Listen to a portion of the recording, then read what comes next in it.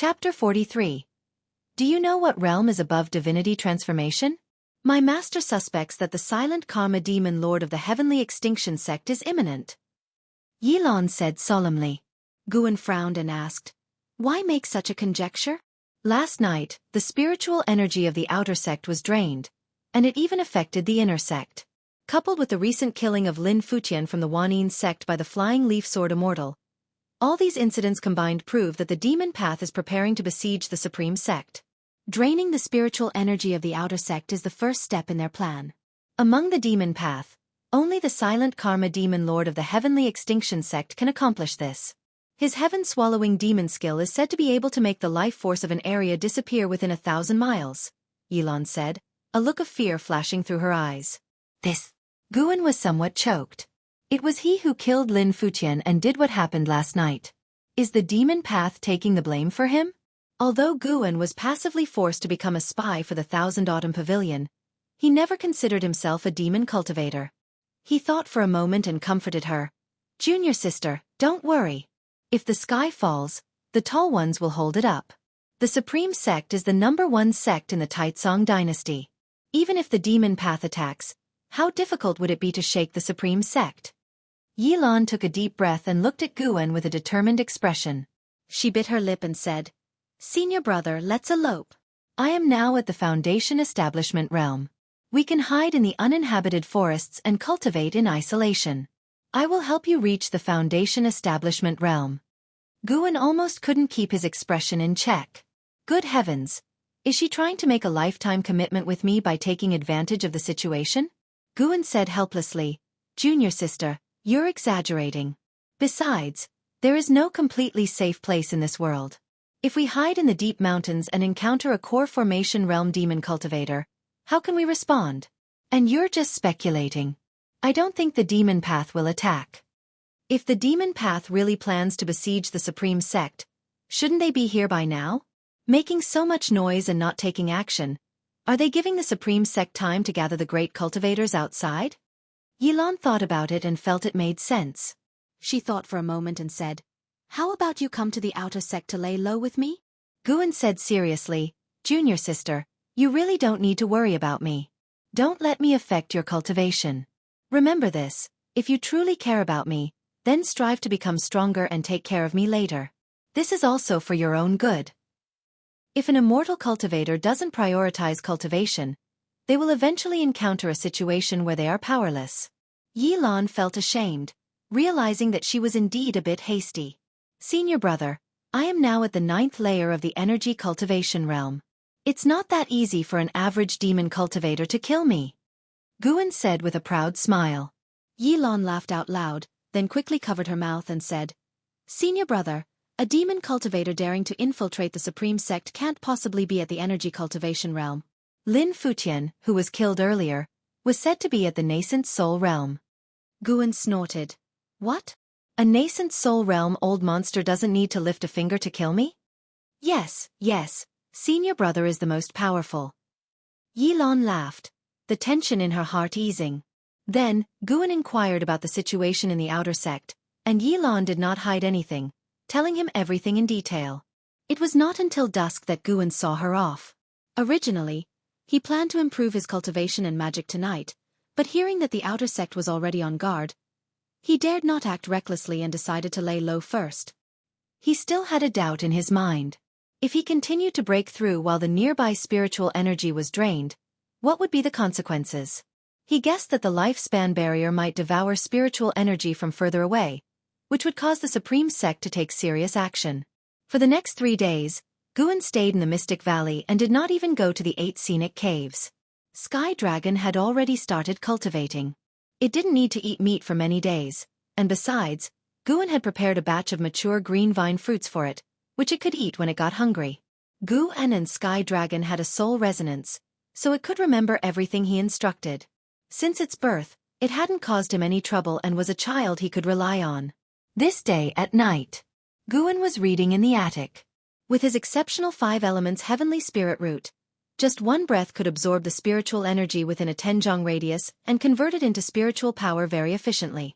Because the spiritual energy of the outer sect was still recovering, He could not cultivate and had to restrain himself. Suddenly, Guan sensed something and his eyes changed slightly. He did not get up but continued reading. After 30 minutes, a figure appeared outside his window. The person quietly pushed open the window and leaped inside. Guan immediately threw a lifespan detection toward him. Fuxiong, Foundation Establishment Realm Second Layer 160/198/240. After encountering Li Xiandao and Lin Futian, Guan had become more reliant on lifespan detection because there were too many tricksters in the immortal cultivation world. Fuxiong appeared to be around 50, of average height, dressed in black, with dark circles around his eyes and eagle-like eyes, giving off a feeling of deep scheming. He stood up, looked at Guan and asked, "Are you the Valley Master?" Guan frowned and asked, "I am." "Who are you, sir?" Fuxiong did not answer but scrutinized him. After a few seconds he suddenly said, "The 1,000 Autumn Green Vine never regrets." Guan was silent. His divine sense had already spread out, confirming that Fuxiong came alone. He reluctantly replied, "The myriad spells silently seek the root." Upon hearing this, Fuxiong's face relaxed. He walked to the table and sat down as if he were at home. While pouring himself tea he asked, "Where is Cheng Xianden? Is he dead already?" Guan nodded and said, "Master has already left." "What business do you have with me, senior? Do you know the whereabouts of the green vine tree?" Fuxiong took a sip of tea and asked, eyes scanning the room as he spoke. Aside from books, the room was filled with various medicinal herbs wrapped in spirit protection paper. Seeing that Fuxiong didn't seem genuinely concerned about the green vine tree, Guan asked, "What is the green vine tree?" Fuxiong's eyes returned to Guan as he asked, "Your master never told you?" Guan shook his head, indicating that he had not. "The green vine tree is the holy tree of our 1,000 Autumn Pavilion. Over 200 years ago, our pavilion sent someone to bring a green vine tree to the outer sect of the Supreme Sect. However, as time passed, the clues were lost, and we don't know where the green vine tree is hidden," Fuxiong said, frowning. "It had arrived over 200 years ago?" Guan frowned, pondering if Zhang Qiong had concealed something from him. Fuxiong sighed. "To be honest, my master is about to break through to the divinity transformation realm. Tribulation crossing is extremely perilous. I want to find some green vine fruits to aid him." Guan, intrigued, asked, "What is the divinity transformation realm?" "Above the foundation establishment is the core formation, and above that is the nascent soul. The stage beyond the nascent soul is divinity transformation," Fuxiong said, stroking his beard with a smile, as if he were the one about to break through. "Is the tribulation crossing for nascent soul realm cultivators also dangerous? I heard that the nascent soul is already equivalent to an immortal." Guan said in astonishment. "Immortal? Still far from it. Foundation establishment to core formation also needs tribulation crossing. Any tribulation crossing is dangerous, a life or death situation. The higher the realm, the more perilous the lightning tribulation. My master has been preparing for 10 years to overcome it," Fuxiong said, his face showing signs of longing. Guan asked, "What preparations are needed? Can't you just directly undergo the tribulation crossing? How can that be possible?" "One must prepare elixirs to maintain spiritual power and heal injuries, have formations to support, and carry several sets of magic artifacts. I've never heard of anyone undergoing the tribulation directly." Fuxiong glared at Guan, thinking his questions were too foolish. Guan felt much relieved after hearing this. Fuxiong suddenly smiled. "I see you have quite a few medicinal herbs in your medicine valley. Why not become my disciple? In the future, I will support you and teach you magic. Every year, you just need to offer me 30% of Medicine Valley's yield. How about it?" Guan frowned again. Fuxiong whispered, "Kid, my master, which is your martial master, is in the inner sect. Once he breaks through to divinity transformation, he will definitely become an elder. By then, whatever you want, you will get."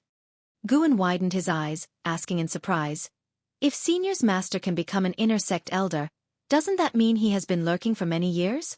Why doesn't he know the whereabouts of the green vine tree?" "It's a long story. Let's discuss the matter of becoming my disciple first," Fuxiong said in a low voice. Guan hesitated. "Is this senior master's intention? How could it be? My master doesn't even know him in this Medicine Valley. Kid, you're just a servant disciple. How could someone as important as my master pay any attention to you? Fuxiong was very displeased. Guan stood up, looking down at him and asked, "One last question." Fuxiong frowned and said in a deep voice, "What question?" He really wanted to kill this kid in front of him. So much nonsense. Do you know what realm is above divinity transformation? What? Fuxiong was stunned. Then suddenly enraged. How would he know the realm above divinity transformation? He thought the other was toying with him. Just as he was about to stand, Guan's right hand was already pressing down on his head. He looked up and saw that Guan's face was extremely cold, his eyes flashing with a chilling light, and his entire aura had dramatically changed. At this moment, Fuxiong felt like he was facing his master. No, his master wasn't this terrifying. He wanted to speak, but his consciousness quickly plunged into blankness, his eyes becoming vacant. Guan was using the soul-capturing skill. Although he previously couldn't master it, now with his exceptional 5 elements heavenly spirit root, he understood it quickly. Though not very proficient, it was enough to deal with Fuxiong. His spiritual power suppressed Fuxiong, and his divine sense forcefully intruded into Fuxiong's mind, searching aggressively. An hour later, Fuxiong had already perished. Guan reopened his eyes, breathing a sigh of relief. This guy really didn't know the whereabouts of the green vine tree and wasn't sent by his master. Guan moved his right hand upward, lifting Fuxiong into the air. Spirit power fire emerged from his palm, starting to incinerate the other's body. He closed his eyes, not daring to watch the gruesome spectacle. The spirit fire of the void-crossing realm was immensely powerful. In under 4 breaths, Fuxiong turned to ashes, leaving only a storage bag. He gained 4 years of lifespan as a result. Guan checked it out, taking all the medicinal herbs and spirit stones inside. As for magic artifacts and talisman paper, fearing someone might track them, he burned them along with the storage bag. The next morning, Guan descended as if nothing had happened. When the disciples gathered for practice, he felt a pang of guilt. Damn, my actions are becoming like those of the demon path. Thus, a whole month passed without any Thousand Autumn Pavilion cultivators coming to find Guan, allowing him to relax. One day, Duyi came by, and the two had a conversation in the attic. The third miss has mastered the Qilin step, and the clan leader is very pleased. He plans to celebrate her achievement with a banquet in the inner sect, and all G family servants must attend to help welcome the guests. In 10 days, meet me in front of the outer sect law enforcement hall. Prepare a batch of medicinal herbs as a gift. You might even earn the third miss favor, Duyi said earnestly. Guan nodded, coming to a decision in his heart. Tonight, he would practice 8 directions step. Let's see how strong Ji Xiaoyu's Qilin step really is. Chapter 44, Supreme Mastery of Magic, Teleportation Array. Duyi came quickly and left just as fast. Guan could feel his excitement, as if he truly considered himself a member of the Ji family. Guan was also very interested in the inner sect, and taking advantage of this opportunity to visit the inner sect through the Ji family banquet was a good thing. He planned to gather more spirit stones in the coming days, so he could make some purchases when he got to the inner sect. By the time nightfall came, Guan quietly left Mystic Valley, heading in the opposite direction of where he had broken through before. After traveling roughly 50 miles, he finally stopped. He sat before a mountain wall and summoned his attribute panel. He directly looked at the 8-direction step, investing 5,000 years of lifespan into it. This was a movement technique that not only helped in combat but also in escaping, so it had to be improved. As his thoughts settled, one line of prompts after another appeared. You have invested 5,000 years of lifespan in the 8-direction step for evolutionary cultivation. You practiced the 8-direction step for 1 year, successfully mastering it. You practiced the 8-direction step for 10 years, your understanding of it reached a peak, your comprehension of movement technique improved. You practiced the 8-direction step for 50 years, you had an epiphany, your 8-direction step advanced to the mysterious 8-direction step. You practiced the 8-direction step for 100 years, your understanding of the mysterious 8-direction step reached a peak, your comprehension of movement technique improved. You practiced the 8-direction step for 300 years, your mysterious 8-direction step returned to simplicity, you captured a thread of space truth. Your mysterious 8-direction step advanced to the Qilin step. You practiced the 8-direction step for 1,000 years, your Qilin step returned to simplicity, your comprehension of movement technique and space improved, your Qilin step advanced to the heavenly dragon mystic true step. You practiced the 8-direction step for 4,000 years. Your persistent cultivation finally received heaven and earth's response. Your heavenly dragon mystic true step broke the limit and advanced to the infinite traceless mystic heaven step. You practiced the 8-direction step for 5,000 years. Your infinite traceless mystic heaven step reached mastery realm. Your comprehension of space improved. 8-direction step, mysterious 8-direction step, Qilin step, heavenly dragon mystic true step, infinite traceless mystic heaven step. Guan felt a surge of excitement, and a vast amount of memories began to flood into his mind. He quickly activated the lifespan barrier and immersed himself into his inheritance. An hour later, Guan opened his eyes. He first looked at the lifespan barrier. It had only consumed 200 years of his lifespan. Although inheriting cultivation techniques and spells did not increase one's cultivation level, it still required absorbing spiritual energy. Because during evolutionary cultivation, no matter what one practiced, one was always in an environment rich in spiritual energy. Compared to his previous breakthrough to the void-crossing realm, the spiritual energy he absorbed this time was not much. Guan looked back at his attribute panel, deep in thought. He surely needed to improve his cultivation level, but he wanted to avoid unnecessary attention for now. Moreover, he wanted to enhance his cultivation techniques before his cultivation level, planning to check if the inner sect had any 5-element skills. If not, he would grit his teeth and further the divine wood pure yang skill to the end. After a moment of consideration, Guan decided to invest in the secret technique, the Demon Shadow Divine skill, taught by Zhang Qiong from the Thousand Autumn Pavilion. Zhang Qiong said this secret technique was very suitable for espionage, and he wanted to see how suitable it was. He would make a small investment, just 2,000 years of lifespan. You have invested 2,000 years of lifespan in the Demon Shadow Divine skill for evolutionary cultivation.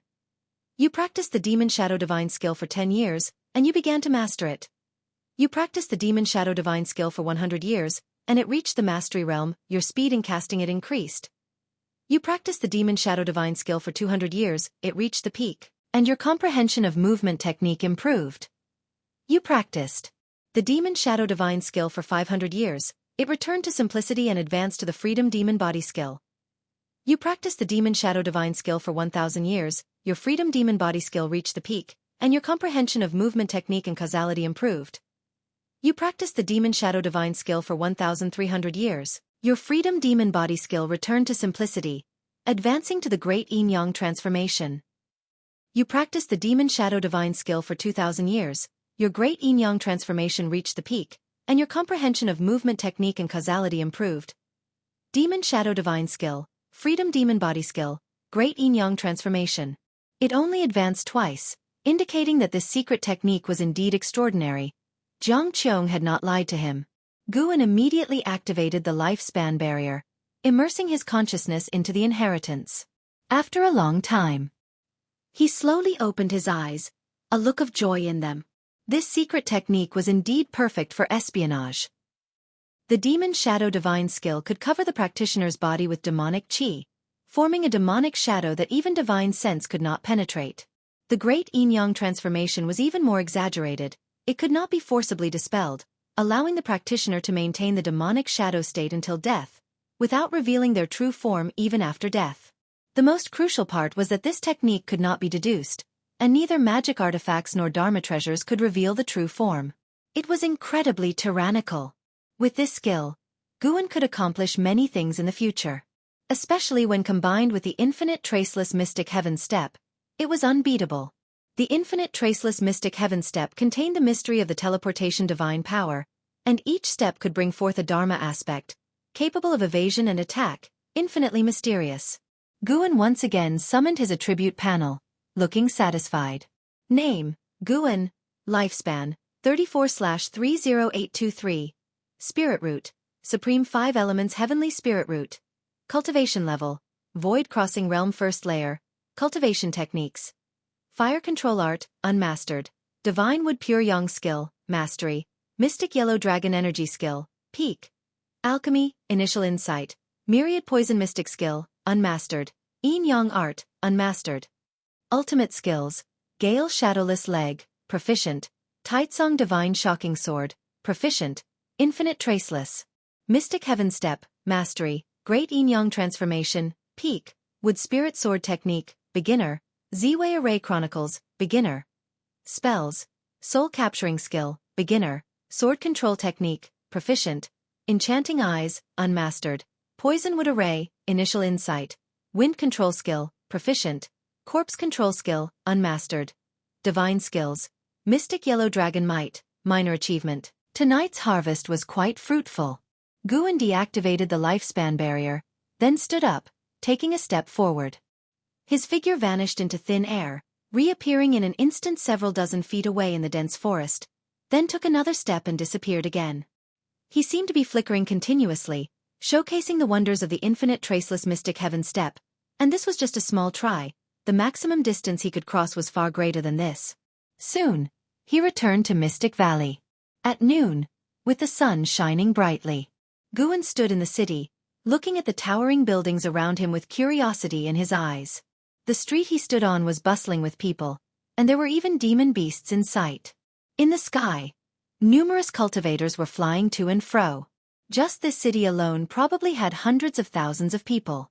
The Supreme Sect had 4 inner sect cities, each with hundreds of thousands of disciples. It was truly astonishing. Guan suddenly felt he had underestimated the strength of the Supreme Sect and the vastness of the Taitsong dynasty. The 10-day period had already arrived. Long before yesterday, Guan had gone to the outer sect, where he had to assist the outer disciples in managing their caves. By the time he was done, it was already daylight, and by noon today, he found Du Yi, and the two of them used a teleportation array to reach the inner sect city directly. According to what Du Yi said, the outer sect city was thousands of miles away from the inner sect city, with the middle area inhabited by demon beasts raised by the Supreme Sect, along with some secret realms for disciples to train in and the medicine valley where high-rank medicinal herbs were cultivated. The teleportation array is a good thing. I must study it thoroughly. Guan thought to himself.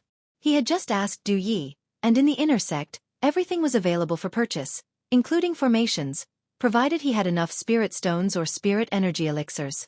In the immortal cultivation world, spirit energy elixirs were also a form of currency, capable of restoring a cultivator's spiritual power and serving as a substitute for spirit stones.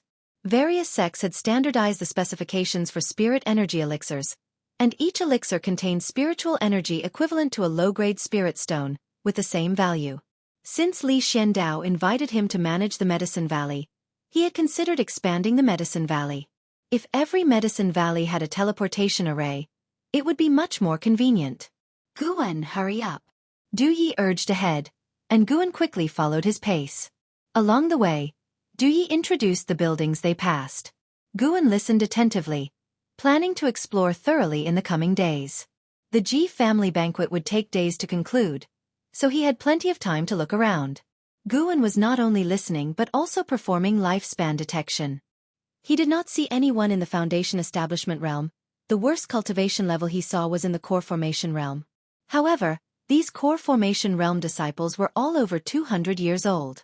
Walking through a few streets, Guan finally detected someone in the Foundation Establishment realm. That person was only 40 years old and already in the 9th layer of the Foundation Establishment realm. Clearly a genius who entered the inner sect based on spirit root qualifications. Du Yi seemed to be intentionally broadening Guan's horizons, walking at a slow pace, which Guan appreciated. An hour later, they arrived at a mansion, vast in size. The courtyard walls extended for miles, and the plaque above the gate had 2 large characters written on it. Ji Mansion. Oh dear, how bold. Could it be that all the Ji family's inner sect disciples lived here? Guan secretly wondered, having a bad intuition. If things continued like this, there would come a day when the Supreme Sect would suppress the Ji family. By then, he would truly become a spy for the Ji family. Although he was currently affiliated with the Supreme Sect, in his heart, the Ji family was certainly more important. The Ji family raised him, allowing him to grow into an adult and leading him to join the Supreme Sect, the #1 sect. Such kindness could not be repaid merely by offering low-rank medical herbs. Of course, Guan would not actively repay the Ji family, but if the Ji family needed him, as long as it was not excessive, he would not refuse. 2 Foundation Establishment realm cultivators guarded the gate of Ji Mansion. Guan initiated lifespan detection and noted their ages were over 100 years. Clearly not geniuses, likely house servants like Guan and Du Yi. Du Yi immediately stepped forward, presenting his token with humility, nodding and bowing. Then you shall take over from us. When night falls, we'll take you to your residence. Zhang Yan, one of the Foundation Establishment realm cultivators, said thoughtfully. Du Yi dared not refuse and immediately accepted. And so, Gu En and Du Yi began their guarding duty upon arrival. Standing before a Qilin stone statue, Gu En suddenly had an idea. Du Yi, you cover for me. I'll give you 100 low-grade spirit stones. I want to buy some medicinal herb seeds in the inner sect. It's also for the third miss task, Gu En said. Upon hearing this, Du Yi hesitated but could not refuse. 100 low-grade spirit stones. This kid was really generous. So after Gu En handed over 100 low-grade spirit stones to Du Yi, he left and began wandering around the inner sect city alone. He had not gone far when a voice called out, Gu En, what are you doing here? Chapter 45. Why don't you acknowledge me as your master? Gu En turned his head and saw Zuolin, Li Ya's childhood friend, walking towards him. After many years, Zuolin's cultivation level was only at the third layer of the Foundation Establishment realm, likely still obsessively practicing his swordsmanship. Gu En turned to him, clasped his hands in greeting, and said, The family summoned me to do some work, so I came. You still have a family? Weren't you born a house servant? Zuolin asked curiously. Gu En replied, I am indeed a house servant of the Ji family. Our third miss is about to hold a banquet, so I came along with other house servants to assist. What? You're from the Ji family? Zuolin's eyes widened. Gu En countered. Didn't senior brother Li tell you? Zuolin shook his head and said. He didn't. That's quite a coincidence. My father was also invited by the Ji family, and I came along for the fun. Isn't the Ji mansion in the back? Where are you heading? He had always been very interested in Gu En and felt that Gu En was not simple, so he didn't want to miss this rare encounter. I'm planning to stroll around the inner sect city. Then I'll accompany you. Although I'm not an inner sect disciple, I've come here quite often, thanks to my father, Zuolin said enthusiastically, and Gu En did not refuse. The two chatted while walking forward. Zuolin talked about his father, and through his words, Gu En gained a deeper understanding of the hierarchy within the supreme sect. Generally, once a disciple reached a certain realm, they would move upwards, but some people chose the path of power, like Zuaijian, who entered the Hall of Elders. Unlike other departments, the Hall of Elders was the power center of a city. The threshold for the outer sect Hall of Elders was the core formation realm, while the threshold for the inner sect Hall of Elders was the divinity transformation realm. The Hall of Elders had absolute power in each city. It was said that in the main city of the sect, the power of the Hall of Elders was even higher, capable of deciding the position of the sect leader. Therefore, some nascent soul realm cultivators chose to stay in the outer sect as elders to continue benefiting themselves. Zuaijian had come to the inner sect but could not yet join the Hall of Elders, so he became the head of the inner sect's book collection hall, which was quite a prestigious position. It's all the fault of the flying leaf sword Immortal, who made my father obsessed. Now he's always holding on to the investiture of the gods and never practices his swordsmanship, Zuolin said indignantly. Gu En asked, Do you not find the investiture of the gods good? It's excellent. Let me tell you, I like Yang Jian the most.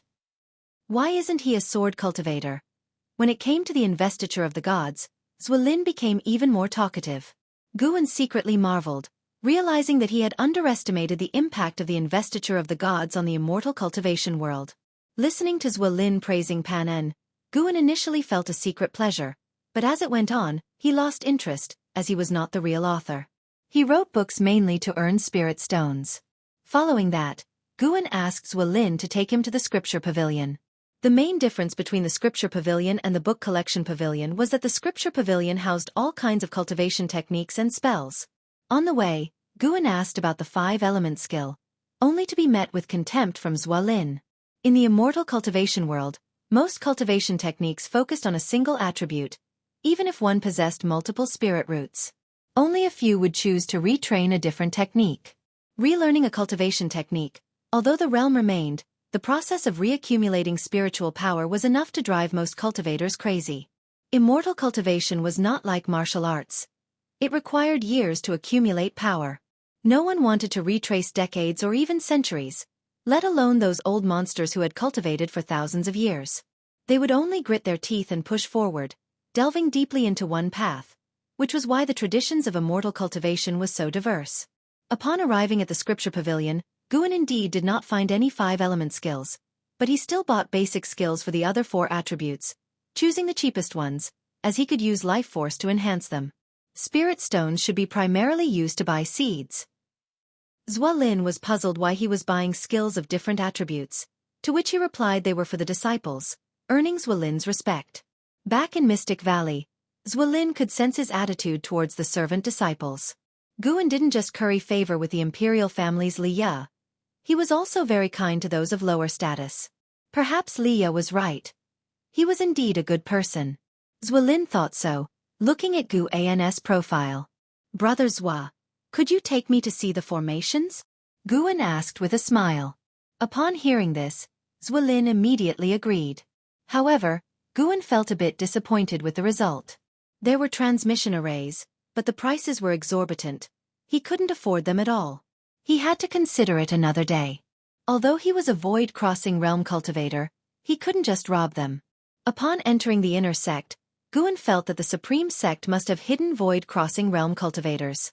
After all, the threshold for inner sect elders was the divinity transformation realm, and above that was the main city of the sect. Upon careful thought, the supreme sect was indeed powerful. So many demon cultivators had died in the outer sect, yet the demon path didn't dare launch an attack against the supreme sect. Furthermore, even spies like Zhang Qiong in the core formation realm only dared operate outside the outer sect. If the supreme sect was a large map, Guan was only active in a small corner. Up until evening, Guan said goodbye to Zhua Lin and returned to the entrance of the Ji mansion, where Du Yi was still waiting, making him feel somewhat touched. Why did you come back so late? Without me, you wouldn't be able to get in. Du Yi complained. Guan smiled, patted him on the shoulder, and without saying much, the two walked into the Ji mansion. As soon as he entered, Guan sensed multiple auras. It turned out that the Ji mansion also had isolating restrictions. He even detected the aura of a divinity transformation realm. Along the way, he cast lifespan detection on everyone he encountered. There were many people in the Ji mansion, and many of them were geniuses. Although Ji Xiaoyu only brought 5 people into the supreme sect, the Ji family had multiple branches, and each year, there were always new members entering various sections. After half an hour, Du Yi brought Guan to see Ji Lin, this renowned outer sect genius. Ji Lin, Foundation Establishment Realm 9th Layer 36/330/900, 36 years old and at the 9th layer of the Foundation Establishment Realm, very strong. He likely took a lot of elixirs. Guan thought while looking at Ji Lin, who took out the prepared medicinal herbs. Ji Lin was not arrogant and had a good attitude towards Guan. He painted a rosy picture for Guan, who pretended to be excited, making this meeting end perfectly. Afterward, Du Yi brought Guan to their residence. The two lived in the same courtyard, but each had their own room. A quiet night passed. Early the next morning, just as the sky got light, Du Yi pulled Guan out of the courtyard. The two waited at the main gate. They weren't the only ones. There were a dozen cultivators waiting too. Under the leader's arrangement, they stood in 2 rows, preparing to welcome the prestigious guests for today's banquet.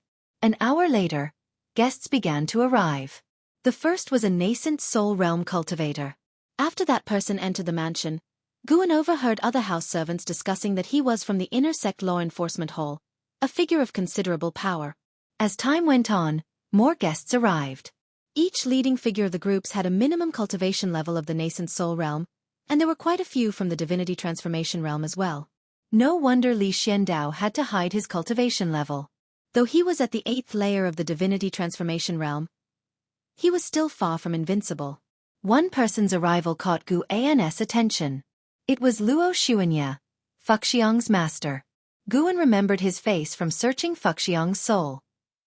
Luo Xuanya, Nascent Soul Realm 9th Layer 254/804/1300, 254 years old and at the 9th layer of the Nascent Soul Realm. He was quite the genius. The Ji family representative attending to the guests was clearly on good terms with Luo Xuanya.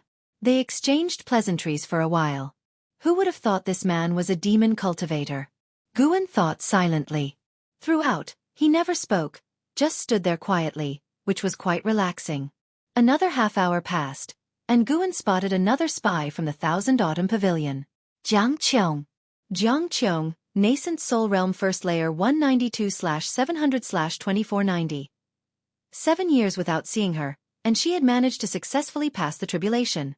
Jiangqiong wore the attire of an inner sect disciple, her expression cold and devoid of the flirtatiousness she had when facing Guan before. She merely glanced at Guan, and the two had no interaction as she entered the Ji mansion. Why is she here? It shouldn't be just to celebrate, right? Guan pondered in confusion. Would Jiangqiong scheme against the Ji family? Pan. Suddenly, a voice full of joy caught Guan's attention. He saw Gu Yu, whom he had met once at the book collection hall in the outer sect, walking towards him quickly. Behind Gu Yu was a middle-aged man dressed in luxurious clothing, exuding an extraordinary aura, although his breath was faint, clearly the result of some energy-concealing sorcery. Guan instinctively cast lifespan detection. Gu Zong, Void Crossing Realm Second Layer 690/1805/2800. What a guy! Void Crossing Realm. Sure enough, the Supreme Sect had concealed Void Crossing Realm cultivators. This man's surname was also Gu, obviously sharing blood with Gu Yu. Guan had suspected that Gu Yu was no ordinary person. Guan, are you of the Ji family? Gu Yu asked excitedly as he approached Guan. Guan nodded and said, I am merely a house servant. With your talent, why be a house servant? I'll have my father bring you into the inner sect. Gu Yu said grandly, drawing the attention of the nearby Ji family members. Gu Yu turned to Gu Zong and said, Father, this is the person I often mention. Take him under your wing. The cultivators behind Gu Zong, all at the nascent soul and divinity transformation realms, curiously studied Guan upon hearing this. Crap. How did it come to this guy? Guan cursed inwardly. Gu Zong frowned and said, Such behavior in public is unbecoming. Guan breathed a sigh of relief. Indeed, a great cultivator knew not to break the rules in public. Gu Zong looked at Guan, and his severe expression suddenly softened, replaced by a warm smile.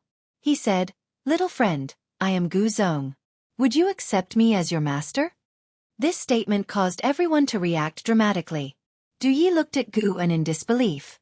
The breath Guan had just released was held again. Senior, my spirit root qualification is mediocre. I'm afraid I'm not suitable to be your disciple, Guan said helplessly. Gu Zong smiled and said, I choose my disciples based on fate, not qualifications. What you've written is quite good. I like it a lot. In front of everyone, how could Guan agree? Furthermore, he didn't like to have a master of the same realm. He had been forced to accept Chang Xiandan as his master back then. I need to discuss this with someone. I hope you understand, Elder, Guan said, taking a deep breath and feigning difficulty. Hearing this, Gu Zong laughed aloud. As he walked inside, he patted Guan's shoulder and left these words before entering the Ji mansion. After the banquet, we'll have a proper talk. You don't have to be my disciple. Help me with one thing, and I'll fulfill any request you have. Gu Yu winked at Guan before following in his father's footsteps. After this group of guests entered, the surrounding Ji family members gathered around, asking what Guan had written to earn Gu Zong's favor. An elderly cultivator jokingly said, Could it be that the investiture of the gods was written by you? Guan smiled and said, I wish I had written it. Du Yi snorted. How could he possibly have written the investiture of the gods? It's probably something related to planting medicinal herbs. Others joined in the ribbing. After this episode, Guan's presence skyrocketed. Just when Guan was looking for a way to escape, a Ji family cultivator came out from the mansion and said, Who is Guan? The third miss requests your presence. Chapter 46. Primordial Daoist Talisman, Demon Path Ambition. He's Guan. Du Yi gave Guan a push, making Guan stagger slightly.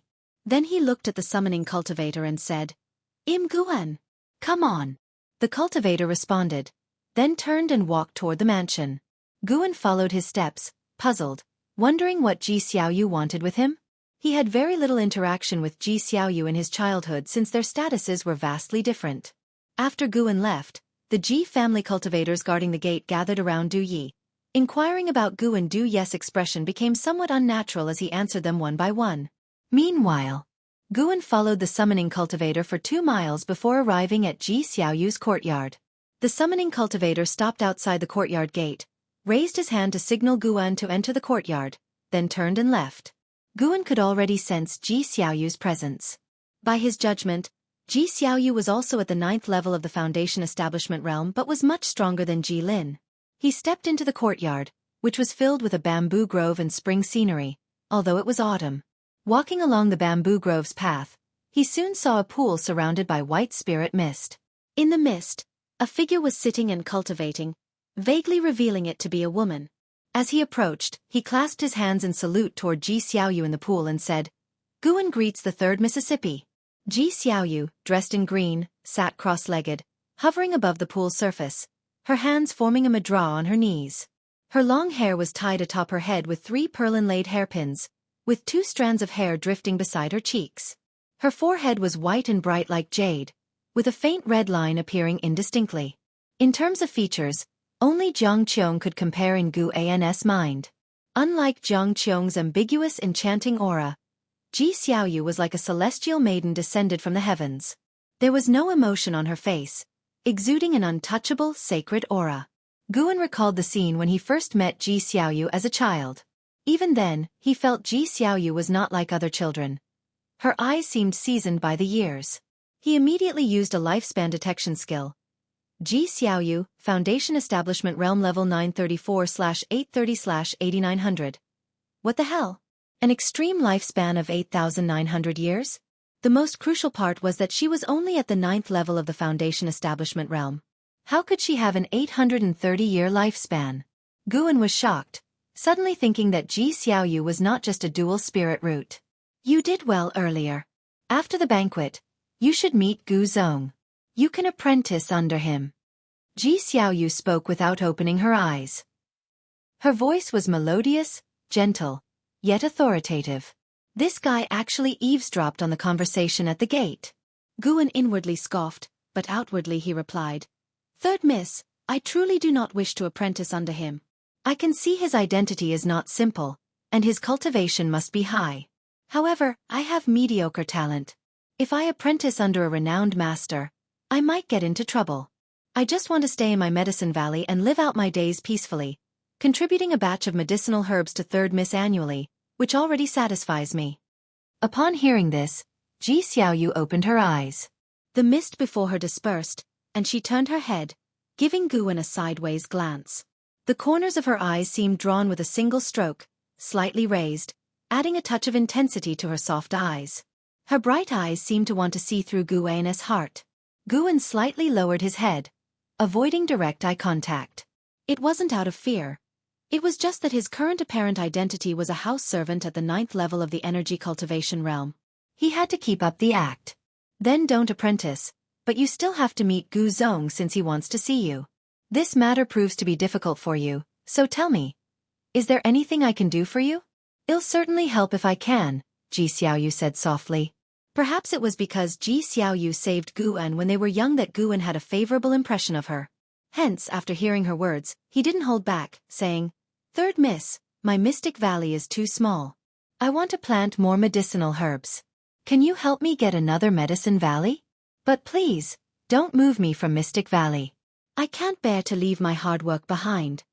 Hearing this, Ji Xiaoyu fell into silence. Guan wasn't in a hurry, patiently waiting for her response. If she couldn't help, he could always rely on Gu Zong. He could roughly guess why Gu Zong wanted to meet him. What would a writer be needed for? Ji Xiaoyu finally spoke. "I can't fully promise regarding the Medicine Valley. This area isn't the Ji family's land, and you don't want to leave your Mystic Valley. I will give it my best shot. Besides, you can make another request."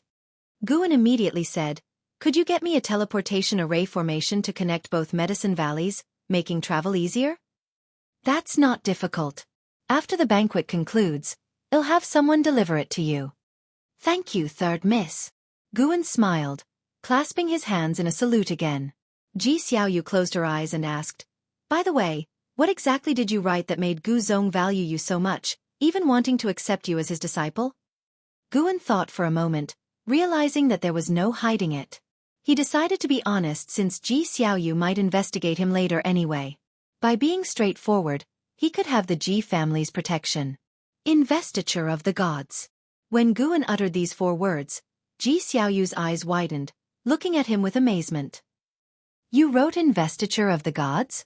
How do you know so much? Ji Xiaoyu asked with a frown. Guan sighed helplessly. I made it up. It's not real. Currently, many people believe that Investiture of the Gods depicted ancient history. Even people like Zuolin and Wuxin thought so, and it made Guan anxious for a while. If he hadn't checked the Outer Sect's book collection hall and found no records related to Huaxia, he might have believed Investiture of the Gods was real. Made up? But the world you describe is so vast, and those Daoist sorceries are fascinating, Ji Xiaoyu said softly. Clearly, she also enjoyed reading Investiture of the Gods. Guan pretended to be awkward, unsure of how to respond. You mustn't tell anyone else about this. The impact of Investiture of the Gods is immense. The name of Pan has spread throughout the Taizong dynasty, and other sects are looking for you, Ji Xiaoyu warned. She thought for a moment, then raised her right hand. The jade ring on her middle finger glowed, and a small bronze sword appeared in her palm. This is a talisman treasure. You only need to infuse spiritual power to activate it. It can kill core formation realm cultivators. Keep it for self-defense. Ji Xiaoyu's words made Guan take a closer look at the bronze sword. It was his first time encountering such a talisman treasure. Zhang Qiong had once mentioned that talisman treasures couldn't acknowledge a master and required stored spiritual power to be used. They were usually given by great cultivators to their juniors for protection. He hadn't expected to receive one today. He didn't refuse and accepted the bronze sword. Go rest in your room. You don't need to guard the gates anymore. Ji Xiaoyu closed her eyes again, her tone returning to its earlier indifference. Guan raised his hand in a salute, then turned and left. After leaving the courtyard, Guan was secretly curious. He sensed something indescribable and elusive from Ji Xiaoyu that made one inexplicably want to possess it. He didn't dwell on it further and walked toward his own courtyard. As more guests arrived, the Ji mansion became livelier, with people everywhere. Cultivators in the divinity transformation realm chatted and laughed with nascent soul cultivators accompanying them, while those in the core formation realm bustled about, highlighting the stark status differences brought by cultivation levels in the Ji mansion. As Guan walked, he suddenly saw someone. Zhang Qiong. The two met in a corridor, facing each other. Guan remained calm, his expression unchanged, and Zhang Qiong did the same. They brushed past each other, their shoulders almost touching. Suddenly, Guan felt a jade pendant being slipped into his left hand. Use your divine sense to examine it in your room. Pretend we don't know each other. Zhang Qiong's voice echoed in Guan's ear. She used the sound transmission skill.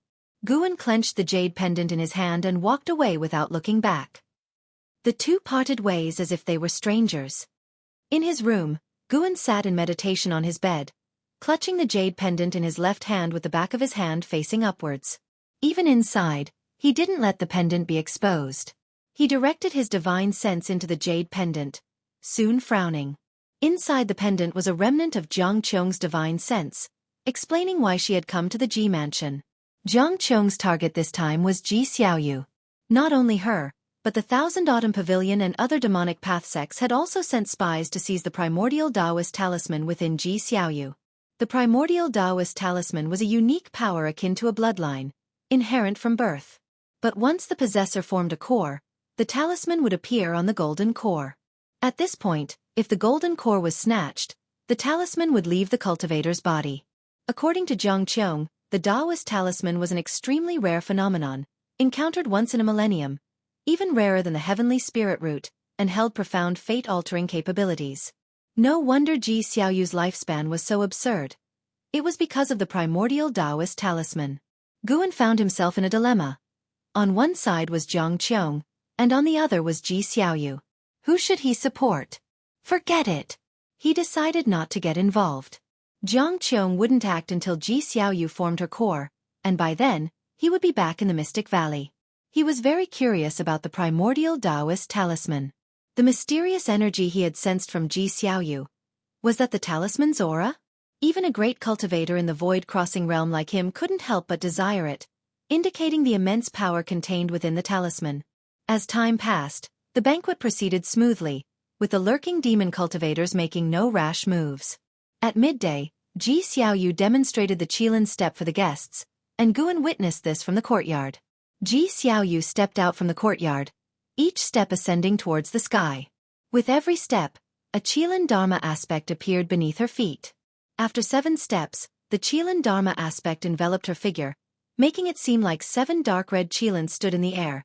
Quite a spectacular sight. With his enhanced vision, Guan could tell that Ji Xiaoyu could take 2 more steps. 9 steps were her current limit with the Qilan step.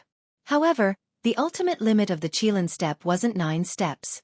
When practiced to the peak creation realm, one could take 1,000 steps, with 1,000 Qilans acting like clones to either attack or confuse the enemy.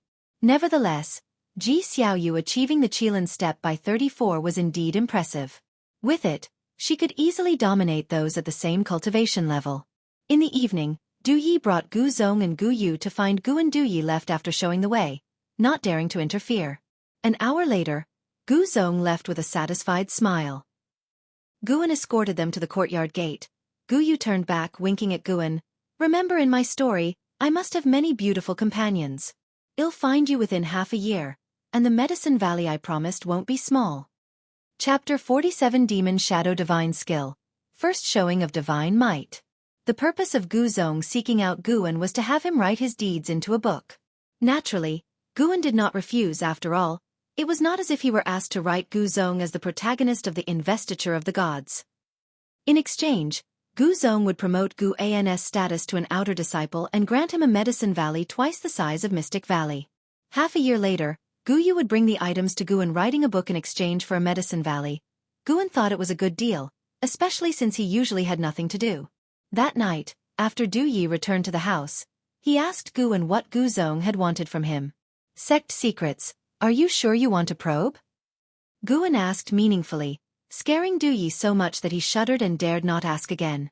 The next morning, after the guests from Ji Mansion left, a cultivator approached Guan and handed him a storage bag. Saying it was from the 3rd Mississippi, Guan scanned it with his divine sense and found it contained materials for formations, quite abundant ones. Guan hesitated whether to remind Ji Xiaoyu, but seeing that the number of Ji family cultivators present today had not decreased but increased, with many even meditating on the eaves, he knew the Ji family had already sensed danger. Since that was the case, he did not need to worry about it. At midday, Guan followed Du Yi, still returning to the outer gate city via the teleportation array. After bidding farewell to Du Yi, Guan headed towards Mystic Valley. He had already begun to plan the planting schedule for the 2nd Medicine Valley in his mind. Coupled with Li Zuando's Medicine Valley, he would have 3 Medicine Valleys, which would inevitably lead to a significant increase in lifespan income in the future. Even though he had reached the first level of the Void Crossing realm, Guan still wouldn't mind having more lifespan. There must be many more levels above the Void Crossing realm, and the higher one goes, the more lifespan is needed. His goal was immortality, to climb to the peak of the immortal cultivation path.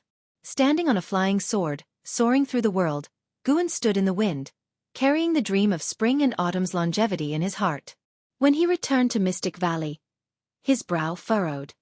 He controlled his sword to land, the flying sword following him into his storage bag. Not far away, Yi Yan, who was weeding, saw him and immediately ran over. Master, you're finally back. Yesterday, an elder came to our Medicine Valley to stay temporarily, Yi Yan reported first.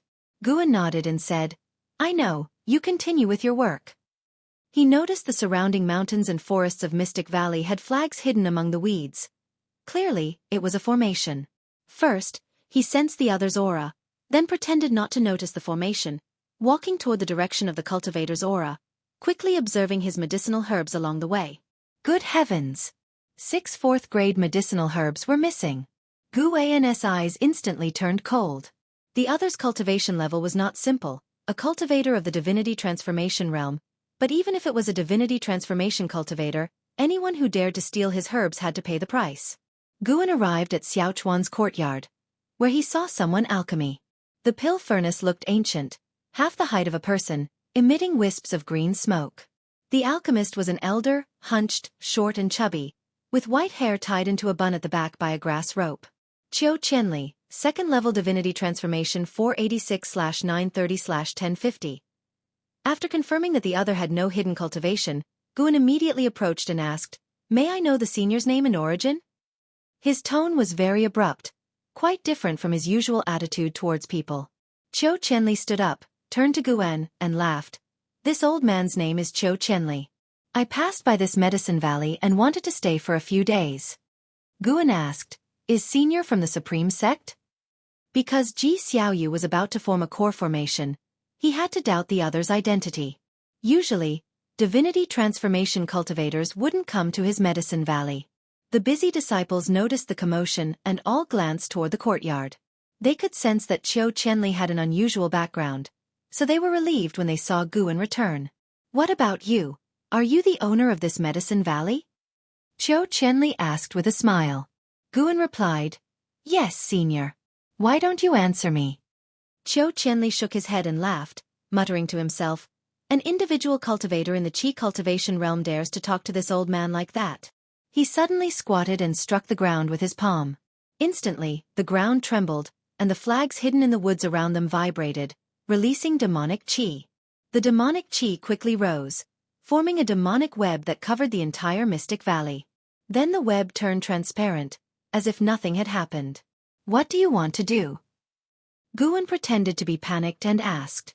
The disciples in the distance sensed something was amiss and immediately ran over. Xiaochuan and Yi Yan were the first to arrive, followed by Wu Xin, Zhen Qin, and Su Han. Others who arrived did not dare to get close, watching nervously from the courtyard's exterior. Su Han stood in front with a sword in hand, but from his trembling legs, it was clear he was very nervous. Zhen Qin's face turned pale with fear, but she still stood in front of Guan, making him want to laugh. Such a silly girl. Qiu Chenli's right palm was enveloped in sinister demonic qi. He stood up slowly, showing a ferocious smile. Since the Valley Master has returned, this old man will no longer hide. If you want to live, then behave yourselves. Otherwise, this old man will skin you and extract your souls, leaving you to beg for life but unable to die. Feeling his terrifying aura, all the disciples were filled with dread. Wu Xin gathered his courage and asked, we are all servant disciples. Even if you refine our souls, it won't benefit you. Let's talk properly. What do you want us to do? He was afraid Guan couldn't see through the other's cultivation, so he spoke first. Qiu Chenli sneered, you're smart. From now on, stay in the valley and await my orders. This old man needs to use your medicine valley to refine elixirs. Don't think about escaping. My formation is invisible and colorless. Even core formation cultivators would turn into a pool of blood upon touching it. Everyone had seen the formation just now, so they believed his words. Qiu Chenli looked at Guan, sneering. Valley Master, this old man now tells you, this old man is from the Wanyin Sect. What do you think? The Wanyin Sect. Truly haunting. Guan had hardly killed anyone in his life, except for Fuxiong, and everyone else was from the Wanyin Sect. Guan pretended to be frightened and gritted his teeth. Please forgive my previous offense, Senior. As long as you don't harm my disciples, feel free to ask for anything, even refining my soul first. Hearing this, the disciples panicked but dared not speak out, fearing they would anger Qiu Chenli. Wu Xin clenched his fists inside his sleeves, regretting, if only I had practiced diligently, achieving greatness in cultivation, how could I let Senior Brother? Zhen Qin, Xiaochuan, Su Han, and Yi Yan had similar thoughts. Qiu Chenli laughed, a scornful laugh. Guan quickly said, Senior, I have 5th grade medicinal herbs in my room, perfect for medicinal primer. Do you need them? Not bad. You are sensible. Go quickly. Qiu Chenli waved his sleeve. Guan immediately ran towards his building. Others watched Qiu Chenli warily, afraid he would act unpredictably. Qiu Chenli picked at his ear and then looked at Zhen Qin, laughing. Little girl, come here and assist this old man. Seeing his sinister smile, Zhen Qin felt disgusted and more terrified. What should she do? Judging by the formation just now, no one in the valley could handle this demonic cultivator. Just as Zhen Qin was feeling uneasy, a purple-black figure appeared beside Qiu Chenli out of thin air. Qiu Chenli's pupils shrank, instinctively turning to look. So fast. How is this possible? Qiu Chenli was about to make a move, but the other's right hand, like a sword, pierced through his chest, lifting him in the air. His eyes widened, looking at the person below him in disbelief. This was a figure surrounded by dark purple flames, its true form indistinguishable, as if it came from the 9 nether world. Wu Xin, Zhen Qin, and the others were also terrified by the sudden appearance of this mysterious figure, retreating in unison. "Thou and magical shadow divine skill of Thousand Autumn Pavilion," Qiu Qianli said tremblingly, his voice full of fear. He shockingly discovered he couldn't mobilize his spiritual power, the previous strike shattering his golden core, the other's domineering power repressing his primordial spirit within, unable to exit. The opponent must be above the divinity transformation realm. Using the great yin-yang transformation, Guan glanced at Wu Xin. Wu Xin seemed to realize something, his face changing drastically. Following that, Guan suddenly clenched his hand that pierced Qiu Qianli, terrifying sword qi erupting, instantly shattering Qiu Qianli's body, leaving only his primordial spirit hanging on Gu An's arm, while his storage bag fell into Gu An's other hand. Blood and flesh splattered. Wu Xin and the others were also splashed, but they were too frightened to react, standing there dazedly. Qiu Qianli's primordial spirit trembled, but before he could finish, he was crushed by Gu An's domineering power. Gu An's figure then vanished. The next second, the sound of a door being smashed came from a distance, and Gu En, holding the 5th-grade tiger blood flower, leaped down from the balcony of his building. He quickly rushed to the courtyard where Wu Xin and the others were, shouting loudly, "Senior! Don't act recklessly!" He jumped over the courtyard wall and came to Zhen Qin's side, looking at the bloodstains all over the courtyard. He quickly turned to look at the disciples and saw that no one was missing, and finally breathed a sigh of relief. He asked nervously, "That demon, where did he go?" His voice was very low, as if afraid Qiu Qianli would hear it. Zhen Qin seemed to wake up, screamed, and then grabbed Gu An's robes, trembling. "Master, he died. He was—" The other disciples also awakened, turning to look in other directions, afraid that mysterious demonic figure would reappear. It took Guan a while to understand what had just happened from their words. It's safe to say, acting is exhausting. Guan called the disciples to remain vigilant, not to relax. At the same time, he secretly exerted strength with his right foot, spiritual power spreading through the ground, destroying the invisible formation. Above Mystic Valley, a demonic curtain suddenly appeared, followed by the mysterious demonic formation starting to collapse, the demonic qi dissipating into thin air, as if it had never appeared, with autumn leaves falling from the mountain top. "The formation is dissolved?" Yi Yan asked cautiously. Wu Xin took a deep breath, looking at Guan. "Senior brother, let's talk somewhere else." Killing Qiu Qianli yielded 66 years of lifespan. Not bad. Feeling cheerful, Guan pretended to look puzzled. After a moment's hesitation, he nodded in agreement. The two walked towards Gu An's building, while the other disciples gathered together, discussing what just happened. Inside the building, Wu Xin closed the door, turned to Guan, gritting his teeth. "The one who acted earlier should be a great cultivator from the Thousand Autumn Pavilion, probably sent by my father to protect me." Chapter 48. Yongwood Primordial Skill, Void Crossing Realm 9th Layer. Looking at Wuxin's complex expression, Guan wanted to laugh, but years of acting experience kept him from breaking character. Gu An's expression constantly changed, from shock, to a sigh of relief, and finally to tension. Wu Xin noticed his senior brother's changing expressions, feeling more awkward, but he did not regret revealing this matter.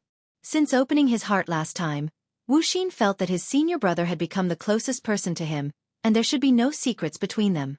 "This matter must not be spoken about, or I won't be able to protect you." Guan took a deep breath and said seriously. Wu Xin nodded solemnly, recalling the previous battle with a shiver of fear.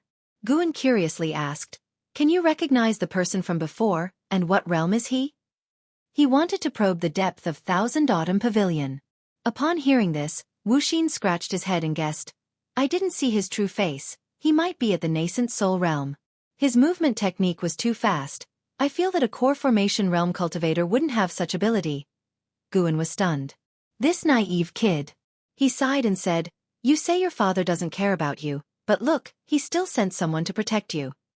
"He doesn't care about me indeed, but it might also be that he didn't want to lose face, or perhaps the person who acted was just here on a mission for Supreme Sect." Wu Xin guessed. He wasn't moved by this, still harboring resentment towards his father. Afterward, Guan gave a few more instructions and then took Wu Xin downstairs. Guan did not let the disciples clean the courtyard, but kept the scene to let Wu Xin report to the Inner Sect's law enforcement hall the next day. All the disciples in the valley had witnessed the battle before, so it couldn't be hidden, and it was better to inform Supreme Sect in advance. He stood in front of Qiu Qianli's pill furnace, observing the medicinal liquid inside. He couldn't tell what kind of elixir Qiu Qianli was refining but decided to keep it for Supreme Sect to decide. That night, Guan came to 8 scenic caves. After feeding Sky Dragon with mutton as usual, he took out Qiu Qianli's storage bag. He emptied its contents and then destroyed the storage bag. He had to admit that a divinity transformation realm cultivator was indeed rich. Just the spirit stones and spirit energy elixirs alone were a huge sum. He checked everything one by one, burning all the useless things to avoid being tracked down. He also removed Qiu Qianli's imprint from those magic artifacts, making them ownerless. In the end, he was left with a letter containing a blank piece of paper that needed to be read with divine sense, and moreover, only at the divinity transformation realm could one peek into it. After some probing, he discovered why Qiu Qianli had come. It was for the Primordial Daoist Talisman. Qiu Qianli's task was to assist the Wanyin Sect spy in seizing the Primordial Daoist Talisman in the Outer Sect. Apart from Thousand Autumn Pavilion, Wanyin Sect also had many spies planted within Supreme Sect. Being entrusted to Qiu Qianli, that person's cultivation level must be high. Demon path spies are truly pervasive. How many people, like himself before, had no choice? Guan lamented in his heart and then stood up to check the medicinal herbs in 8 scenic caves. The next morning, Wu Xin took Tang Yu and Su Han to the Outer Sect. Guan instructed the other disciples to continue their usual work, be it herding sheep, weeding, or watering. By noon, the three returned quickly because they had ridden on a core formation realm cultivator's magic artifact, a huge redwood fan carrying dozens of people, including Yilan. When everyone landed, Guan went up to greet them. Leading the group was an elder of the law enforcement hall named Murong Ing. Murong Ing, Core Formation Realm 3rd Layer 268/503/908. Murong Ing wore a purple robe, tall and handsome, with black and white hair, exuding the aura of a superior in every gesture. After listening to Gu An's account of the incident, he nodded slightly and said, "You did well. We will now sweep this area thoroughly, not allowing any demon cultivators to lurk." Guan immediately expressed his thanks. The disciples of the law enforcement hall did not converse much with the valley disciples. They went to Xiaochuan's courtyard, witnessing the bloodstains on the walls and ground, all feeling a chill down their spines. Murong Ing approached Qiu Qianli's pill furnace, looked inside, and soon frowned. Meanwhile, Yilan came to Gu An's side to comfort him. Guan had asked Wu Xin to find her first, as it would be easier to request the law enforcement hall's assistance with her intervention. So, upon hearing about the trouble in Mystic Valley, she couldn't wait to come. Half an hour later, Murong Ing took the pill furnace and called the disciples of the law enforcement hall to leave. Watching the figures of the departing law enforcement hall disciples, Zhen Qin couldn't help but look at Guan and ask, "Is it over just like that?" Guan never expected much from the law enforcement hall. He only wanted to report the incident so he wouldn't be labeled a demon path spy. "They will investigate. Just trust your martial Uncle Yi," Guan said with a smile. Zhen Qin thought it made sense. However, the law enforcement hall's attitude still aroused her determination. She secretly vowed to become an Outer Sect disciple as soon as possible. Qiu Qianli may have been just a disturbance for Mystic Valley, but for Guan, it was a warning. How many times has Mystic Valley faced such danger? This is not good. I need to improve my cultivation level. In the blink of an eye, 7 days quickly passed. That night, Guan quietly left Mystic Valley and sat down in a forest 100 miles away. He called up his attribute panel, focusing on Divine Wood Pure Yang skill. First, upgrade the cultivation technique. He immediately invested 10,000 years of lifespan. Eventually, Divine Wood Pure Yang skill completed an upgrade, becoming Yang Wood Primordial skill, and its achievement also reached the mastery realm. Yang Wood Primordial skill also awakened a divine skill, which made Guan pleasantly surprised. He immediately activated the lifespan barrier to inherit the Yang Wood Primordial skill. An hour later, the inheritance was complete, and Guan understood the profoundness of the divine skill. This divine skill was named Yang Wood Boundless. It could inject spiritual power into the earth, forming Yang Wood that covered the land and could devour the essence energy of living beings, and even spiritual power. It was extremely terrifying, capable of covering 10,000 miles as long as the caster's spiritual power was sufficient. A very domineering divine skill. Guan really liked it. Guan continued to look at the cultivation level on the attribute panel. He planned to raise his cultivation level to the 9th level of Crossing Void Realm. As for breaking through, he feared the commotion would be too large, especially since he only had a little over 20,000 years of lifespan left. He first invested 1,000 years of lifespan, successfully advancing from the 1st layer to the 4th layer of Crossing Void Realm, which was quite good. However, after investing another 1,000 years of lifespan, his cultivation level only reached the 5th layer of Crossing Void Realm. In the end, after calculating, he used a total of 7,500 years of lifespan, reaching the 9th layer of Crossing Void Realm. He had a little over 13,000 years of lifespan left, so he stopped there.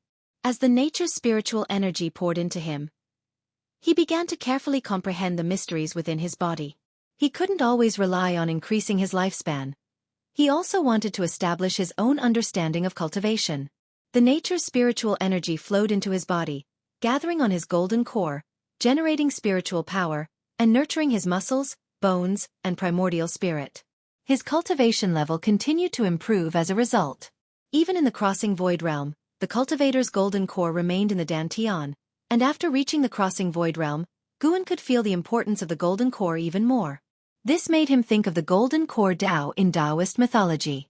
The core formation realm might have just laid the foundation, while the true mysteries of the golden core needed to be explored at higher realms, just like the spirit root. Guan always felt that cultivating a single spirit root to a certain stage would hit a wall. Immortals couldn't be all-powerful with just one attribute, could they? The primordial spirit and golden core were the same. The primordial spirit was the manifestation of the soul, allowing the cultivator to break free from the mortal constraints of the flesh. Guan wanted to try in the future if he could integrate the Yangwood primordial skill with other attribute skills to create a 5-element skill that perfectly matched his superior 5 elements heavenly spirit root. 2 hours later, Guan successfully reached the 9th layer of Crossing Void Realm, draining the nature's spiritual energy. The outer sect would probably be alarmed again. This was also good.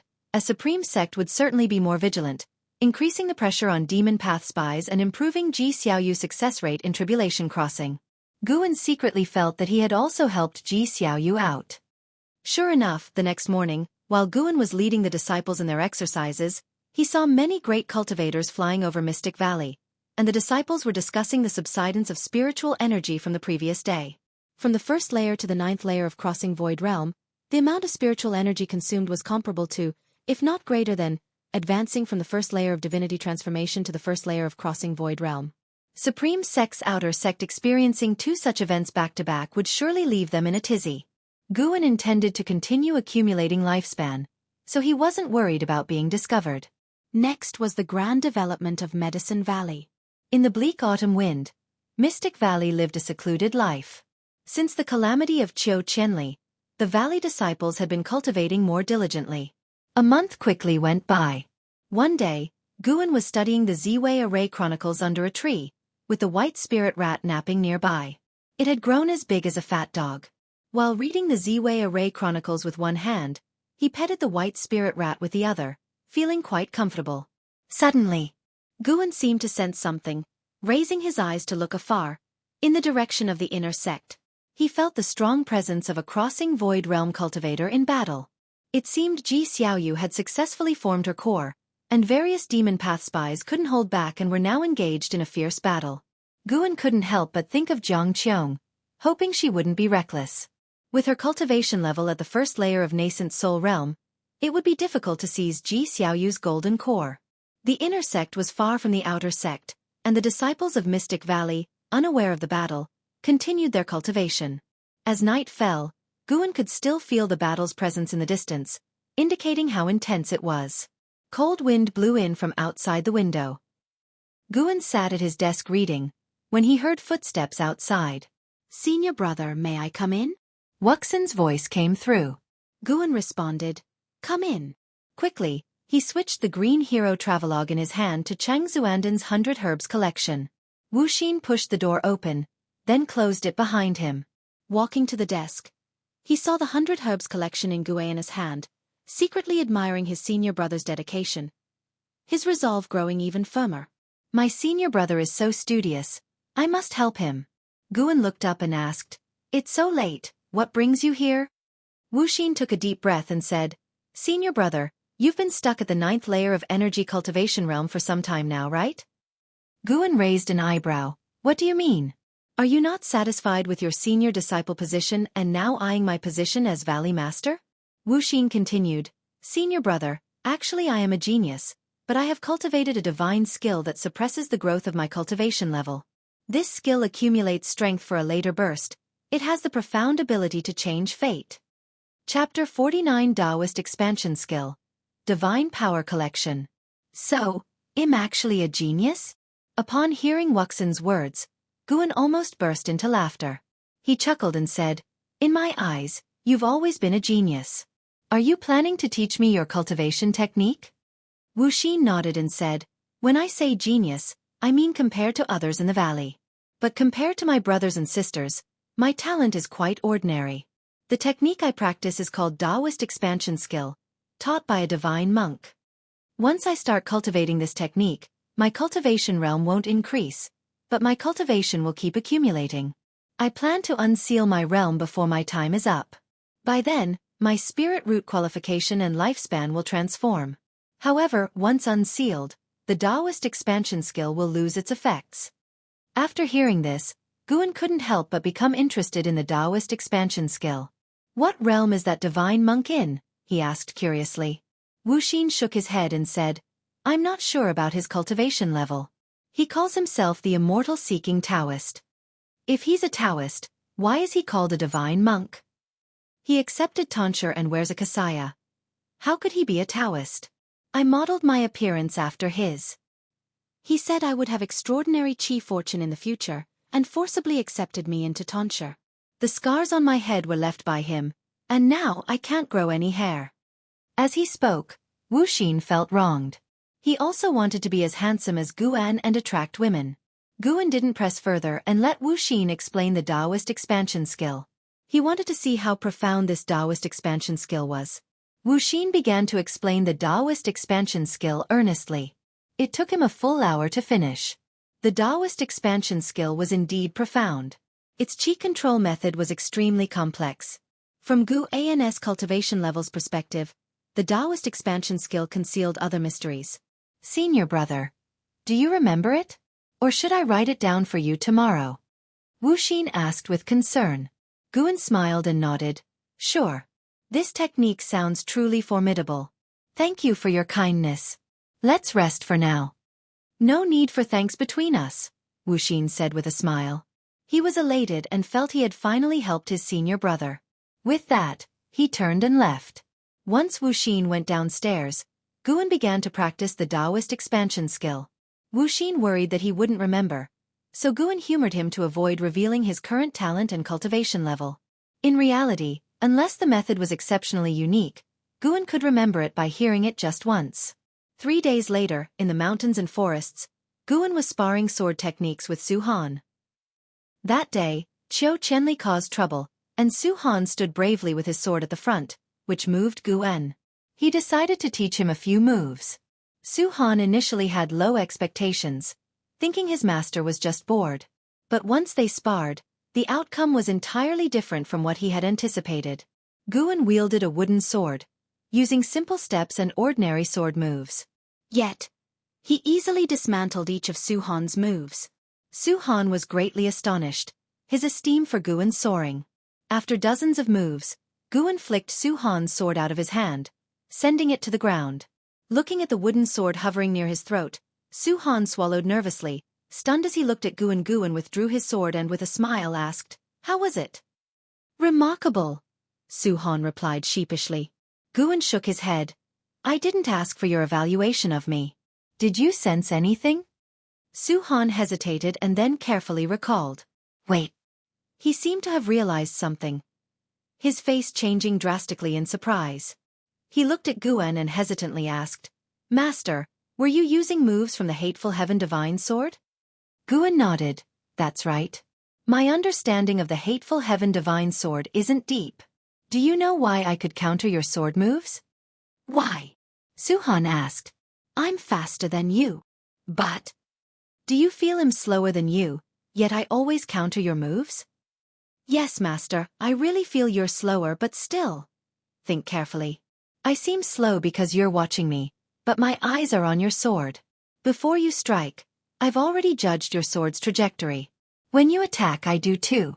As the defender, my sword covers less distance, so when our swords clash, I seem slower but can still catch up to you. Guan explained patiently. Su-Han frowned, meticulously recalling their sparring. Su-Han soon understood. Indeed, from the moment their swords rose, the outcome was decided. Looking up at Guan with admiration, Su-Han sighed. Master, you are truly incredible. You became better than me at the hateful Heaven Divine Sword after just looking at its manual once. Guan stepped closer and smiled. I've also practiced swordsmanship, so I understand better than you. But keep this to yourself. I have some grudges, and others shouldn't know I know swordsmanship. Touched, Su-Han quickly knelt on one knee, raising his hand in vow. I swear never to reveal that Master knows swordsmanship. If I do, may I be struck by lightning and live a lonely life. Guan hastily helped him up, exasperatedly saying, No need to swear. Your word is enough for me. Despite his words, he was satisfied with Su-Han's attitude. With his cautious nature, guiding Su-Han in sword training was already risky. Su-Han scratched his head, smiling sheepishly. Guan continued to instruct Su-Han in swordsmanship. Though he didn't practice the hateful Heaven Divine Sword diligently, his mastery of the Taitsong Divine Shocking Sword made it easy to give pointers. After half an hour, Guan left the forest, leaving Su-Han to train alone. He went to the valley entrance, his eyes locking on a wooden railing in a garden where someone stood, accompanied by the servant disciple Yongmin Jiangqiong. How dare this rascal openly enter Mystic Valley in broad daylight? Guan silently cursed. He had noticed Jiangqiong approaching Mystic Valley, and thus ended his session with Su-Han early. He hadn't stopped Jiangqiong earlier because Jiangqiong approached by flying on his sword, showing no effort to conceal himself. Guan walked briskly over and addressed Yongmin. You can go now. I'll entertain her. Relieved, Yongmin quickly left. Jiangqiong turned to Guan and smiled. Your disciple is quite shy. Guan replied, Let's talk upstairs. Jiangqiong didn't object and followed him up to the loft. Once inside, Guan closed the door and softly asked, Martial Master, why are you here and during the day no less? Jiangqiong took a seat, then waved her sleeve, sending 4 pieces of talisman paper to the doors and windows. She picked up the teapot on the table and poured herself some tea, saying nonchalantly, What are you worried about? I'm still an inner sect disciple of the Supreme Sect. Before my severe injury, my identity wasn't exposed. I hid because I had enemies. But over these years, I found out they're dead. Guan sat down across from her and curiously asked, Were your enemies from the Supreme Sect? To be precise, they were like me, demon path spies, Jiangqiong said with a mocking smile, emphasizing the words, demon path spies. Guan wanted to ask more, but Jiangqiong waved her hand. No more questions. I plan to stay in your medicine valley for a while until things calm down. What do you say? Guan asked, frowning. What happened? He could tell Jiangqiong was severely injured, merely putting on a brave face. Jiangqiong's eyes turned complicated as she said softly, That Ji Xiaoyu isn't simple. Just entering the core formation realm, she avoided my attack. In a moment of my distraction, a nascent soul cultivator from the Ji family severely injured me. Did you strike? Guan asked, instantly tense. Jiangqiong rolled her eyes at him and said irritably, I didn't reveal my true self, thanks to the demon shadow divine skill I taught you. You needn't worry. Guan sighed in relief. He asked, Did anyone take Ji Xiaoyu's primordial Daoist talisman? Jiangqiong shook her head and said, No one succeeded. With the Qilin step, even nascent soul cultivators can't easily approach her. The Ji family members and Supreme Sect cultivators blocked any divinity transformation level demon path cultivator or stronger. The Supreme Sect elders are indeed powerful. She seemed to recall something, her face showing a hint of fear. Hearing that Ji Xiaoyu was fine, Guan felt relieved. Both of them surviving was, in his view, the best outcome. Guan looked at Jiangqiong, thinking about how to comfort her. Jiangqiong gazed at him, smiling slyly. You didn't tip off the Ji family, did you? Guan quickly shook his head. How could I? I'm not that kind of person. Really? Really? Does Martial Master want me to swear? Guan said seriously. Su-Han had just sworn to him earlier, and now he had to swear to Jiang Qiong? Jiang Qiong studied him, tutaying in amazement. There's no need. Actually, I wanted you to report to the Ji family. Guan was puzzled, not understanding her meaning. Jiang Qiong took a sip of tea and smiled. Seeing you at the Ji mansion gate, I came up with an idea, through you to tip off the Ji family, making them very vigilant. Only then can there be a fierce battle once Ji Xiaoyu's core formation is complete. Too bad. I didn't expect you to be such a person. I misjudged you. Jiang Qiong feigned a pained look and sighed. Guan remained silent. Jiang Qiong's tone softened as she smiled. But this shows you favor me more, and I didn't care for you in vain. From now on, I will treat you well. Congratulations. You've won your Martial Master's heart. Martial Master, please don't talk nonsense. Haha, look at you, bound by the rules of the righteous path. Can't even take a joke. Jiang Qiong covered her mouth, laughing, leaving Guan feeling helpless. Just then, Jiang Qiong reached into her storage bag at her waist and placed a piece of bronze on the table. The bronze piece was square with chipped edges, engraved with densely packed tiny characters. Jiang Qiong's eyes burned with eagerness. This is my true purpose for going to the Ji mansion. It's the Ji family's divine power collection, containing one of their 10 great divine powers. It was a gift from the Ji family's clan leader to Ji Xiaoyu. This item requires the direct bloodline of the Ji family to activate. Of course, someone above the divinity transformation realm can forcibly break the restriction within. Passing down Ji Xiaoyu's Qilin step and this divine power collection, it seems they're preparing her to join the Holy Land. Divine power collection? Gu An's eyes couldn't help but gaze at the bronze piece, filled with curiosity. Jiang Qiong pushed the bronze piece towards Guan, saying, Keep this for now. Hide it in the 8 scenic caves. When I get the direct bloodline of the Ji family's essence blood, it'll come to you. Keeping this on me is risky. Guan looked at the bronze piece on the table, blinking.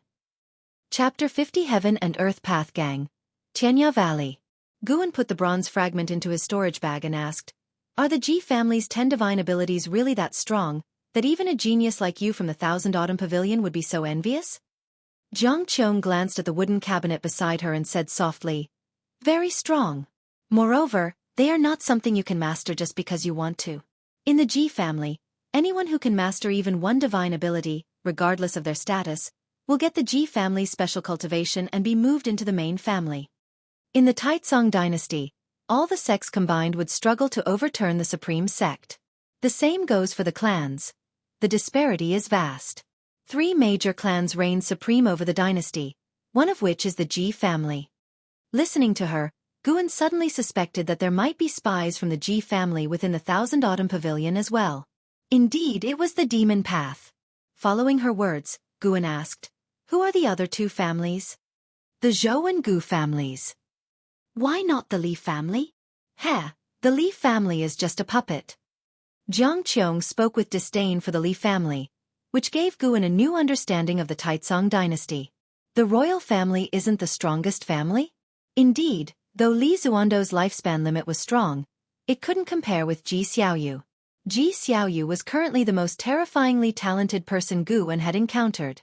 The Gu Zong was probably related to the Gu family, and the void-crossing realm mastery evident how deep the Gu family's strength ran.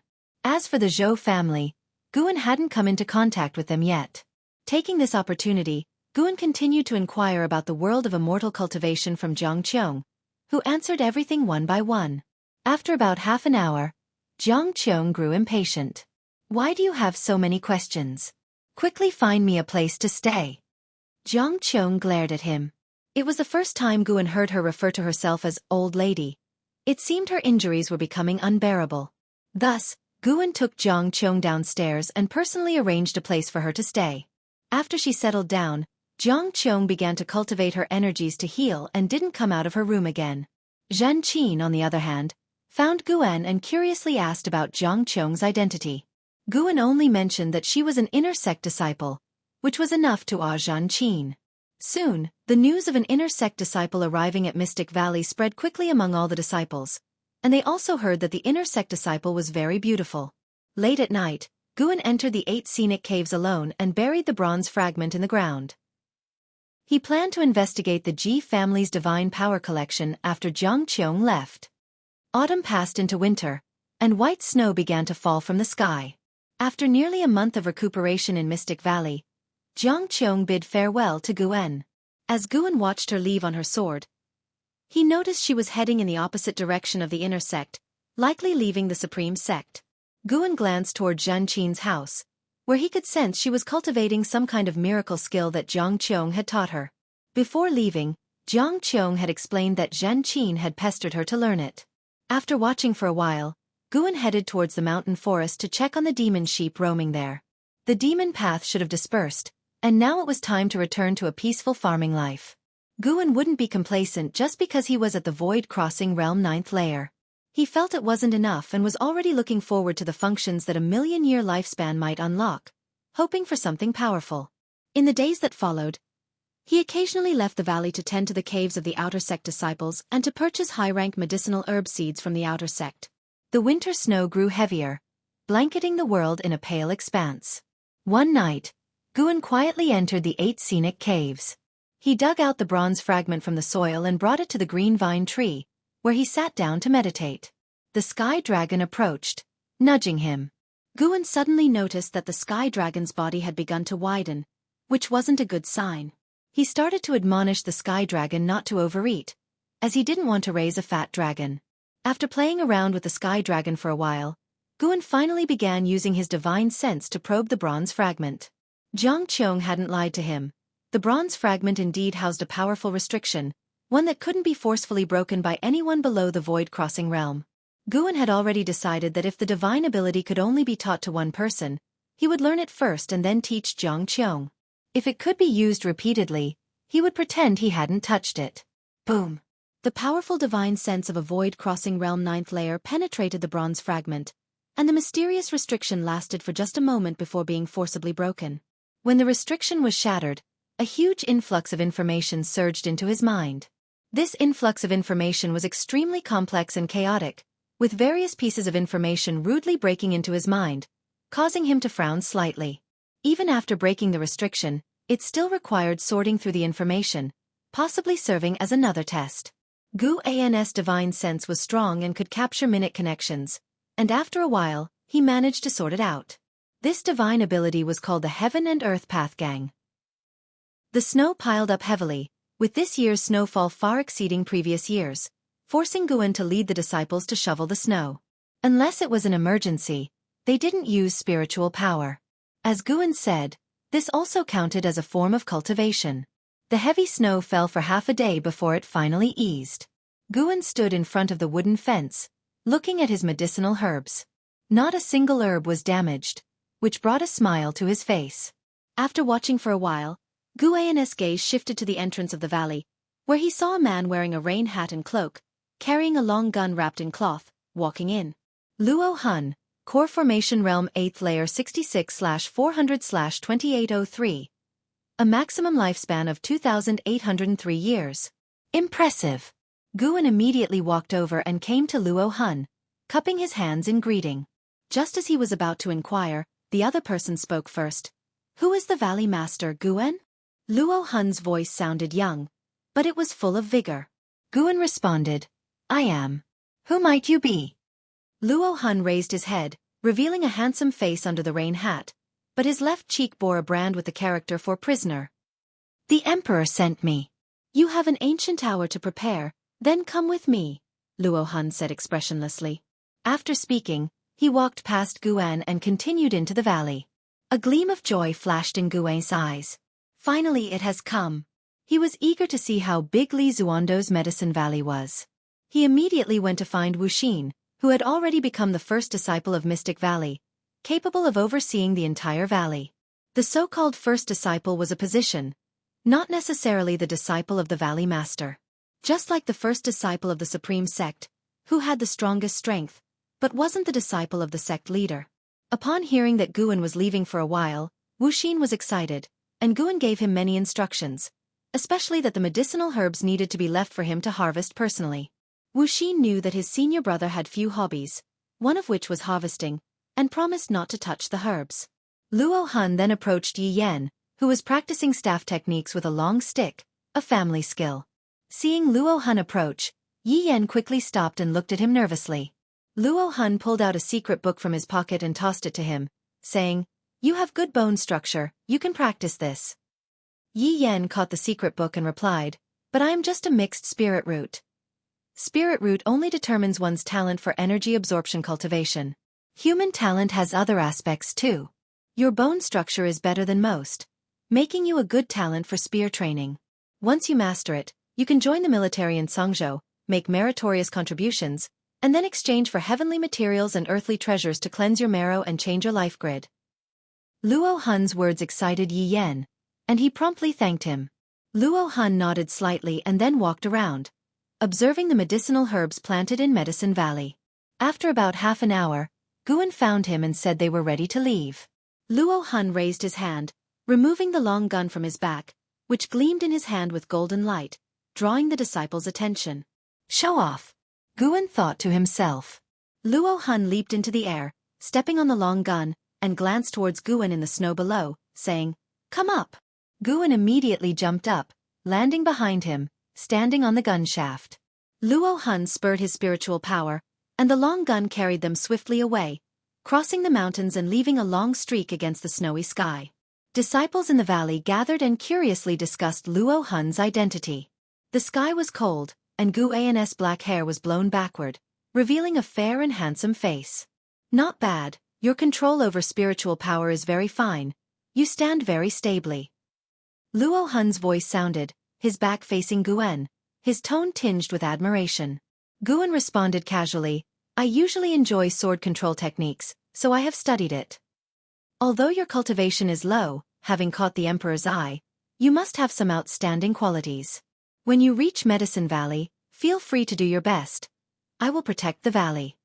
Luo Han began talking about Medicine Valley, and Guan listened carefully. According to Luo Han, this Medicine Valley was very important to the Emperor. The Emperor planned to cultivate a group of geniuses within the valley for future use. If Guan performed well, he could also obtain a batch of precious medicinal herbs. Guan sensed that Luo Han had deep respect for Li Xiandao, which made him curious about the prisoner brand on Luo Han's face. Li Zuando's Medicine Valley was called Tianya Valley. Though near the Supreme Sect, it was thousands of miles from Mystic Valley, located in a demon beast-infested mountainous area. Guan suggested establishing a teleportation array in Tianya Valley to connect it to Mystic Valley, but Luo Han rejected the idea, stating that Tianya Valley's existence must remain unknown to the Supreme Sect. This made Guan want to complain. "You've planted it near the Supreme Sect, yet you want to keep it hidden?" But then he thought of the 8 scenic caves, guessing that Li Xiandao likely set up high-rank formations. To accommodate Guan, Luo Han flew at a moderate speed. Night fell, but he continued flying. Guan sensed that this area's forests were filled with demon energy, with creatures comparable to the core formation realm. Sure enough. Suddenly, a third-tier demon bird attacked from behind, but Luo Han struck out with a punch, his spiritual power forming a golden spear shadow that tore the demon bird apart, capturing its demon core with ease. After showing his power, no other demons dared to disturb them. By the next morning, Guan finally saw Tianya Valley. The mountains and rivers before them were shrouded in white mist and snow. Amidst the peaks lay a vortex of white snow, with white cranes flying within, beautiful like an immortal realm. Through the snow mist, Guan saw Tianya Valley and his expression grew peculiar. Tianya Valley lay among the mountains, about twice the size of Mystic Valley in area, with steel standing on the surrounding mountains, clearly part of some formation, yet to be activated. The downside was that the valley was overrun with weeds, exceedingly pristine, meaning he would have to clear the land first. Guan couldn't help but ask, "Is it just the 2 of us in Tianya Valley for now?" Luo Han looked ahead as he descended the long gun, answering, "Don't worry, I will capture some demons to assist. This valley cannot recruit people randomly. We must wait for the Emperor to send them." Chapter 51. Zhou Tong Yu, the strongest in a century hunting demons? Guan immediately became interested upon hearing this. As they descended continuously, the terrain of Tianya Valley appeared amidst the snowy mist. From mid-air, it looked like a vast green ocean. Streams flowed into the valley from all directions, and at the edges of the valley, 2 small rivers could be seen flowing underground. Soon, Luo Hun landed with Guan, and he began wrapping his long spear with a cloth. From now on, you are the valley master. Do whatever you wish and instruct me at any time. Luo Hun said. Guan nodded, directly taking out the heavenly residence sword, and said, Build a few pavilions in the peripheral area while I clear the weeds. Luo Hun's eyes fell on the heavenly residence sword scabbard. His pupils suddenly dilated, and he immediately knelt down, saying in a deep voice, Luo Hun greets the master of heavenly residence sword. Guan purposely took out the heavenly residence sword, fearing Luo Hun might not take him seriously. The effect was excellent. What are you doing? Quickly rise. Guan feigned panic and hurriedly helped Luo Hun up. After standing up, Luo Hun's eyes were filled with complexity. He muttered, I never expected His Majesty would give you the heavenly residence sword. Guan asked in surprise, Why such a big reaction?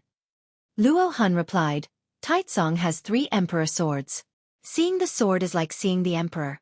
They are the heavenly inquiry, heavenly residence, and heavenly punishment. His Majesty holds the heavenly punishment sword, while the Crown Prince has the heavenly inquiry sword. Without His Majesty's permission, no one can possess the sword. Hence, seeing the sword is like seeing the emperor. Upon hearing this, Guan suddenly realized that Li Ya's status in Li Zuando's heart was very high, comparable to the Crown Prince's. If Li Xiandao didn't agree, it would be hard for Li Ya to inherit the heavenly residence sword. But this sword is now in his hands. Guan wondered if Li Xiandao had other plans? Guan habitually considered the worst scenarios, so he thought Li Zuando's intentions were not simple. After all, an emperor's heart is as deep as the sea. I see, then let's get to work. Guan responded. Luo Hun had no objections, but he couldn't help but look at the heavenly residence sword a few more times. Soon after, he saw Guan using the heavenly residence sword to clear weeds, which made him hesitant to speak. Luo Hun struggled for a while before eventually turning away. An hour later, the array steels around Tianya Valley were activated. Each steel burst out blue light, rising into the sky, then converging in the air to form a semicircular light shield covering the entire Tianya Valley, which then turned transparent. After activating the array, Luo Hun began building the pavilions. By noon, Guan had cleared all the weeds at the bottom of the valley, working very efficiently. If he didn't have to hide his true strength, he could have stomped his feet to clear all the weeds. 3 days later, Guan had already finished sowing. Luo Hun brought many high-rank medical herb seeds from his seemingly inexhaustible storage bag. In these 3 days, Luo Hun had built 5 pavilions and caught 3 monkey demons. These 3 monkey demons were all second-tier demon beasts. They could walk upright, and apart from having fur, they looked almost human. Luo Hun let Guan name them, so Guan named them Sun Da, Sun Air, and Sun San according to their cultivation levels, which made Luo Hun silent for a while. The 3 monkeys liked the surname Sun very much. Guan led the 3 monkeys around the park, explaining their daily tasks. The 3 monkey demons could already speak human language, each of them clever, making communication easy. Guan was not worried they would misbehave because they were cursed by Luo Hun with their life and death not in their control. Meanwhile, Luo Hun lay on the pavilion stairs, taking out a book from his chest. The cover read, Investiture of the Gods. He was also a fan of Investiture of the Gods. Guan mentioned it to him before, and he was very excited like never before. Nearing evening, Guan found Luo Hun and said he needed to return to Mystic Valley. Luo Hun feared for his safety due to the many demons on the way, but Guan insisted on going back. Guan promised he would be careful. Luo Hun thought for a while, then took out 10 talisman papers from his storage bag and said, These are for invisibility technique. Infuse them with spiritual power, and you can turn invisible, even hiding your presence. Unless encountered by a 3rd level or higher core formation realm cultivator, it will be hard to detect you. Each paper lasts for 5 hours. Use them sparingly, as you need to return. Guan accepted the talismans and thanked him with cupped fists. Still worried, Luo Hun said, How about establishing foundation first? I have foundation establishment pills here. Guan shook his head. I have my own foundation establishment pills. Don't worry about me. I remember the way back. I have plenty of spirit energy elixirs. With that, he left on his sword. Exiting Tianya Valley wasn't hindered by the array, but entering was challenging. Luo Han watched Gu An's departing figure, frowning slightly. He recalled His Majesty's words and sighed. Li Xiandao instructed that if Guan died, another person would become the Valley Master. Luo Han's task was to protect Tianya Valley. After leaving 100 miles from Tianya Valley, Guan suddenly sped up. Before nightfall, he had returned to Mystic Valley. Having Tianya Valley, Gu An's days would become busier. Managing the Outer Disciples' Cave needed his attention, and he had to occasionally check on Tianya Valley. He couldn't fully trust the monkeys. Though it would be tiring, Guan didn't feel exhausted at all. Instead, he was full of fighting spirit. In a few years, his lifespan would increase significantly. Once he obtained the Medicine Valley promised by Gu Zong, a million-year lifespan would not seem far away. Guan even pondered studying the puppetry technique, leaving a puppet in each Medicine Valley to help monitor the medicinal herbs. Before that, he had to improve his superficial cultivation level. The 9th layer of the energy cultivation realm was insufficient. Traveling between Mystic Valley and Tianya Valley would be very troublesome.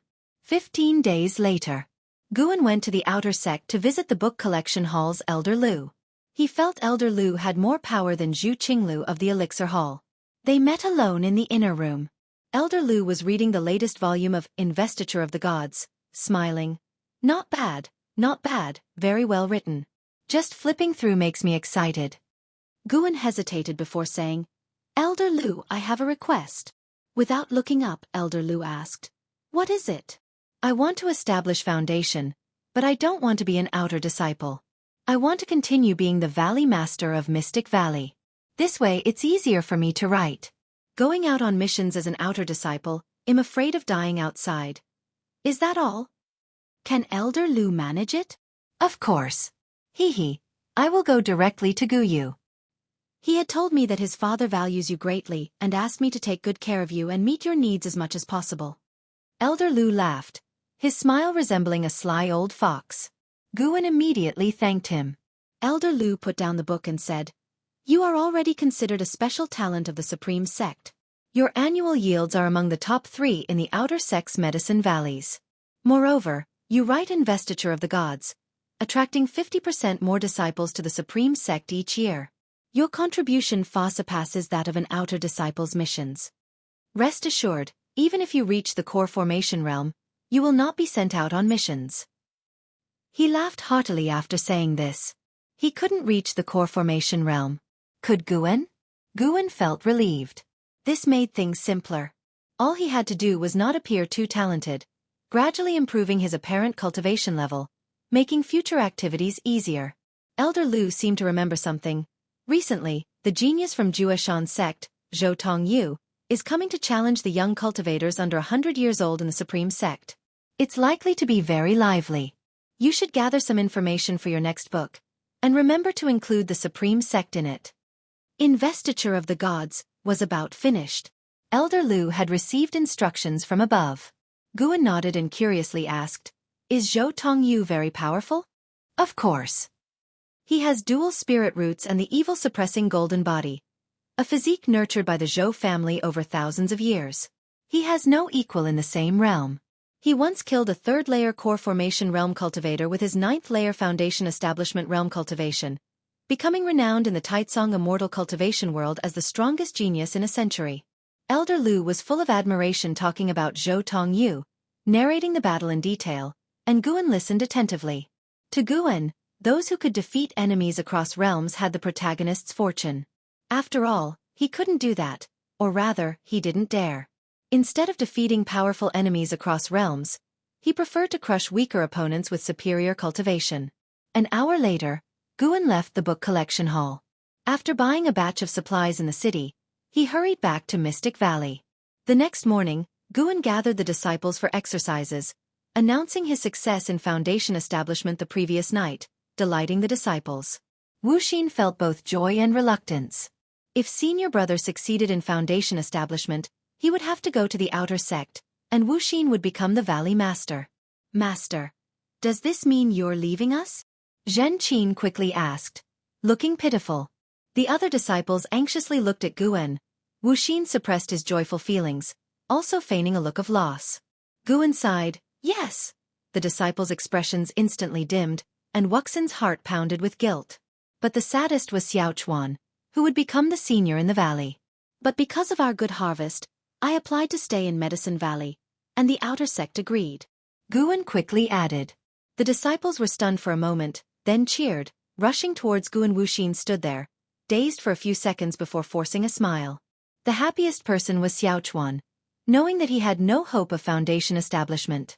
Having Guan for life was a delight, as only Guan indulged his interest in raising demons. Mystic Valley became lively, Wuxin needing a long time to calm his emotions.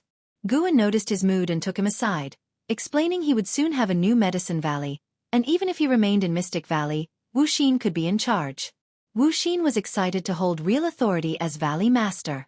Seeing his enthusiastic smile, Guan thought again of Cheng Xiandan and Zhang Chuanqiu. So much had changed. Days passed quickly. Guan went out every 2 days to manage the outer disciples' cave, and every half-month to check on Tianya Valley.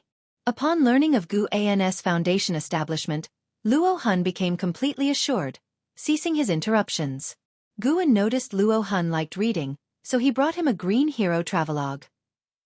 Strangely, after that, Guan never saw Luo Hun reading Green Hero travelogue. Did he not like it? No more books for him then. But why wasn't he reading Investiture of the Gods either? Chapter 52. The Civil War, Third Medicine Valley. Winter passed and spring came.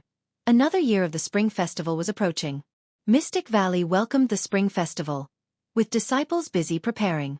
Guan was holding a white spirit rat, patrolling the different courtyards. The white spirit rat enjoyed being held by him, its eyes closed as if it were asleep. A whistling sound came from the horizon. Guan turned his head and smiled. Yilan was back. She quickly landed beside Guan, storing her flying sword in her storage bag. She smiled charmingly. Senior brother, I came back for the festival. You wouldn't be unwelcome, would you?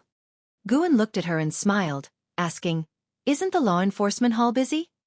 No matter how busy, I can always spare a few days. Proper relaxation is more conducive to cultivation. You said that, and I've always remembered. Yilan blinked and said playfully.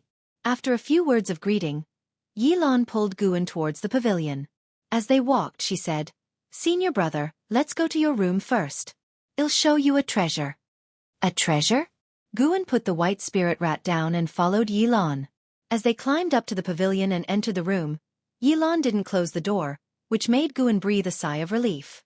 Yilan walked to the table and took a brocade box out of her storage bag. She turned sideways and looked at Guan with a proud smile. Senior brother, this is a foundation establishment gift I specially prepared for you. Why go to such trouble? When you reached foundation establishment, I didn't give a gift. Without your foundation establishment pill, could I have achieved foundation establishment? I'm not like those geniuses who can force foundation establishment with their spirit root qualification. Yilan shook her head and laughed. Hearing this, Guan did not decline further. He walked to her side, curiously looking at the brocade box. Yilan opened the brocade box. Inside was a herb root that looked like ginseng. If not carefully sensed, it was hard to detect the faint spiritual energy within. Human face tree, revival state 0/600/22,000. 22,000 years of maximum lifespan? Guan raised his eyebrows. It was the first time he saw the words revival state. Yilan introduced, this is the root of a 6th-grade spirit tree. Once buried in the ground for several years, it can regrow and enhance the spiritual energy of the area. Guan curiously asked, such a precious treasure, where did you get it?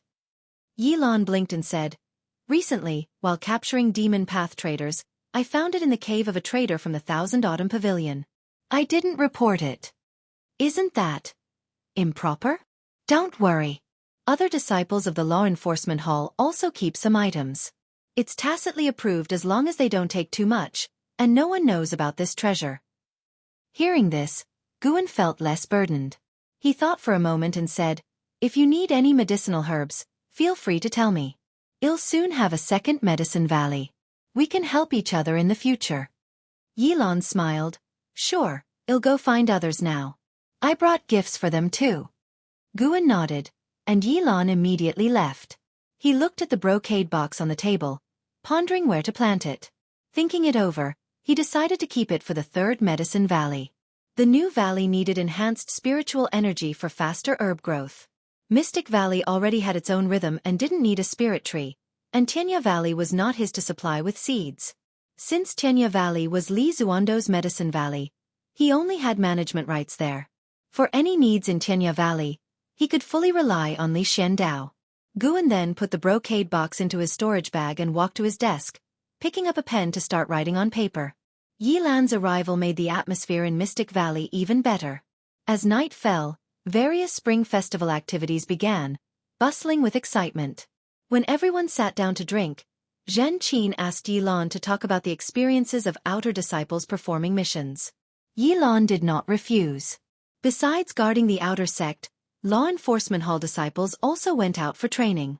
Yilan was no exception. The mission we received was an exorcism task in a mountain town. Nearly 1,000 households there had all died within a few days. To prevent the evil entity from harming more people, the local government sought help from the Supreme Sect. There were 7 of us. Yilan vividly recounted the experience. Being nighttime, the disciples listened with great tension. The female disciples huddled together.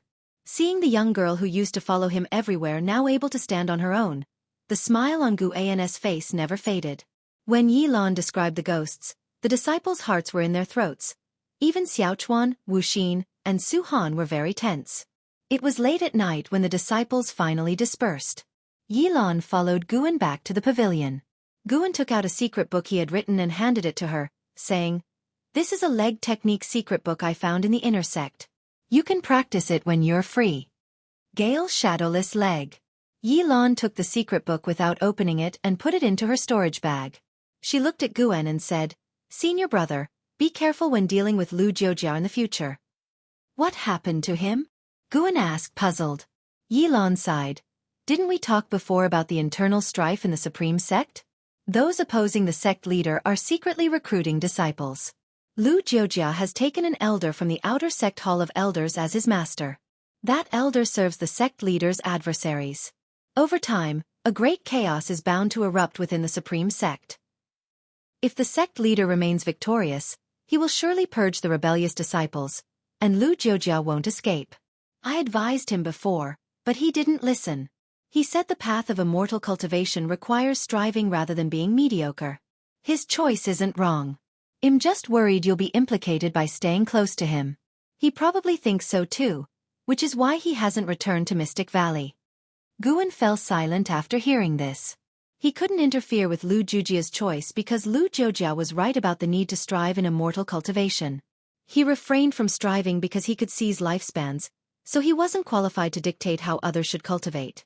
Yilan started talking about other things, mostly about the outer sect. Internal strife in the Supreme Sect even involved the Ji family and Imperial family members, which Guan found intriguing. Until dawn, Guan finally saw Yilan off. They talked all night yet still felt energetic. Before she left, Guan reminded her not to forget practicing Gale Shadowless Leg. Yilan nodded, though her eyes carried a hint of resentment. After she left, Guan called the disciples for training. In the hot summer, 35-year-old Guan stood by the window, gazing at the sky, his brows furrowed. He was waiting for Guyu. Half a year had passed. Why hadn't he arrived? Guan eagerly anticipated his third Medicine Valley, having already prepared seeds in advance, just waiting for planting. Could something have happened? Guan worried. Last month, when he visited the outer sect, there was a noticeable tension, with many disciples dressed in black. They were reportedly part of the newly established Demon Extermination Hall by the new Great Elder of the outer sect. The Demon Extermination Hall was directly controlled by the Great Elder, with disciple cultivation levels starting at the 5th layer of the Foundation Establishment realm and receiving superior treatment over other halls. The Supreme Sect had 8 outer city gates, and the situation in the outer sect was this tense. One could imagine the atmosphere in the inner sect and the main city of the sect. Such strife would inevitably affect Guzong as well. Sigh. Such trouble. It's upsetting my planting. Guan suddenly felt the urge to punch those causing chaos. At that moment, he sensed something, and his sullen face broke into a smile. He was coming, he was coming. Guan detected Gu Ye's aura and tried to calm his emotions without going downstairs. After a while, Gu Yu landed in Mystic Valley. Guan! Gu Yu called out loudly, attracting the attention of the disciples in the valley. Guan opened the door and looked at Gu Yu, saying, "Brother Gu, come up and talk." Gu Yu put his compass into his storage bag and went upstairs. Once inside, Guan closed the door and poured tea for him. Gu Yu didn't sit down but started browsing the bookshelf, seemingly looking for something. "I haven't written the final volume of Investiture of the Gods yet," Guan said. Gu Yu, disappointed, walked to the table and sat down, taking out a stack of books and a token from his storage bag. "This is your Valley Master token. Your Medicine Valley is between the outer sect and the inner sect, less than 100 miles from the outer city. For someone in the Foundation establishment realm like you, it's not a hassle to travel back and forth. These books are my father's life experiences written down. You can refer to them. My father said you don't have to stick to the facts. You can adapt them or even create stories based on his experiences." Gu Yu explained, with a playful look, hinting at Guan with his eyes. Guan placed the teacup in front of him and picked up the Valley Master token. Unlike the bronze token of Mystic Valley, this token was silver-white with several layers of restrictions within it. "It'll take you to the Medicine Valley later. If you get lost, just inject your divine sense into the token, and it will guide you." Gu Yu drank a cup of tea and continued speaking. Guan nodded eagerly, excited to see his new Medicine Valley. Gu Yu seemed to remember something and said, "Oh, when you write about me, include Zhou Tongyu. Write that he is the strongest genius of the young generation in the immortal cultivation world, but he especially admires me and follows my lead." Guan's face twitched. "That's not appropriate. I'm afraid writing that will cause trouble. Whatever you want, just ask, and I'll satisfy you. It's not about the price. 100 top-grade spirit stones. If he sees it, he'll definitely investigate me. 1,000 top-grade spirit stones. This is all my savings. How about a homophone?" Upon hearing this, Gu Yu raised an eyebrow. "Sure, but you can only change one character." "Deal." Guan agreed but wouldn't slander Zhou Tongyu in the book. He considered making them rivals who admire each other, ensuring not to offend either party. He could tell Gu Yu didn't harbor true enmity towards Zhou Tongyu. Otherwise, he would depict Zhou Tongyu as a small minion, not praise him as the strongest genius. Gu Yu probably just felt jealous. Making them brothers who occasionally competed would likely please Gu Yu. After a short rest, the two set off, controlling their swords to leave Mystic Valley. Chapter 53 So-Called Perception. Guan's Fury. At sunset, the sun dipped in the west. Guan stood on the cliff, looking over the Medicine Valley ahead, a satisfied expression on his face. Ahead were several not-so-high mountains, with a vast valley between them, extending for a dozen miles in length and 2 or 3 miles in width. The edges of the Medicine Valley were lined with rows of trees, resembling a natural barrier, shielding the valley from wind and waves. Standing next to him, Gu Yu said, "There are cave dwellings of inner sect disciples nearby, more than one in number. As long as you don't leave the 100-mile radius, you won't encounter any demon beasts." Guan nodded. His eyes filled with anticipation. What he saw was not the Medicine Valley, but an unending number of lifespans. Gu Yu patted Guan on the shoulder and then flew away on his sword. Guan leaped towards the Medicine Valley, his limbs surrounded by visible wind waves, which was precisely the wind control skill. Looking back as he stepped on his flying sword, Gu Yu raised an eyebrow slightly, a trace of surprise in his eyes, but he did not turn back. After landing, Guan first walked to the entrance of the valley, where there stood a bare stele with no inscriptions. He used his finger as a sword, inscribing 4 characters with sword chi. Third Medicine Valley. The name was so simple because he planned to have many more Medicine Valleys in the future. Looking at his own handwriting, Guan was very pleased. To write books regularly, he had practiced writing a lot, and his handwriting now carried a sharpness and vigor. After admiring his writing for a while, Guan began to look for a place to build a pavilion. He intended to set up the teleportation array first. Dusk eventually passed, and night gradually fell. By the bonfire, Guan sat on a rock, flipping through a book in his hand. This was given by Ji Xiaoyu, containing instructions on how to set up the teleportation array she had provided. One had to admit, the development of immortal cultivation in this world was indeed strong. Reading this book felt like reading a manual, and it was even a simplified version. The teleportation array given by Ji Xiaoyu already had restrictions set up. He only needed to build it according to the sequence in the book. Guan planned to stay up all night to build the array platform. Once the teleportation array was successfully set up, he would lead a few disciples to come and plant seeds. Starting the teleportation array required spirit stones, and he was quite wealthy now. Not to mention the spirit stone income from the investiture of the gods. Gu Yu had just given him 1,000 top-grade spirit stones, enough for him to squander for a long time. After a night, Guan successfully set up the teleportation array platform and immediately flew away on his sword. Returning to Mystic Valley, he set up a teleportation array platform beside his pavilion. His activities attracted all the disciples to come and watch. Xiao Chuan asked what he was doing, and he did not hide it. Hearing that Guan was about to take over another Medicine Valley and set up a teleportation array, all the disciples became interested and asked one after another. Guan answered them while setting up the array platform. By noon, Guan had successfully set it up. In front of everyone, he placed spirit stones into the grooves on the array pillars, and after placing them correctly, he infused spiritual power into the activation mechanism. Rumble, the teleportation array started, the ground slightly trembled, and on the array platform, 2 array pillars burst with strong light, converging to form a light curtain. Guan turned around, scanning the crowd, and said, "Wu Xin, go to the outer sect and recruit 3 servant disciples. Su Han, Zhen Qin, Yi Yan, come with me. The others stay in Mystic Valley." Hearing this, Zhan Qin and the other 2 excitedly stepped forward and followed Guan into the teleportation array. Not long after, the teleportation light curtain dissipated, and the array platform returned to calm. On the other side, in the 3rd Medicine Valley, Guan started instructing the 3 disciples to weed, while he focused on building the rooms. Su Han used a sword, Yi Yan used a spear, and Zhen Qin used leg techniques to weed. Since Luo Han had taught Yi Yan a spear technique, he couldn't help but ask Guan for an iron spear. This spear, which Guan bought from the outer sect, was not an ordinary iron spear.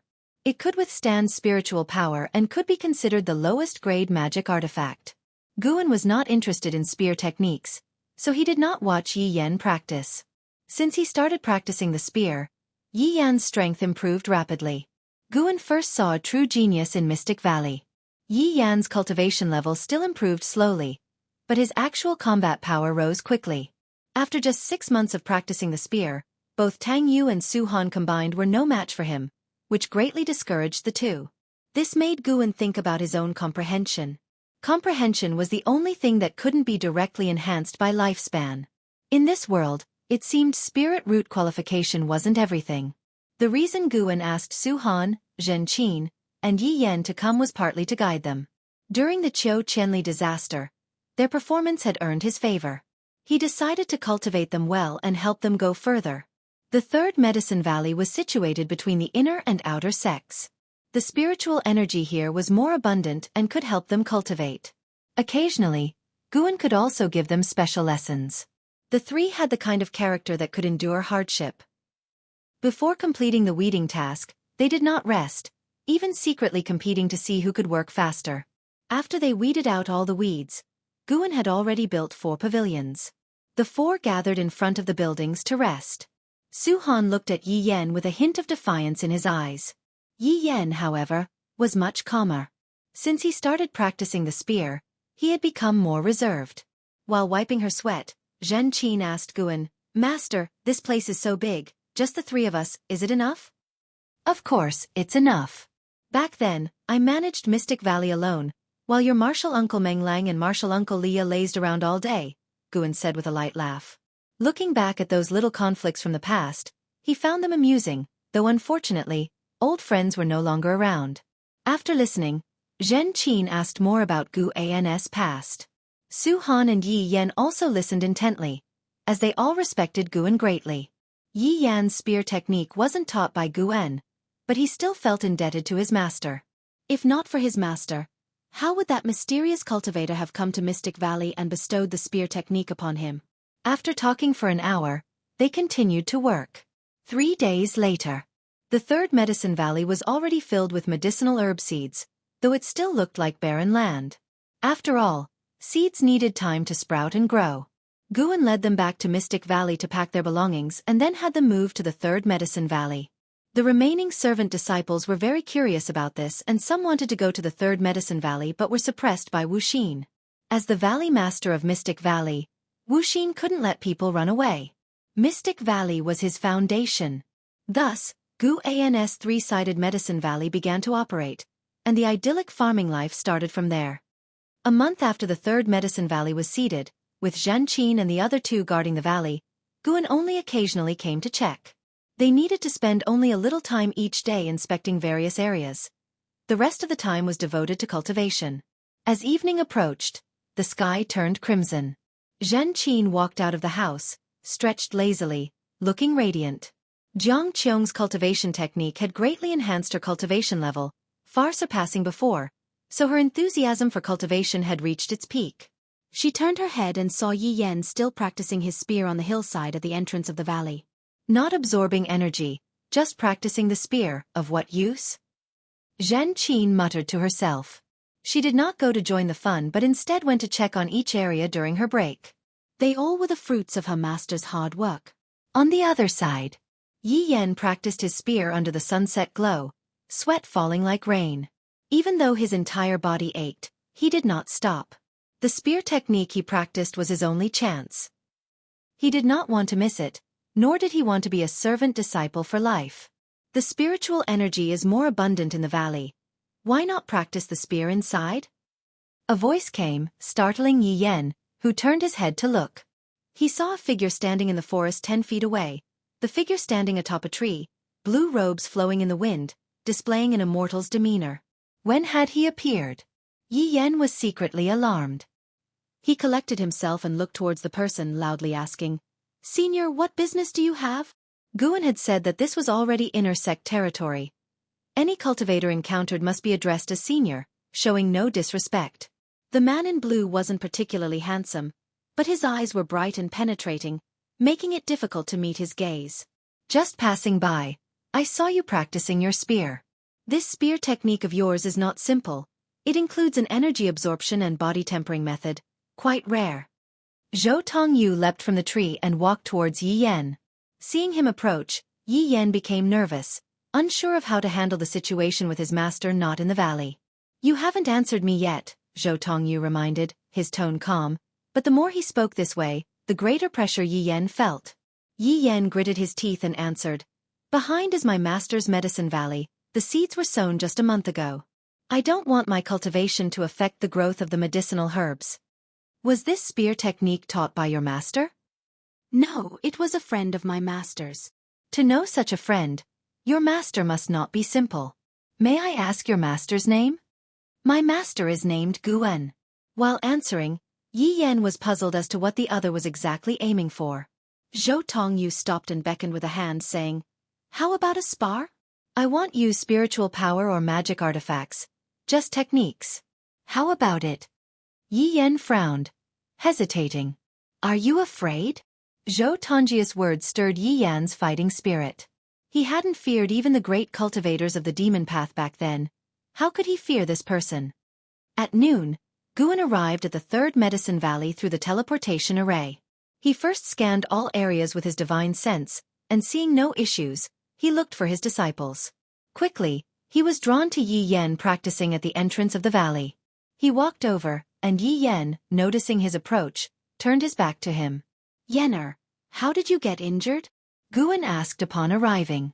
Yi Yan hesitated for a moment before choosing to look at Guan, showing a face covered in bruises, even with a handprint on his left cheek. He recounted what happened the previous evening to Guan, who became furious upon hearing it. Someone dared to bully his disciple. "What is his name? Will he come again?" "I don't know. He didn't say. He only mentioned that he would come looking for me again when he had time." "Don't worry, Master has your back." Guan patted Yi Yan on the shoulder and then gave him some healing pills. In the following days, Guan stayed in the third medicine valley, but the one who beat Yi Yan never showed up. However, after Guan went to the outer sect to manage his cave and returned, he found that Yi Yan had been beaten again. The person struck and then left. This happened repeatedly over the next 2 months, with Yi Yan getting beaten 4 times, always when Guan was absent. Guan began to suspect the other was deliberately avoiding him. One noon, Guan was reading under a tree, with a slope below connecting to the valley entrance, where Yi Yan was seen practicing his spear.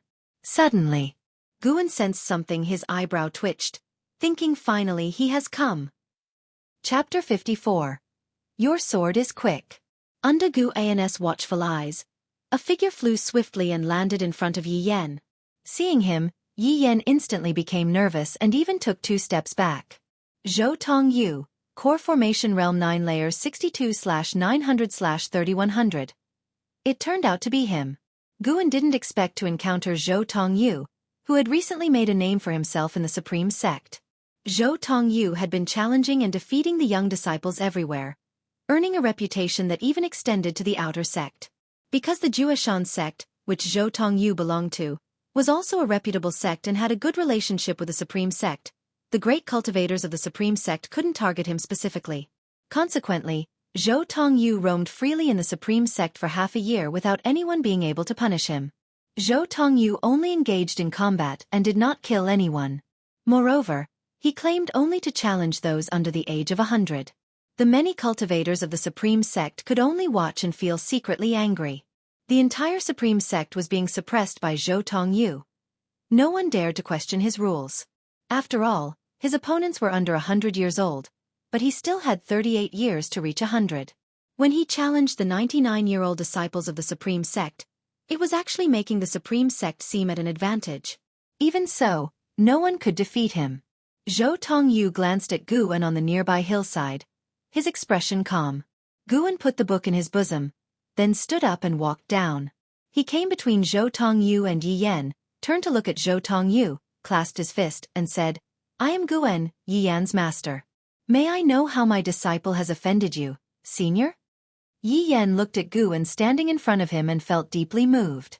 Guan had previously mentioned that the cultivators here were all inner sect disciples, implying they were of core formation realm cultivation. For Guan, who was only at the first layer of the foundation establishment realm, to stand up to a core formation realm cultivator on his behalf, how could Yi Yan not be moved? You are his master? Your cultivation disappoints me. Zhou Tongyu scrutinized Guan, frowning. Guan replied, My disciple is only at the Qi cultivation realm. As his master, how high can my cultivation be? Zhou Tongyu snorted, I did not bully your disciple, I see potential in him. At these words, Yi Yan's face turned green, wanting to speak but holding back. Guan stared at him and said, If you intend to guide him, you can be straightforward. My disciple can remember your kindness, but you didn't say, and you struck hard. Perhaps you genuinely wanted to guide him, but in your heart, you must look down on him, so you didn't bother to explain. If Zhou Tongyu were the top genius of the Supreme Sect, Guan might have considered it more, but he wasn't. Guan did not want to provoke Zhou Tongyu for no reason, but if Zhou Tongyu bullied him, he would not be merciful. Zhou Tongyu frowned even more upon hearing Guan's words. He wanted to refute, but he understood that Guan saw through him. He did look down on Yi Yan somewhat and only guided him on a whim. Humph, it seems you're here to question me.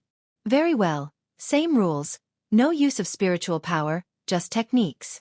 If you can defeat me, I will apologize to your disciple and give him a complete body-refining sorcery. How's that? Zhou Tongyu said coldly, staring at Guan. Master, let it go. Yi Yan hurriedly said. He knew Zhou Tongju's strength best, even in techniques, was unfathomable. Guan asked, Only techniques? Correct. Seeing Guan interested, Zhou Tongyu grinned, though somewhat sinisterly. Guan frowned and said, If you lose, you can't mention losing to me, and don't come to pester me and my disciple again. Heh, want to compare techniques with me? Zhou Tongyu laughed and said, Agreed, now take your weapon. Guan raised his right hand, summoned a tree branch from the forest, and held it like a sword. His left hand gestured towards Zhou Tongyu. Zhou Tongyu immediately walked towards Guan. The distance between them began to shorten. Yi Yan hurriedly stepped aside, afraid of hindering his master. When they were less than 7 steps apart, Zhou Tongyu suddenly accelerated, stepping in front of Guan, punching towards Guan's abdomen with his right hand. Though he did not use spiritual power, this punch roared like tigers and leopards. Even before his fist reached Guan felt a fierce force surging towards him. Whoosh! Zhou Tongji's fist stopped. His pupils trembled violently, and he looked shocked. Yi Yan's eyes widened, unable to believe what he was seeing. Guan's body slightly leaned back, the tree branch in his hand pressed against Zhou Tongji's throat. While Zhou Tongji's fist was still 2 feet away from Guan, "If I had a real sword, would it have hurt you?" Guan asked calmly, making Zhou Tongji's expression change. After a few moments, Zhou Tongyu withdrew his fist, followed by Guan retracting his sword. Zhou Tongyu took a deep breath, looked at Yi Yan, and said, "Sorry, I was too much." He took out a secret book from his storage bag and threw it to Yi Yan, then looked at Guan again. "Your sword is fast. Who exactly are you?"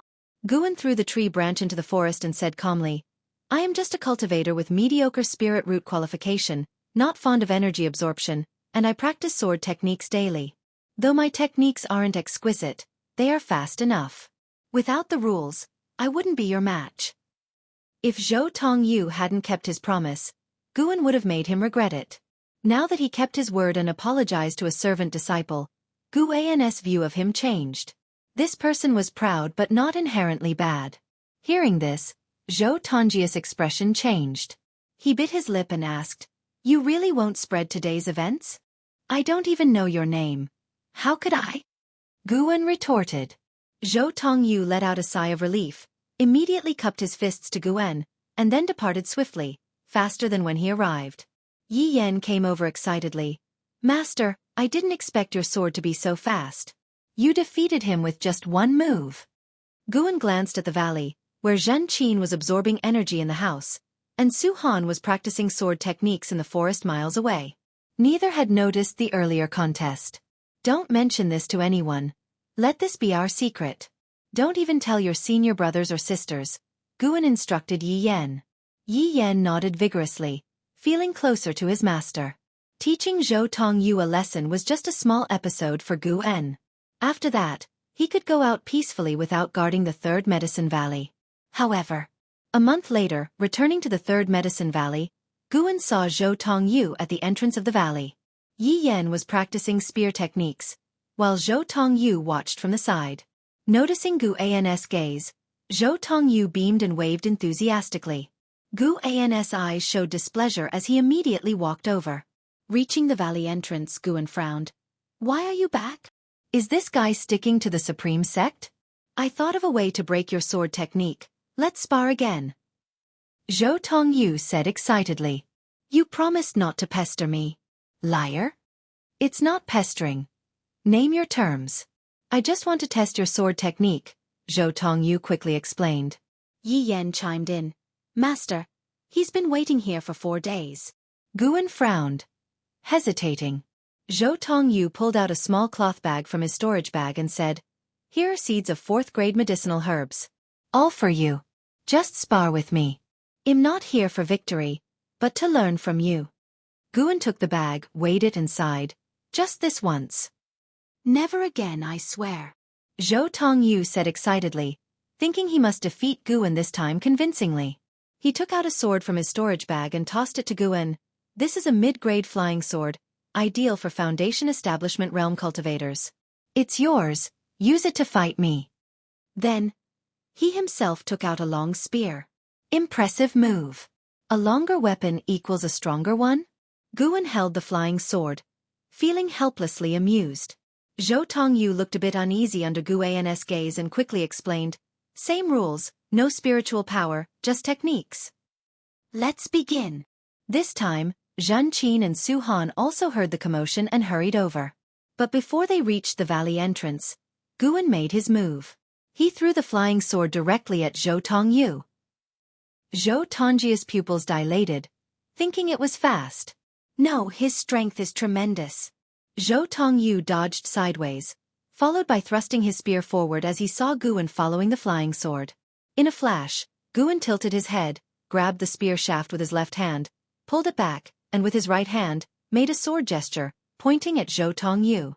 Everything happened so fast that Yi Yan couldn't keep up with his eyes. When they stopped, Guan's fingers were already at Zhou Tongji's Adam's apple. Zhou Tongyu still held his spear, but his body had stiffened. How are you so fast? Are you really at the first layer of the Foundation establishment realm? Zhou Tongyu asked through gritted teeth, sweating. Guan replied, if spiritual power was used, you'd be faster. Your rules gave me an advantage. I'm no match for you. Why insist on beating me with such rules? We common cultivators have our pride too. He let go of his hands, Zhou Tongji's face turned red, and he gritted his teeth. I meant no insult to your pride. Farewell.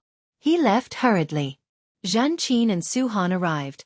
Guan ignored them, picked up the flying sword, and walked into the valley. To the three disciples, his back radiated the aura of a master. A month later, Zhou Tongyu returned, this time bringing more medicinal herb seeds, and Guan reluctantly accepted. This time, Guan defeated him in 3 moves, frustrating Zhou Tongyu but leaving a glimmer of hope. Zhou Tongji's generosity made Guan reluctant to drive him away. Time flew. Year-end approached. Winter snow covered Tianya Valley. Guan patrolled the Medicine Valley with 3 monkey demons. After checking, he walked towards the loft, glancing at his lifespan. Although busy with planting this year, his lifespan grew steadily. With the outer Sect disciples' chambers and Mystic Valley, he gained considerable lifespan. In a few years, when Tianya Valley and the 3rd Medicine Valley yielded harvests, his lifespan would soar. Just as Guan reached the loft, Luo Han approached, looking embarrassed and hesitant. Where is your book recently? You want to read? I thought you didn't like it. The Medicine Valley is boring. One needs something to relax the Daoist heart. All right, next time I'll bring the latest volume of Investiture of the Gods. Cough, cough, a few volumes of Green Hero Travelogue would be nice too. Chapter 55. Supreme Immortal Venerable, Sect Leader Deposed. Seeing Luo Han's embarrassed expression, Guan suddenly realized, so this guy likes this. He should have said so earlier. Guan immediately patted Luo Han's shoulder and smiled.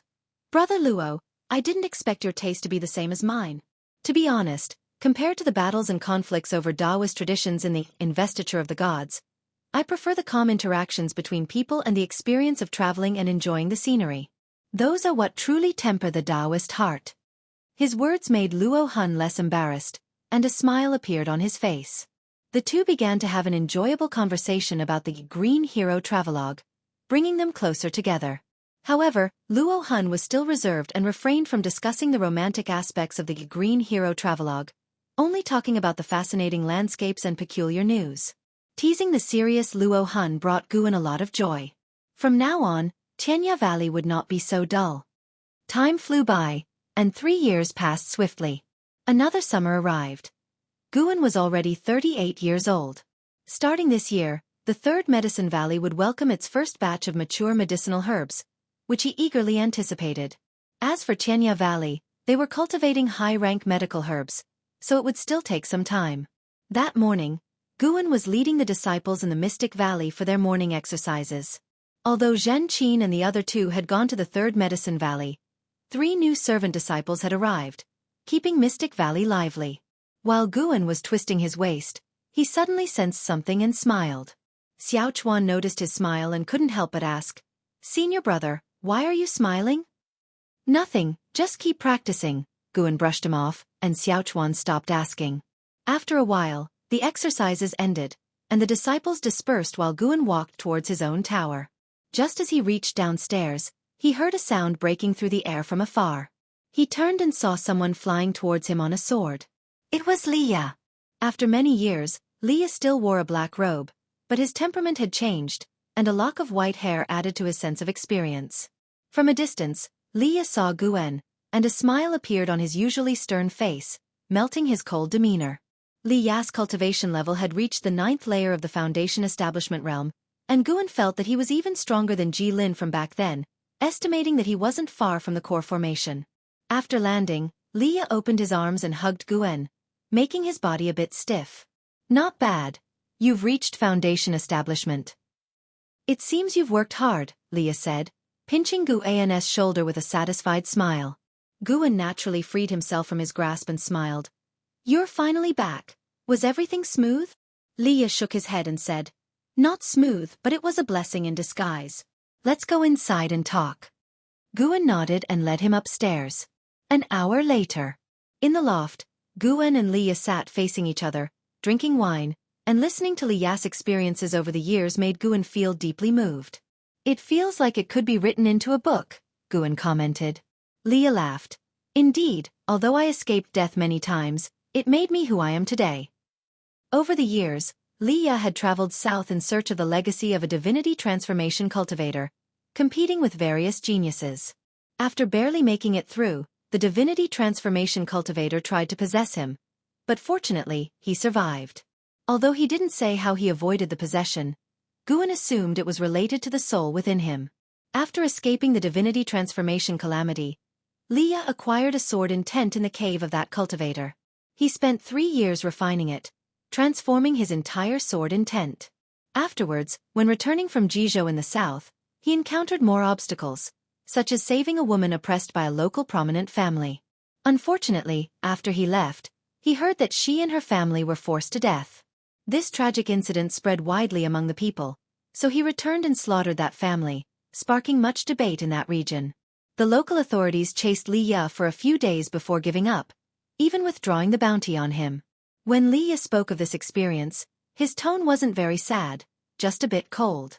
Guan poured Leah another drink, and Leah suddenly asked, Junior brother Gu, why do you think we cultivate immortality? Is it just to pursue the illusory longevity? Throughout history, has there ever been someone who truly attained immortality? Hearing this, Guan poured himself a drink and said, I don't know what immortal cultivators should ultimately pursue. I only know that while living, you should feel at ease. Whatever makes you feel at ease, do it. I plant flowers and herbs every day. To many, it seems like wasting the years of cultivation, but I find it interesting. The medicinal herbs I plant can help the sect, and isn't that somewhat meaningful? He didn't find Leah hypocritical. After experiencing certain things, one would naturally feel confused. After hearing this, Leah held his cup, lost in thought. He thought for an hour. Guan didn't disturb him, instead pulling out the Green Hero Travelogue to read. After finishing his thoughts, Leah's eyes became bright. He looked at Guan and said, Great truths are never found in temples, Junior brother Gu. Thank you, I think I know what to do now. He stood up and took out a white jade bottle from his storage bag, saying, This is an elixir made from 1,000-year-old spirit fat. It can temper the muscles and bones but should be taken no more than twice a year. I must return to form my core now. Before Guan could stop him, he jumped out of the window and left. Guan fell silent.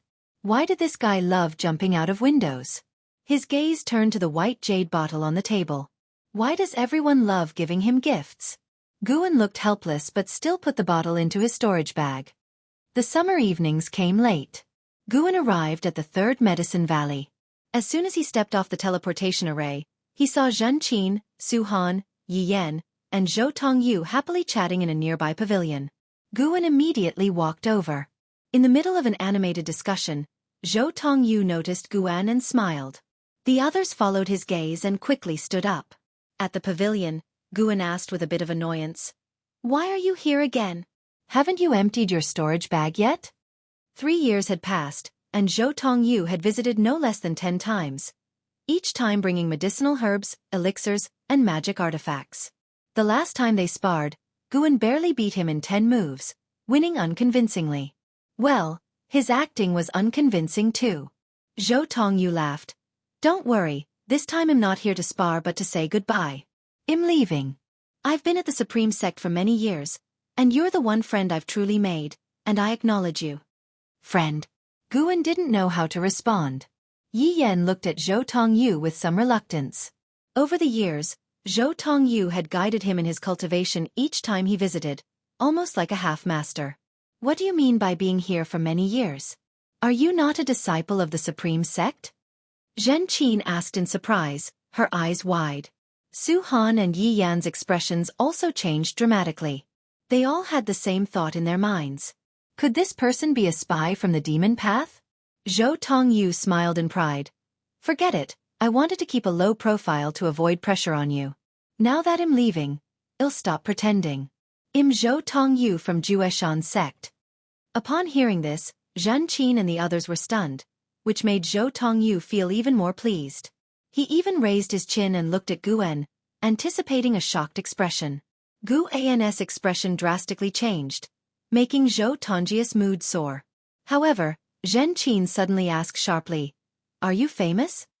Zhou Tongyi's pupils slowly dilated, and he stood frozen. Guan worried he might change his mind and want to stay, so he said, "Indeed, very famous, suppressing the entire younger generation of the Supreme Sect. Didn't expect this. Forgive me, forgive me." Upon hearing this, Zhou Tongyi's expression relaxed, and Zhen Qin and the others, following Gu An's cue, began exclaiming in surprise. "My heavens! Did I hear it wrong? It's actually you. How could it be?" Zhou Tongyi's face twitched. For some reason, their words felt harsh to him. He took a deep breath and said, "Your Supreme Sect is about to undergo major changes. Be careful, take care. If fate allows, we will meet again." Having said that, he leaped and transformed into a light beam, flying towards the sky. The three disciples were stunned by his movement technique and watched in a daze as he left. Guan waved his hand and said, "Disperse now, practice well, and form your foundation establishment soon, so you won't be unworthy of meeting him again." The three promptly paid respects and left. Guan pondered Zhou Tongyi's words. Major changes in the Supreme Sect? He hoped it wouldn't affect his Medicine Valley. Turning around, he headed towards his tower. After entering the room, he closed the door, walked to the desk, and took out a pen and paper, beginning to draft Gu Zong and his son's book. The final volume of Investiture of the Gods had already been sent to the book collection hall. Next, it was time to write a new book. After the Investiture of the Gods, the next obvious choice was Journey to the West, but he feared its impact might be too significant, so he decided to set it aside for now and write a novel about Gu Zong and his son to cool things down, making Panan look less like an immortal reincarnate. Recently, the Outer Sect disciples had praised Panan as if he were an immortal incarnate, making Guan uneasy. He planned to use classic web novel plots from his previous life for the second book. Gu Zong had cultivated for 500 years, renowned in the immortal cultivation world, and was the Supreme Sect's strongest elder. In the year his Daoist friend gave birth to a son, the demon path invaded, and the Supreme Sect faced annihilation. Gu Zong used his divine skills to call upon the powers of heaven and earth, wiping out the demon path, but he fell into a space rift caused by his divine skills. The world believed him dead, not knowing that he had landed on a deserted island overseas, where he accidentally discovered an immortal's legacy. 20 years later, Gu Zong returned to find his son, Gu Yu, demoted to a servant disciple because someone had taken his heavenly spirit root. Zhou Tongyu was the same age as Gu Yu, and the two had been close since childhood.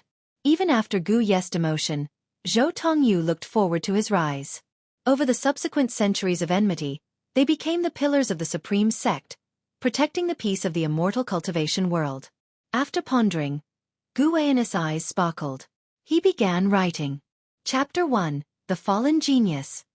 The year after Zhou Tongyu left, in the spring, Guan went to the Outer Sect to submit his manuscript.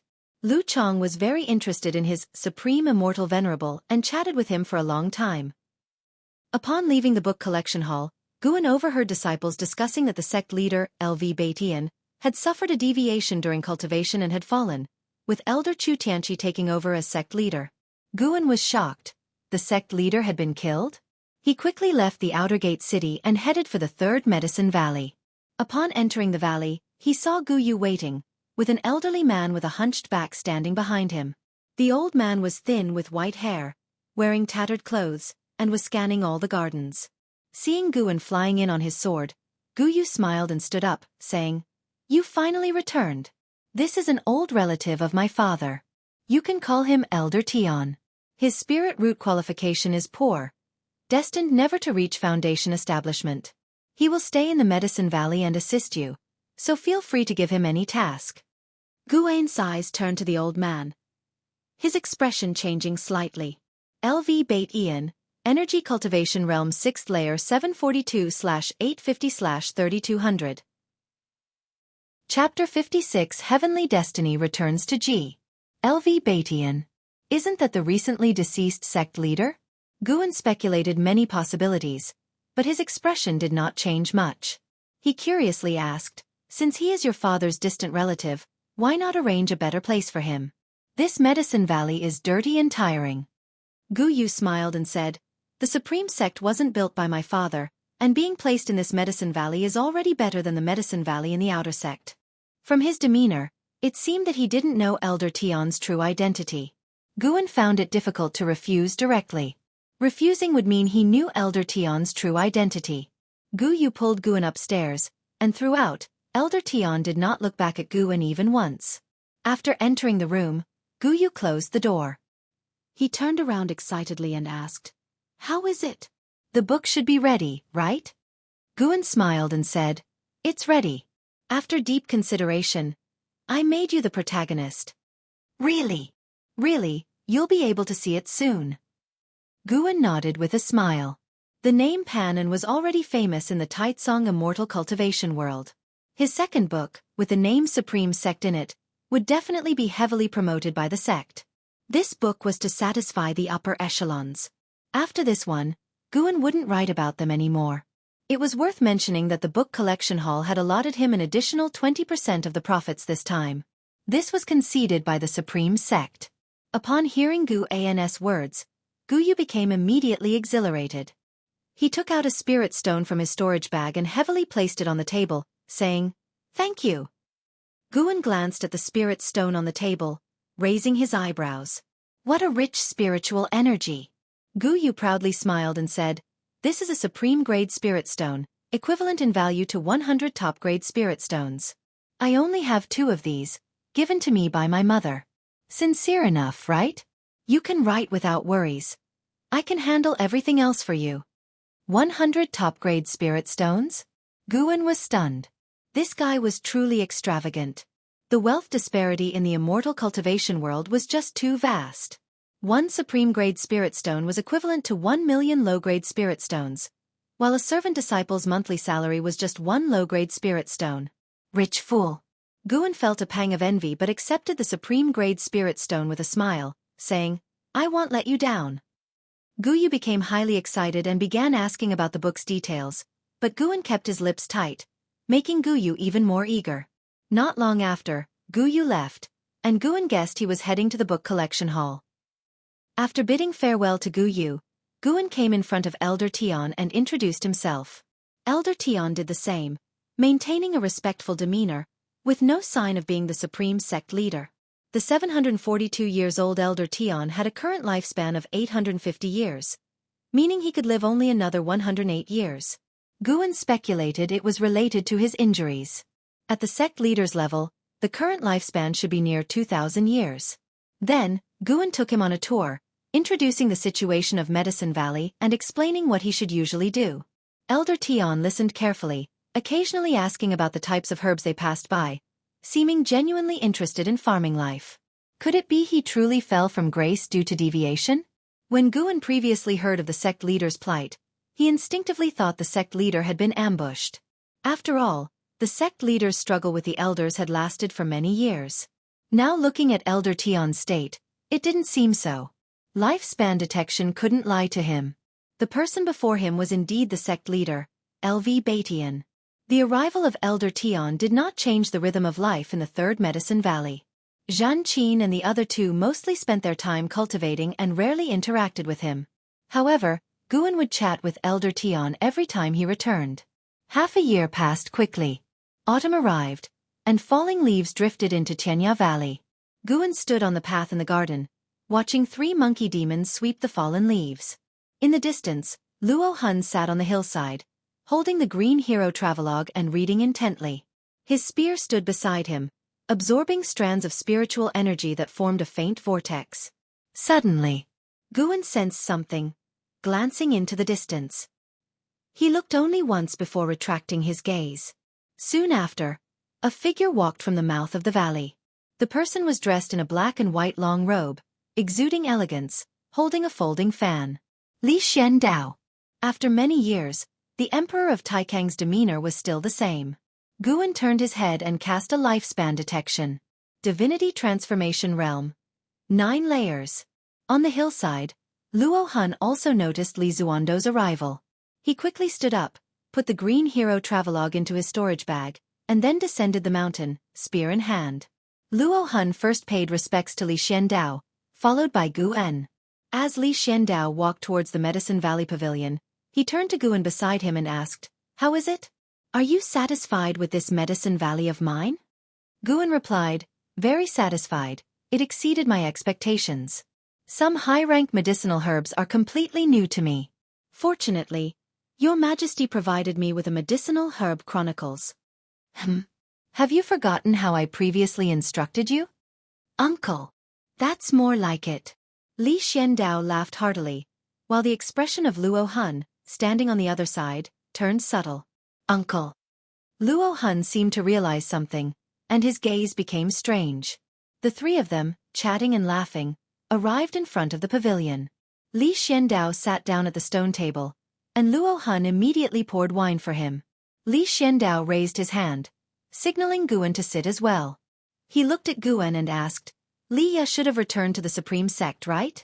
Gu En nodded and said, "He returned last year. Did he tell you about his experiences over the years?" "Yes, Uncle should have sent people to follow him, right?" "Who would dare to follow him? It's just that there are informants everywhere.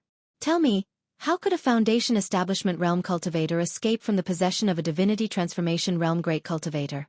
What secret is he hiding?"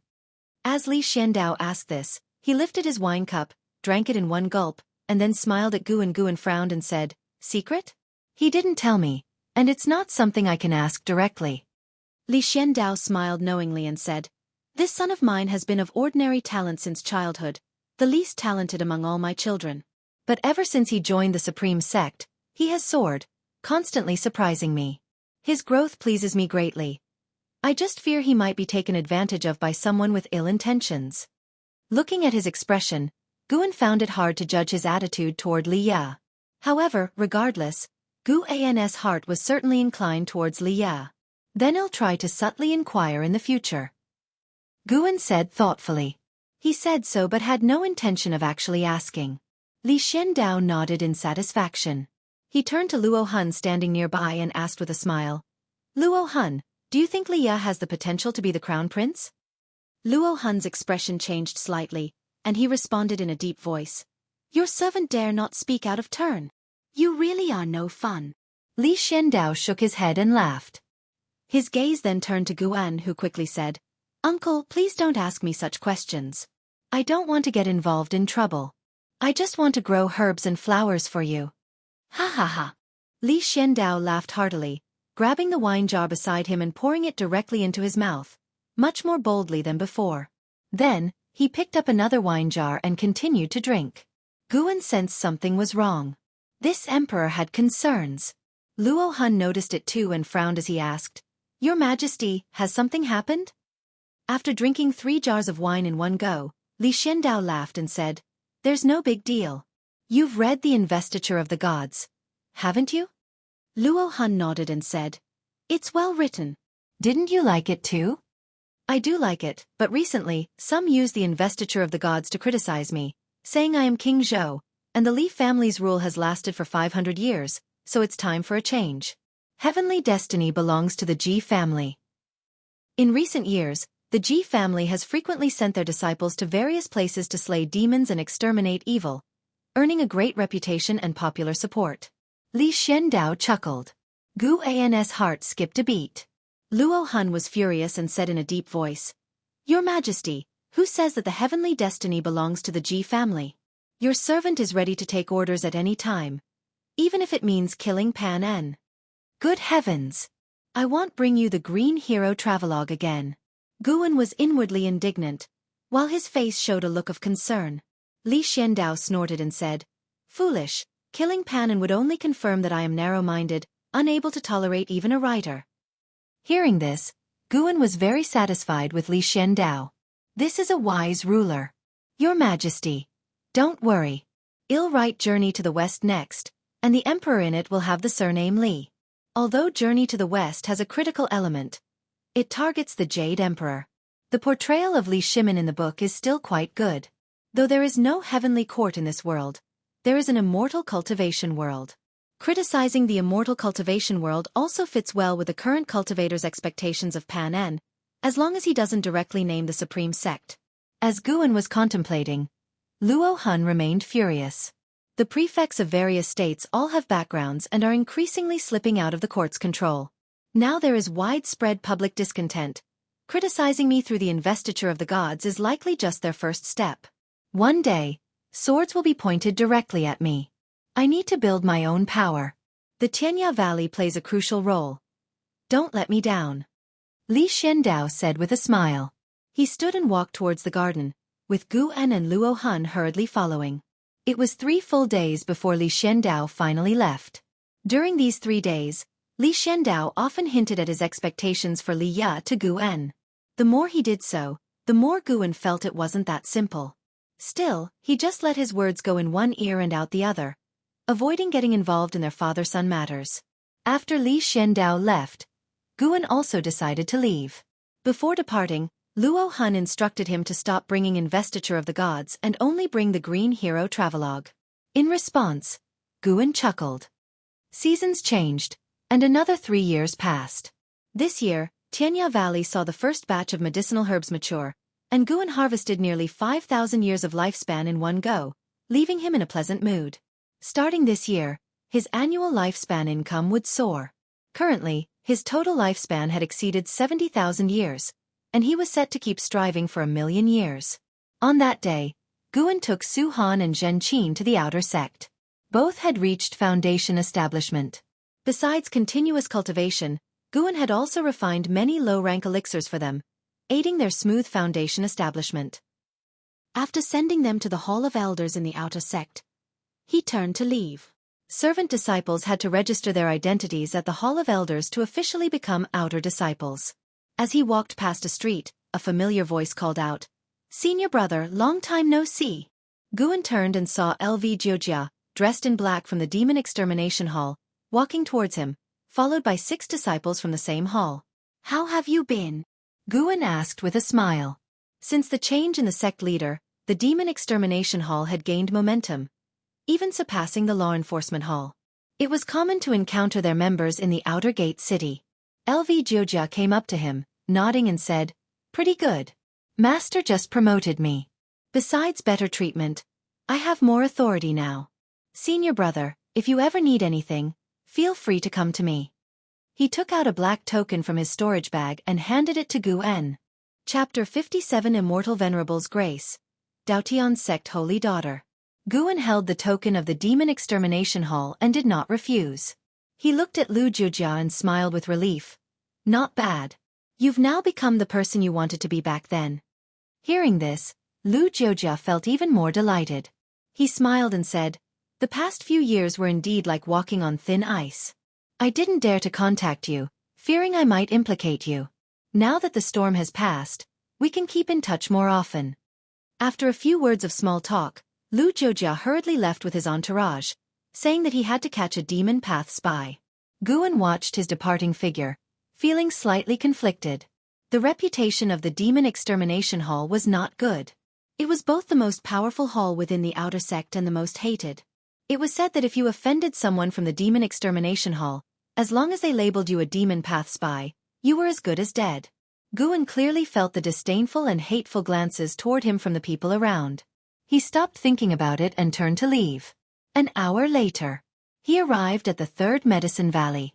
As soon as he reached the entrance, he saw Elder Tion standing in front of the stele, stroking his beard, lost in thought. Over the years, Guan had become familiar with Elder Tion, who behaved like a servant disciple. Zhen Qin, Su Han, and Yi Yan had not noticed anything unusual about him, and Guan treated him as a servant disciple too. "Elder Tion, why are you standing here?" Guan greeted as he walked toward him. Elder Tion looked at Guan with a kind smile. His eyelids were almost closed, giving the impression that he was 1 foot in the grave. "Valley Master, I was pondering why this valley is called the 3rd Medicine Valley. Could it be that you have 2 other medicine valleys?" Elder Tion asked with a smile. Guan walked up to the stele and chuckled. "Not at all. Besides this valley, I only have 1 other medicine valley. The reason it's called the 3rd Medicine Valley is my principle in life, which is not to strive for 1st or 2nd, but to aim for 3rd. I believe that being too prominent attracts trouble. The top 3 are all excellent, but 3rd place is the safest." When Elder Tian heard this, his eyelids lifted slightly as he fell into thought. Guan patted his shoulder and smiled. Today I brought roasted chicken and fine wine for us to taste. This spirit chicken cost me 10 low-grade spirit stones from the outer sect. Elder Tian snapped out of his thoughts and followed him. Yi Yan was not practicing his spear technique at the valley entrance but on a path in the central garden. He stood straight, holding the spear in one hand with his eyes closed, saying he was feeling the connection between himself and the spear.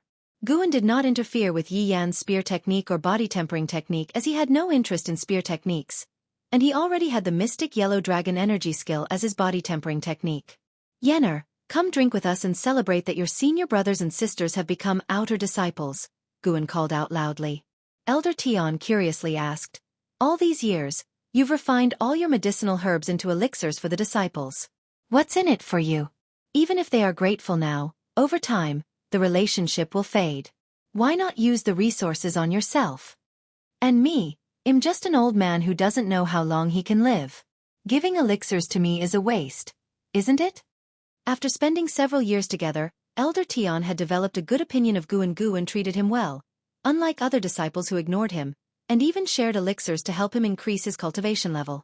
Before his cultivation level fell, Elder Tian never imagined there would be such a selfless person within the Supreme Sect. He even regretted his previous disregard for the outer sect. Guan laughed. I have mediocre qualifications.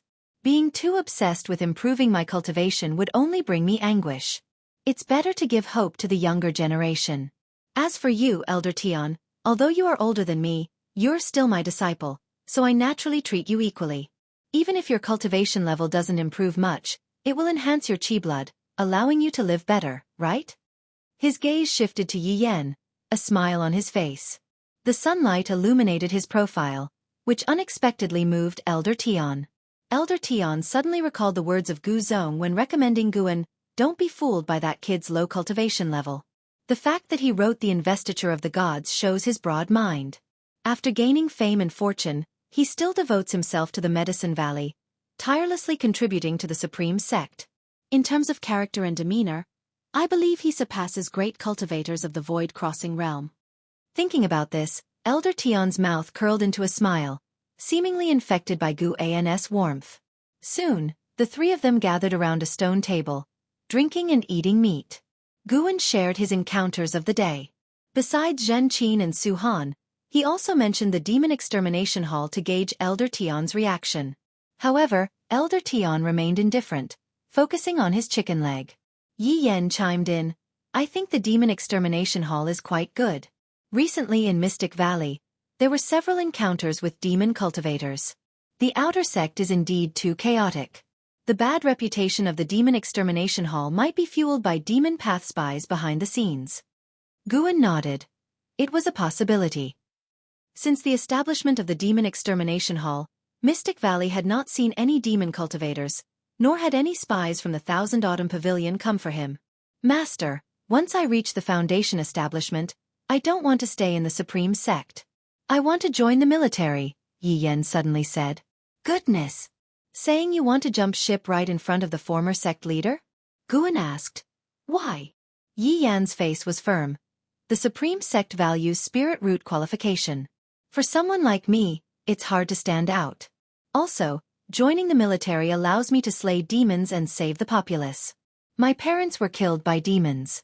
I vowed from a young age that once I learned spells, I would travel the world as a wandering hero, slaying demons and monsters. Elder Tian looked at him and nodded slightly. Guan smiled. I didn't expect you to have such grand ambitions. Master supports you. Yi Yan smiled, immediately lifting a bowl of wine to toast Guan, then poured another bowl to clink with Elder Tian. The atmosphere became even more harmonious. After opening up, Yi Yan spoke more than usual, making Elder Tian talkative as well. Master, will you transfer disciples from Mystic Valley? Yi Yan asked. Guan shook his head. Let's wait until you reach Foundation establishment. I'm afraid others might disturb your path enlightenment. With Elder Tian and me, we can manage. Each area was already running smoothly, and daily chores were not many. Hearing this, Yi Yan felt even more touched. Guan began to envision the future with him, drinking spiritual wine one jar after another until he became drunk. At the end of summer, the scorching heat of the world was receding. Guan stood on the grass of Mystic Valley, watching 4 cultivators from the Demon Extermination Hall fly away, silently. Wuxin approached, saying, "Senior brother, what are you daydreaming about? There are so many boxes. Aren't you going to check them?" Those 4 were sent by Lu Jiujia to deliver gifts to Mystic Valley. After waiting half a day for Guan to return, they finally left. Guan withdrew his gaze, looked at Wuxin, and smiled.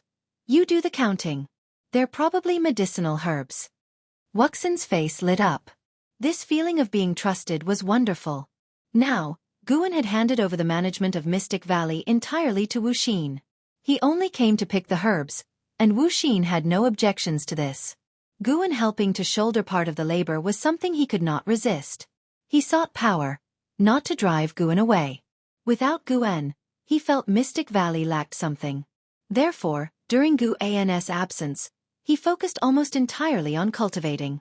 Guan turned and walked toward the transmission array platform. After a while, he arrived at the 3rd Medicine Valley. Since Zhan Qin and Su Han became outer disciples, this Medicine Valley had become very deserted. After finishing his work, Yi Yan would go to practice his spear, and Elder Tian was a man of few words. Guan stepped off the array platform and saw Elder Tian squatting in the garden, admiring a 4th-grade medicinal herb. The old man often dazed off, something Guan had gotten used to. He entered the pavilion and took out the Z-Way Array Chronicles. For the past year, he had been secretly studying the Z-Way Array Chronicles and gained considerable insights. Hours later, Guan sensed something, immediately placing the Z-Way Array Chronicles back into his storage bag, then waited in the house. "Guan! Guan! Come out quickly!" Guan heard Gu Yes call, his voice growing louder as he descended.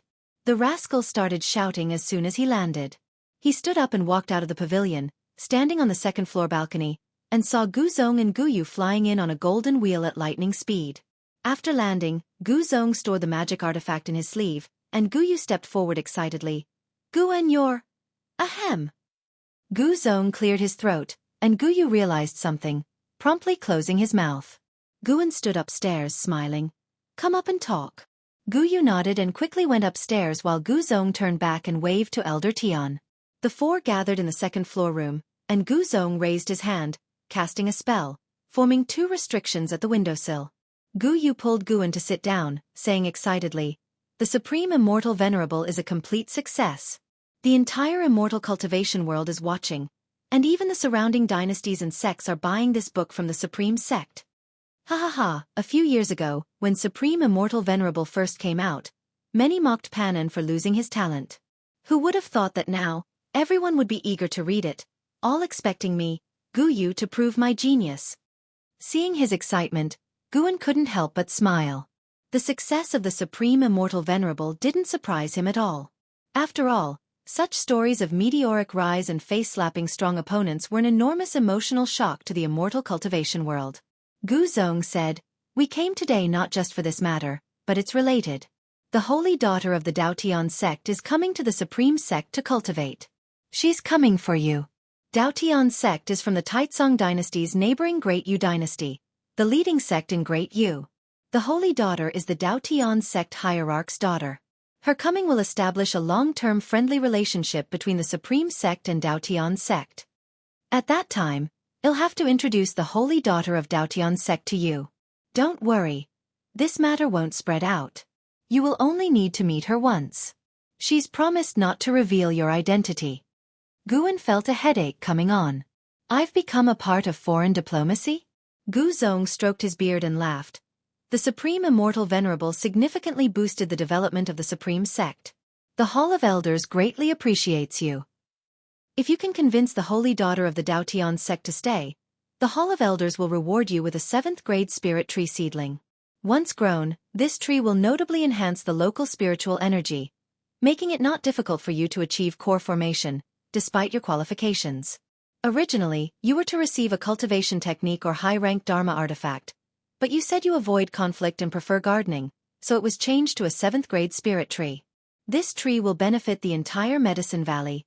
Its advantages immeasurable. Chapter 58. If you were the sect leader, what would you do?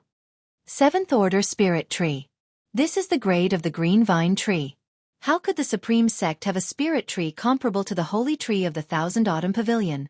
Could it be that the Green Vine Tree in the 8 Scenic Caves isn't a true holy tree or hasn't fully matured yet? Guan was immediately excited. He couldn't refuse such a treasure. Leaving the Holy Maiden, how difficult could it be? Doesn't she like to read? Write her an epilogue of the investiture of the gods. When will the Holy Maiden arrive? Guan took a deep breath and asked. He didn't show the joy in his heart. Instead, he pretended to be worried and deep in thought. Elder Guzong laughed and said, "She will be here within a year at most. You don't need to feel pressured." Gu Yu teased from the side, "Don't worry about being asked to pledge yourself to her. The cultivation gap is obvious. She just likes your books." Guan nodded. He wasn't that narcissistic. There were many people in the world who liked the investiture of the gods. Elder Guzong looked at Elder Tian standing nearby and asked, "How have you been here?" Elder Tian nodded and said, "Pretty good. The Valley Master treats me well." Guan felt helpless. Elder Guzong had brought in a distant relative. Was he afraid Guan wouldn't suspect anything? No way. If you're going to play along, do it thoroughly. Guan looked at Elder Guzong and hesitated to speak. Elder Guzong seemed to notice his confusion and laughed. "He has long known your identity as Pan En. It's because he likes the investiture of the gods that I allowed him to come here. Besides him, only the Hall of Elders knows. Don't worry. We are more afraid of your identity being exposed than you are." Before the investiture of the gods appeared, disciples had always written books. But the impact that Pan En brought was unprecedented. No one had thought that books could bring more disciples, cultivation resources, and even assist the sect in diplomatic relations with other powers. Especially after the Supreme Immortal Venerable was published, the entire world's eyes were on the Supreme Sect. Standing at a high position, Elder Guzong could see the clearest. Guan breathed a sigh of relief. Gu Yu suddenly said, "Zhou Tongyu treats Gu Yu quite well. I take back what I said before. Don't let Gu Yu bully him." Guan looked at him with a strange expression. Elder Guzong laughed. "My image is not bad either. No matter where I go, I can hear people mentioning my name, asking when I will return to deal with those evildoers for my son." Cough cough, revealing it early would spoil the suspense. True. Guan changed the topic and inquired about the Holy Maiden of the Daotian sect. He had to gather as much information as possible to better face the Holy Maiden. Elder Guzong began to introduce the Holy Maiden. Shen Zhen, with 3 spirit roots, is the youngest daughter of the sect hierarch of the Daotian sect. Her talent isn't top-notch, but her understanding of musical spells is exceptionally high, and she loves the arts like playing musical instruments, chess, calligraphy, and painting. Just based on the introduction, Guan felt that Shen Zhen's personality wasn't strong. If she liked the arts, she should have a good temperament. Late at night, in the 8 Scenic Caves, under the Green Vine Tree, Guan was practicing swordsmanship, specifically the Wood Spirit Sword technique. The Wood Spirit Sword technique was a sword technique that Zwilin had taught Guan to test his depth. Although it wasn't rare, it could be bought in the Outer Gate City. Since it was of the wood attribute, Guan decided to practice it himself and not invest his lifespan into it. However, isn't real-world time also lifespan? With his extraordinary Taitsong Divine Shocking Swordsmanship achievement and his current top-grade 5 Elements Heavenly Spirit root, Guan found a sense of genius in the Wood Spirit Sword technique. He had already mastered the Wood Spirit Sword technique and was now pursuing a higher realm. Every cultivation technique, spell, and ultimate skill had minor realms.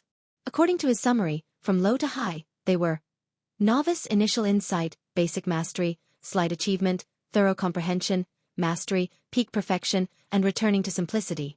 It felt like leveling up in a game, which Guan found very interesting. The one Zhonglong Sky Dragon watched Gu An's sword practice from the tree. Now, it had the majesty of a true dragon. Guan moved within a 3 zhong radius under the tree, creating afterimages. It seemed like nearly 10 of him were practicing swordsmanship. The heavenly resident's sword in his hand was extremely sharp, and strength energy radiated. This energy dissipated once it reached 2 zhong away, not harming the surrounding flora. After practicing for an ancient hour, Guan finally stopped. Clang! the heavenly residence sword returned to its sheath, emitting a clear sound like a dragon's hum. He put the heavenly residence sword into his storage bag, then stretched lazily. The sky dragon descended from the sky and spoke in a childish voice. "Master, you're amazing. Can you teach me?" Guan looked at it and jokingly asked, "Can your dragon claws hold a sword?" "Using my claws as swords, can't I?" The sky dragon blinked its eyes and asked. Guan was stunned for a moment.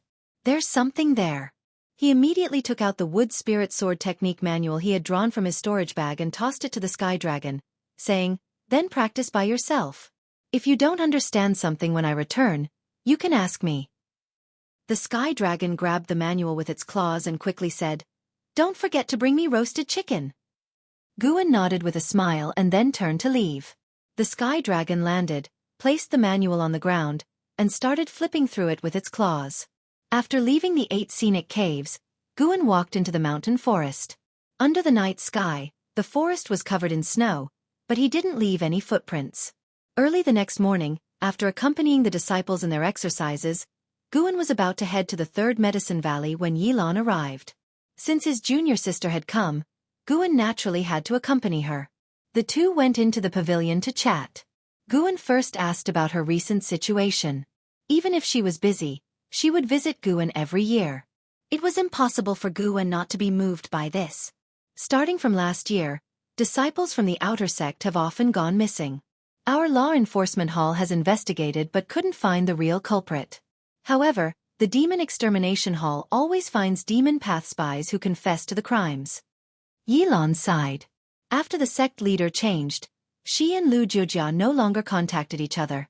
Mainly, the two halls didn't get along, being like water and fire. Guan laughed and said, "Then let the Demon Extermination Hall catch them. It will give you more time to cultivate." Yilan shook her head and said, "It's not that simple. The hall master of the Demon Extermination Hall wants to merge with the Law Enforcement Hall, and the Outer Sect's Great Elder seems to have the same intention. If our hall doesn't perform, we will eventually be disbanded. It doesn't matter. If you get disbanded, come back. The elixirs I can provide are no less than the Law Enforcement Hall's benefits." "That's not acceptable. If you give them to me, what will you do?" Yilan directly refused with a serious expression. Seeing this, Guan didn't say more and changed the topic to other matters. Since Yilan wanted to stay a few more days, Guan decided to stay in the Mystic Valley until after the Spring Festival. After the Spring Festival, the winter snow completely melted. Guan first went to Tianya Valley to harvest thousands of years of lifespan, then replanted. After spending 2 days there, he went to the third Medicine Valley. The Mystic Valley was crowded, and Tianya Valley had 3 monkey demons, so it wasn't lonely. But the third Medicine Valley was different. Every time Guan came, it was deathly silent. Yi Yan and Elder Tian both enjoyed this quietness, not disturbing each other. Guan walked into a garden area and began harvesting mature medicinal herbs. Elder Tian came over and curiously asked, "Why do you always pick the herbs yourself?"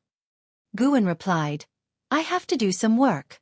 And when I personally pick and package them, it gives me a sense of contributing to the sect." Upon hearing this, Elder Tian laughed.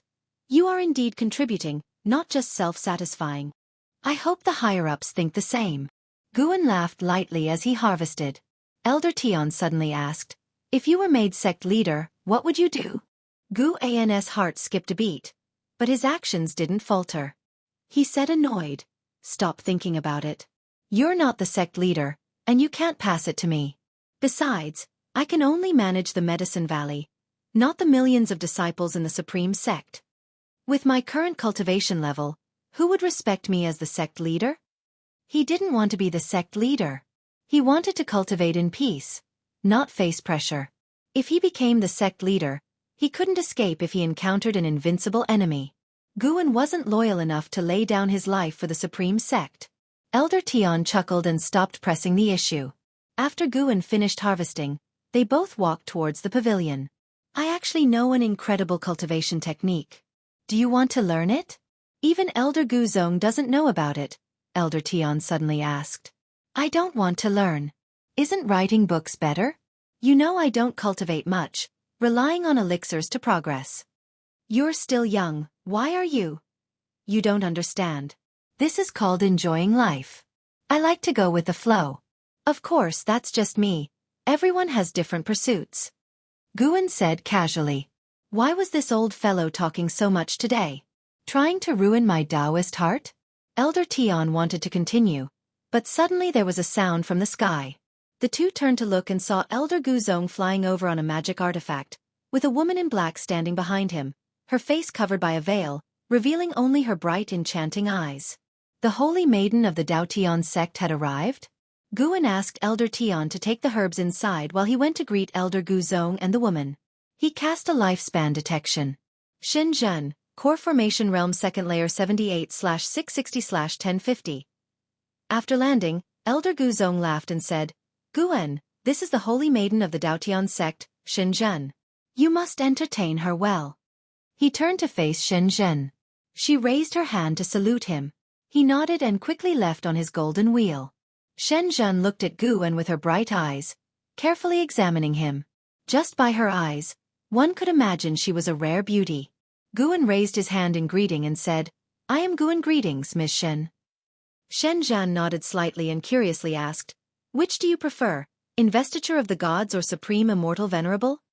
Testing me right from the start? Guan's expression remained unchanged. I like both. People can't just like one book. Different moods lead to wanting to read different books. Don't you agree? Shenzhen's eyes lit up. I actually wrote a book too. Would you like to read it? Shenzhen blinked her eyes and asked. Guan naturally didn't refuse. Shall we look at it upstairs? Shenzhen nodded and followed Guan to the second floor of the pavilion. Guan wanted to leave the door open, as it could be awkward being a man and a woman alone in a room. But Shenzhen closed the door. They sat at a table, and Shenzhen took out a book from her storage bag. Her brows furrowed as if hesitating. After some thought, she handed the book to Guan. When Guan took it and saw the title, his eyelid twitched. Black Hero's Travelogue? What the heck? Chapter 59. The Great Demon Catastrophe. That book title is not proper at all. Guan suddenly dared not open the book, fearing that the author of Green Hero's Travelogue might be Shenzhen. Then his admiration for the author would be shattered. But no, Shenzhen was from the Daotian sect of the Great Yu dynasty. How could she possibly publish a book in the Supreme Sect? Having thought it through, Guan calmed himself and began to read Black Hero's Travelogue. Shenzhen lowered her gaze to the table, her ears slightly red through her long hair. After finishing the first page, Guan let out a sigh of relief. She was not the author of Green Hero's Travelogue. The difference was clear between her writing and that of Green Hero's Travelogue, but it was evident she was indeed imitating it. He patiently read on. Every story in Green Hero's Travelogue began with the local landscape, first depicting the scenery, then the interactions between people. Black Hero's Travelogue followed the same format. However, Shenzhen's experience was clearly not as rich as that of the author of Green Hero's Travelogue. The description of the mountains and rivers in her book seemed lacking, at least in Guan's eyes.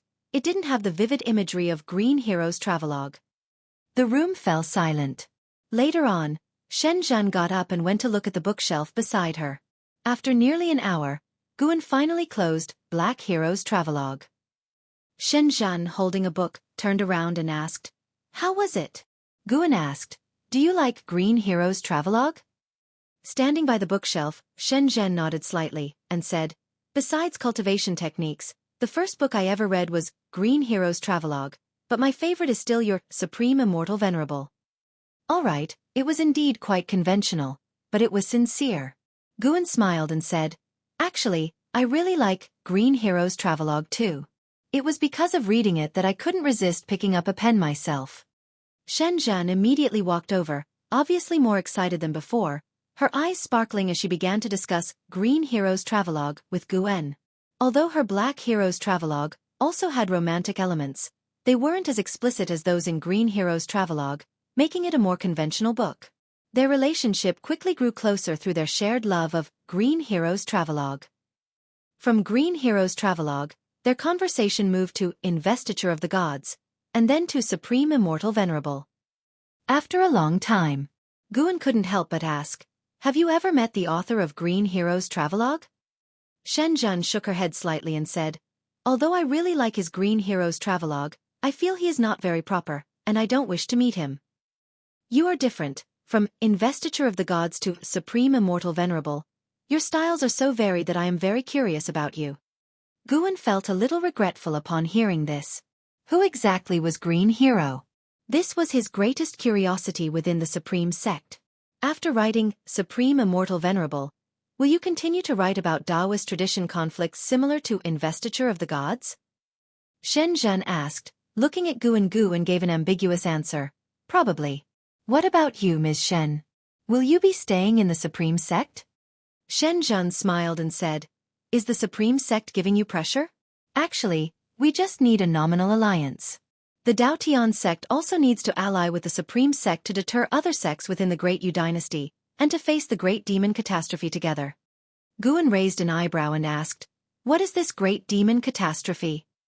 On this continent, there are 9 adjacent dynasties, including Taitsong and Great Yu.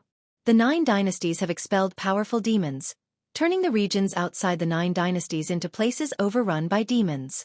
Now, the demons outside have become powerful enough to threaten the 9 dynasties. Even though various immortal cultivation sects often send disciples to exterminate demons, the vast regions outside always have some exceptionally talented demons that grow. Within 100 years, the 9 dynasties will face a demonic catastrophe not seen in thousands of years, during which dynasties will inevitably fall. As Shen Zhen spoke of this, her eyes were full of gravity. Guan felt a sense of pressure assailing him upon hearing this. He had already imagined the scene of mountains and rivers shattering, the Supreme Sect struggling to hold the front lines, and forcibly conscripting servant disciples to the battlefield. No way! Within 100 years, he had to extend his lifespan to 1,000,000 years and unlock the next function to rapidly boost his cultivation level. Guan thought to himself, and then asked, "If that's the case, why don't you focus on cultivation instead of writing books?" Shen Zhen was not as talented as Ji Xiaoyu or Zhou Tongyu, nor even Li Ya, but her aptitude was not bad, and she had the backing of the Daotian sect. As long as she was willing to cultivate, she surely could advance further. Upon hearing this, Shen Zhen chuckled and said, "Everyone has their own destiny. Cultivation is not my destiny. I prefer reading and writing. What if someday I gain enlightenment from books? Who says you must absorb nature's spiritual energy to gain enlightenment? Throughout all the books I've read, it seems no energy absorption cultivator has lived until the present." Guan couldn't help but look at her differently. She really dared to think big.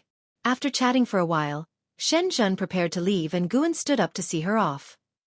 When they got downstairs, she summoned a flying sword, leaped onto it, and left a parting remark as she flew towards the horizon. "Young Master Gu, I will set my cave residence nearby. Let's communicate more in the future." Watching her departing figure, a smile spread across Guan's face. He was not happy that Shen Zhen was going to live nearby, but rather that the 7th grade spirit tree had been secured. The Supreme Sect acted quickly, and within 3 days of Shen Zhen's departure, the sapling of the 7th grade spirit tree arrived, personally delivered by Gu Zong. After Gu Zong left, Guan carried the sapling of the 7th grade spirit tree to the central area of the compound. Though called a sapling, the tree was already 3 meters tall. Guan planted it on the grass connecting the 4 segments of the park, with Elder Tian and Yi Yan watching from behind. After planting it, Guan looked at the tree with a beaming smile on his face. Mystic Pure Tree, 7th grade 48/8999/65,000. A limited lifespan of 65,000 years, beyond compare for mortals. Elder Tian chuckled and said, "The Mystic Pure Tree is extraordinary. Though it doesn't bear fruit, cultivating beneath it can calm the mind and refresh the spirit." Guan's smile grew even brighter upon hearing this. He said, "Elder Tian, you must take good care of the Mystic Pure Tree and ensure no harm comes to it. Don't worry, since it's rooted, its life force is stronger than my old bones." Hearing Elder Tian's words, Guan shook his head and laughed. This old man had a bit of humor in himself. Then, Guan turned and left. Elder Tian and Yi Yan stayed by the tree, chatting leisurely, and did not follow him. Guan made his way to the edge of the Medicine Valley near the mountain wall. In this grassy area, a tree had been planted, though it showed no signs of growth yet. It was the root of the 6th grade human-faced tree that Yilan had previously given him. This tree root had been buried for several years, still in a state of revival with its age at 0. Guan had tried to help it with his own wood attribute spiritual power, but it was like a bottomless pit, absorbing his spiritual power without any noticeable effect. He squatted in front of the root of the human-faced tree, which had only a wooden tip protruding from the soil. After watching it for a while, Guan suddenly felt a faint flow of spiritual energy from the ground towards the human-faced tree. Tracing the source, it came from the mystic pure tree. Could the mystic pure tree help the human-faced tree revive? Guan was delighted by this thought but also a bit worried that the human-faced tree might drain the mystic pure tree. After all, this thing came from the Thousand Autumn Pavilion, a name with somewhat ominous connotations. If the human-faced tree turned out to be an evil entity upon growing, Guan would uproot it. He couldn't allow it to destroy the Third Medicine Valley. Guan felt someone needed to keep an eye on it to prevent it from growing secretly. Yi Yan had reached the 8th floor of the energy cultivation realm, his cultivation level mainly relying on elixirs. He practiced his spear technique daily, but while this also involved absorbing nature's spiritual energy, it didn't significantly boost his cultivation. Once he left, it would be time to recruit some people. Just after the height of summer, the 43-year-old Guan arrived at the outer gate city. First, he submitted his manuscript, then wandered around the streets. He noticed that the outer gate city was not as bustling as before, with many disciples still passing through the streets, but most of them wore solemn expressions and spoke in hushed tones. Looking up, Guan saw 4 disciples from the Demon Extermination Hall descend from the sky, landing in front of a pavilion in the distance. They surrounded a disciple who had just exited the building and began questioning him.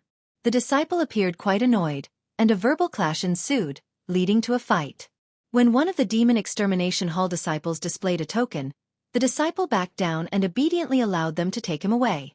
After capturing demonic cultivator spies for so many years, haven't they caught them all yet? Guan frowned, feeling puzzled but having no intention of intervening. As long as they didn't target him, he was fine. He headed towards the Beast Hall, planning to raise a few demon beasts in the Third Medicine Valley so that Elder Tian wouldn't feel lonely. Elder Tian had been diligent and had earned Guan's favor. He now truly regarded Elder Tian as his own servant disciple. After an hour, Guan walked out of the Beast Hall's gate, 3 bags hanging from his waist. These were beast control bags, each containing a live creature, but one bag could only hold 1 demon beast. Just as he stepped outside, he coincidentally ran into Lu Jiujia. This time, Lu Jiujia was alone. As he approached the Beast Hall, his face was gloomy, but upon seeing Guan, he immediately smiled and quickened his pace. "Senior brother, are you here to buy demon beasts?" Lu Jiujia asked warmly, though his face was paler than before, with a hint of malevolence between his brows, exuding a sinister aura. Guan nodded, asking with concern, "You don't look well. Is everything all right? What could be wrong?" "I've just been too tired from training lately." Lu Jiujia shook his head. Guan noticed a trace of demonic qi in his body, very subtle and hard to detect if not looked at closely. Had this guy become a demon cultivator? Since Lu Jiujia was unwilling to say more, Guan naturally didn't press further. After exchanging a few pleasantries, Lu Jiujia reminded him before parting, "Senior brother, avoid going out at night. Recently, there have been powerful demon cultivators infiltrating the outer gate." With that, he turned and left. Watching his retreating figure, Guan didn't think much of it and headed back towards the Third Medicine Valley. Once he arrived at the Third Medicine Valley, he released the 3 spirit dogs he had just bought. All 3 had 2nd-grade demon beast bloodlines, making them quite expensive. "I'll be staying in the Mystic Valley for a while, so you take care of them," Guan instructed Elder Tian. Elder Tian nodded, and Guan turned towards the transmission array platform. Whether it was an illusion or not, Guan noticed that Elder Tian's gaze towards him seemed filled with concern. Before he could ponder it further, the formation activated, bringing him to the Mystic Valley. As soon as he arrived at the Mystic Valley, Guan felt a familiar presence. "Liya!" He stepped down from the array platform and looked towards the distance, seeing Liya instructing disciples on sword practice, with even Xiaochuan participating. After giving some instructions, Liya turned and headed towards Guan. When they met, Guan asked curiously, "What brings you here?" "Core Formation Realm. First layer." Reaching the Core Formation Realm at 45, just 5 years behind Jiang Qiong. Liya smiled lightly and said, "I came here to protect you." I heard that the demon lord from the Heavenly Extinction Sect has infiltrated the outer gate, and I was worried about you. I plan to go to the inner sect only after this matter is resolved. Chapter 60. Ancestor, save me. Can you handle that demon lord? Guan asked suspiciously. Leah laughed triumphantly. I have already reached the core formation stage, don't underestimate me. In the Supreme Sect, the core formation realm is just an inner sect disciple. Can you really match up to the demon lord? You brat, I came here specifically to protect you, and you're still complaining? I'm afraid I'll be like that time when you charged out to deal with the demon of greed and got injured and fell. Can we not bring that up? The two started bickering, but Guan wasn't really angry. Leah could feel that Guan's concern was out of a good heart, not wanting to burden him. Little did he know that Guan wasn't worried about being a burden, but about being a hindrance. Brother, if the demon lord comes and you're by my side, I won't be able to act.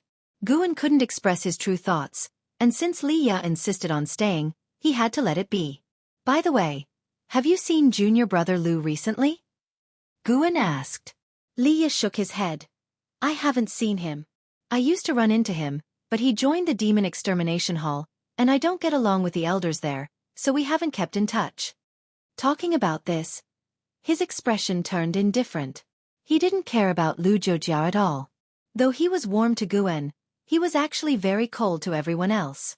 Let's go upstairs and have a proper chat. I heard you acquired another Medicine Valley. Tell me all about it.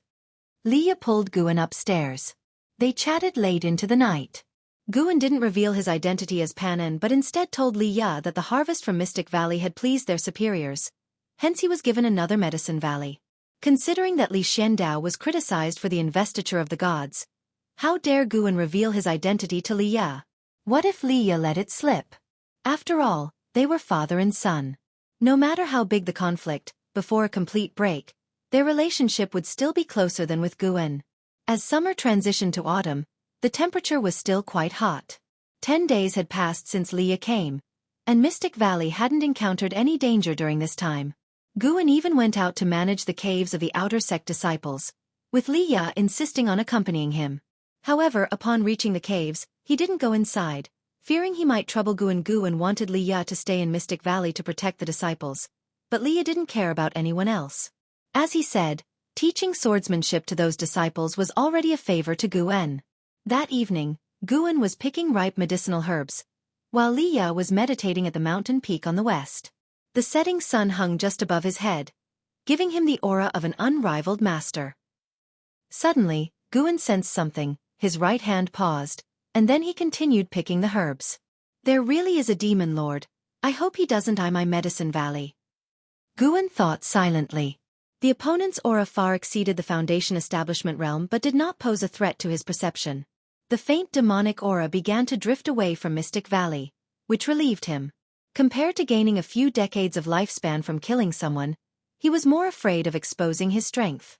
As night fell, Guan was inside the house reading the Ziwei Array Chronicles, absorbed in the formations related to the wood attribute. His brows suddenly furrowed, followed by a sigh. Mystic Valley wasn't attracting trouble, but Leah drew the attention of the demon lord. On the mountain peak, Leah, who was meditating and absorbing energy, suddenly opened his eyes. He stood up and walked to the edge of the cliff, looking down at the forest below. About 100 feet away from his mountain, a mysterious figure like a ghost stood under a tree, gazing at him from afar. Under the moonlight, the mysterious figure almost blended into the darkness, visible only when close. Leah frowned, raised his hand pointing afar, and then leaped into the night sky. The mysterious figure turned into black mist and vanished without a trace. A stick of incense later, Leah landed beside a river in the mountains. This river flowed through the hills, about 2 yards wide, shimmering under the moonlight. As soon as he landed, a mass of black mist appeared out of thin air on the meadow across the river, forming into a human figure. Leah asked, "You're not the demon lord of the Heavenly Extinction Sect. You seem to know me?" The mysterious figure responded in a hoarse voice, "Prince Leah, inheritor of Jizha's first sword cultivator's divinity transformation sword intent. Meeting you is quite a pleasant surprise." Leah drew the treasure sword from his waist, pointing it at the shadow in the distance. "Playing tricks." As his voice fell, His body erupted with violent sword chi, causing his black robe to flutter like flames. 7 silver sword shadows swiftly formed around him, shining brightly under the night sky. You dare defy me, a core formation stage? The mysterious figure snickered disdainfully. He again turned into demonic chi and vanished, reappearing behind Li Ya almost instantly. Li Ya's pupils contracted. He leaped up, turning his body to slash backward. The 7 silver sword shadows swiftly shot towards the mysterious figure. Boom! Boom! Boom! The silver sword shadows hit the ground one after another, stirring up billowing dust, causing nearby trees to shake violently. Li Ya, still in mid-air, hadn't seen whether the mysterious figure was hit when a strong wind swept past, sending him flying horizontally. Li Ya plummeted into the forest like an arrow, crashing through trees for several hundred feet before he finally came to a stop. As the dust settled, Li Ya, covered in blood, leaned against a tree trunk, which was filled with cracks and still trembling. The mysterious figure appeared in mid-air, looking down at Li Ya. Boy, having just reached the core formation stage, you dare to oppose me? Do you know my realm? Li Ya struggled to raise his head, seeing his vision stained with blood. Damn it! Li Ya gritted his teeth, trying hard to stand up but to no avail. Sigh, why do you always get hurt, boy? You're not just risking your own life. You're putting your ancestor's life in danger too. An aged voice sounded in Li Ya's mind, full of helplessness. The mysterious figure raised his right hand, aiming at Li Ya from a distance, surrounded by demonic chi and shrouded in darkness, not revealing his true face. Just as he was about to speak, a hand engulfed in demonic chi pressed on his shoulder, making him freeze entirely. In an instant, branches sprouted from his body, mixed with blood, blooming like a flower in the air. The demonic chi dispersed, revealing a middle-aged man, his outer sect elder robes pierced by branches, his ferocious face showing an expression of disbelief.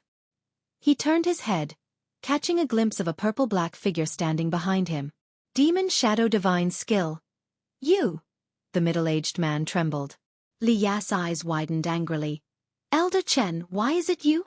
Before Elder Chen could respond, the storage bag at his waist was taken by the person behind him. Immediately, the branches on his body ignited with green fire, quickly burning him to ashes, taking both body and soul. The purple-black figure stood in mid-air, maintaining the posture of grabbing Elder Chen's shoulder. Li Ya below felt immense pressure, knowing that Elder Chen was a great cultivator of the nascent soul realm, yet he was swiftly wiped out without the ability to resist. Void Crossing Realm. At least above the 5th layer. The aged voice in Li Ya's mind turned serious. The words Void Crossing Realm made Li Ya's heart pound. The night forest fell into silence, Li Ya's heart in his throat, ready to defend against the opponent's attack at any moment. He screamed in his mind, Ancestor, save me! After a few breaths, the purple-black figure vanished without a trace, leaving Li Ya shivering, looking around frantically. He's gone. He must have weighed something. The aged voice reassured in Li Ya's mind, easing his tension. Brat, forget about Guan. Go to the inner sect immediately. This outer sect is getting more sinister by the day. Someone must be defying the heavens. Staying longer will only bring disaster. The aged voice turned stern, while Li Ya remained silent. In Mystic Valley's pavilion, Guan looked at the storage bag in his hand, sighing softly. Senior brother Li, I'm sorry. If I don't injure you a bit, you'll never leave here. Guan felt guilty. After all, Li Ya came for him. Although Elder Chen clearly intended to capture Li Ya, if he directly went to the inner sect, there wouldn't be further trouble. He decided to give Li Ya more medicinal herbs when he returned. Slaying Elder Chen gained him 37 years of lifespan, neither too much nor too little. He began to examine Elder Chen's storage bag, sweeping it several times with his divine sense to extract and destroy any potentially dangerous items. By dawn, Li Ya finally returned. He had changed into clean clothes, looking as if he hadn't experienced a fierce battle. Guan met him downstairs and asked, Senior brother Li, why do you look unwell? Li Ya forced a smile. I had a minor mishap while practicing last night. It's nothing serious. Guan furrowed his brows and dragged him upstairs, taking out dozens of bottles of elixirs, claiming he had stocked them up. Li Ya asked in surprise, Junior brother Gu, what is this? You came back from outside the valley looking unwell. You must have encountered a battle last night, correct? Guan said seriously. Li Ya's expression turned grim. He took a deep breath. I did encounter a demon cultivator last night and got injured. Junior brother Gu, you should move to the inner sect Medicine Valley. Staying in the outer sect is not safe. Not safe? I don't believe it. Gu An's foundation was here. He couldn't abandon it. Whoever dared to cause trouble would die. Guan smiled bitterly on the surface. Senior brother Li, the herbs planted in this Medicine Valley are all low rank. The demon lord wouldn't be interested. Actually, without you here we're safer. You should go to the inner sect. We'll be fine. I can ask Lu Jiujia for help. We haven't lost touch. But... Leah hesitated. Guan interrupted. Senior brother Li, I always felt that the chaos in the outer sect had little to do with demon cultivators. The demon extermination hall has caught many demon path spies over the years. Could it be that someone is merely causing chaos under the guise of the demon path? If you go to the inner sect, you might save the outer sect. But if you stay here, how long can you protect me alone? Upon hearing this, Li Ya's expression darkened, recalling Elder Chen. After a few moments of struggle, he took a deep breath. Junior brother Gu, you are right. I will go to the inner sect immediately. Guan smiled, shoving all the elixirs into Li Ya's hands, making him very touched. After a brief exchange, Guan urged him to depart, which Li Ya also felt should not be delayed. Due to his injuries, Li Ya could only fly using sword control. After leaving Mystic Valley, he couldn't help but look back, murmuring, Do you see, this is why I can't let go of him. No matter who it is, anyone who dares to harm him, I will make them regret it. Chapter 61 The Secret of the Supreme Sect, the division between right and evil. After Leah left, Guan quietly put Elder Chen's storage bag into the 8 scenic caves, and in the afternoon, he came to the 3rd Medicine Valley. He wandered around and inspected the area, but his brows were tightly furrowed. After a while, Elder Tian finally took the bait. He walked over curious and asked, Valley Master, why have you been frowning so much? Guan glanced at him, shook his head slightly, and remained silent. Elder Tian took a step forward and said, Maybe I can't help you, but speaking about many things can reduce the pressure, and I can offer you opinions as an observer. Upon hearing this, Guan sighed and spoke out about what happened in the outer sect, including how Li Ya from the first layer of the core formation realm got injured protecting him. The reason he mentioned Li Ya was to ensure that the former sect leader remembered Li Ya's contributions. Guan always felt that Elder Tian would not truly settle here for life. He might make a comeback someday. After he finished speaking, Elder Tian furrowed his brows. Guan couldn't hold back his complaints. The outer sect's demon extermination hall has been catching demon path spies all day long, yet after so many years, demon cultivators still infiltrate the Supreme Sect. Can the Supreme Sect still be considered the #1 sect if disciples within it can't even be guaranteed safety? I don't mind being killed, but I worry about my disciples. Speaking of this, he sighed again, feeling quite anxious and aggrieved. Even he praised his own acting skills. If acting skills could be added to the attribute panel, they should have reached a pinnacle, leaving some room for a return to simplicity. Elder Tian sighed and said, It does sound troublesome, but the immortal cultivation world has always been like this. No sect would truly care about servant disciples. To put it bluntly, they don't even consider servant disciples as part of the sect. Guan frowned, this time out of genuine concern. Hearing such words from the former sect leader's mouth was very jarring. But I heard that the new sect leader has a righteous heart and is the one the Hall of Elders looks up to.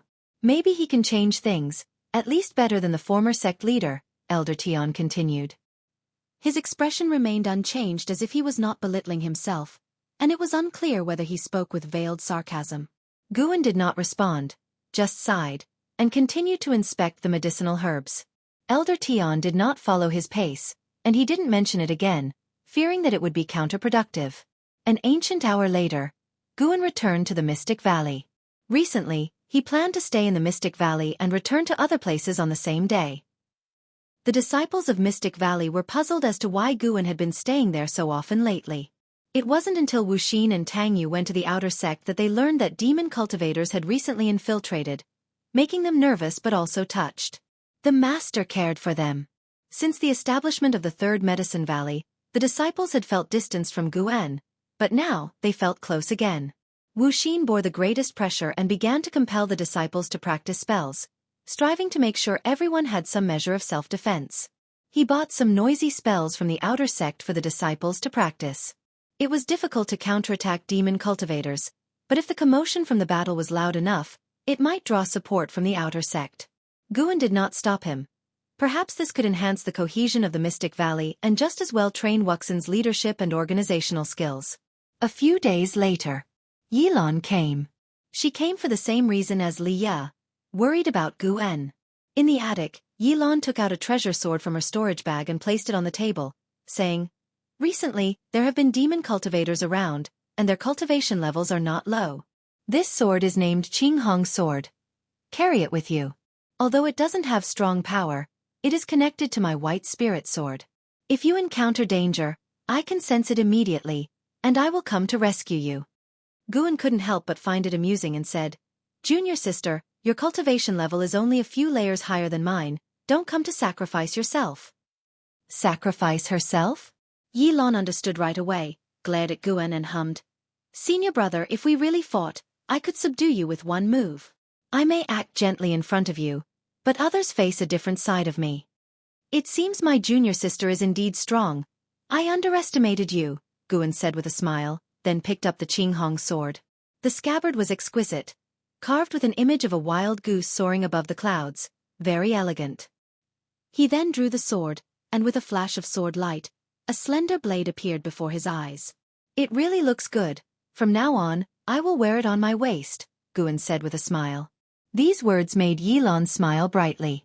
Guan noticed that although Yilan's appearance was not as stunning as Ji Xiaoyu or Li Xuanyu, she looked quite pleasing over time.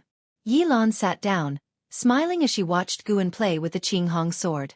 Guan suddenly asked curiously, "If you encounter danger, can the Qinghong sword sense the white spirit sword?" Yilan raised her eyebrows and said, "Why, senior brother, do you want to protect me? Ha ha ha, how could that be possible? You know I have never fought. I would only cause trouble for you if I came. You know that, senior brother. Anyway, if I'm in danger, don't come. Don't worry, I'm afraid of death. Hee, I'm afraid of death too. I won't die. I must live on. Without me, I fear someone might bully you." "Nonsense, all these years have I ever been bullied? Then may senior brother live safely forever." Since Leah left, the Mystic Valley had not encountered any more dangers. When autumn arrived, Guan calculated the time and realized that a batch of medicinal herbs in the Third Medicine Valley should be mature. So he returned to the Third Medicine Valley. As he walked out of the transmission array platform, his gaze involuntarily looked towards his attic. Someone was in the attic. Shenzhen. Guan did not go directly to find Shenzhen. After all, that attic had no secrets, and the only secret, the Green Hero Travelogue, she happened to like as well. He walked to an area and began picking herbs. Seeing the constant stream of notifications, he couldn't help but smile, feeling extremely joyful. No matter how high his cultivation level reached, seeing an increase in lifespan always made him happy. He wondered how many realms his cultivation could reach with 1,000,000 years of life. He had searched through all the books in the Outer Sect's book collection hall but had found no record of ascension, and no one knew the true extent of this world. The bigger the world, the higher the realms must be. Just the Supreme Sect had great cultivators in the Void Crossing realm. The true inheritor who was traveling might have surpassed the Void Crossing realm, but still couldn't be invincible in the world. The path of immortal cultivation was long and arduous. Guan picked herbs while his mind wandered. After he finished picking, he turned and walked towards the attic. When he passed by Elder Tian said, "Miss Shen has come looking for you several times." Guan nodded slightly, then continued walking. Elder Tian hesitated for a moment and said, "I have told Elder Gu Zong about what you mentioned. Perhaps the situation in the Outer Sect can be improved." Hearing this, Guan looked back at him with a smile and said, "Elder Tian, see, everyone has their use. You always say you're ready for the grave, yet you can help thousands of disciples in the Outer Sect. Thank you." Guan raised his hand in salute and then turned and left. Elder Tian pondered deeply, murmuring to himself, "Everyone has their use." On the other side, Guan went upstairs and pushed the door open, seeing Shenzhen sitting at the desk, writing. She still wore black clothes, her face covered by a black veil, her long hair coiled into a bun, with 2 strands of hair swaying on either side of her face, giving her eyes a gentle and serene beauty. Shen Zhen didn't lift her eyes, as if she didn't see Guan enter. Guan walked over, circling to her side, trying to see what she was writing. At that moment, she calmly set her pen down and put away the paper. But Guan, who had already seen part of the content, had a strange expression, hesitating to speak. Shen Zhen stood up, tucked the paper into her sleeve, walked to the side, and kept her distance from Guan, smiling. I came looking for you several times, but you were never here. Is that outer sect Medicine Valley so captivating? Guan responded helplessly. Recently, the outer sect is unsafe.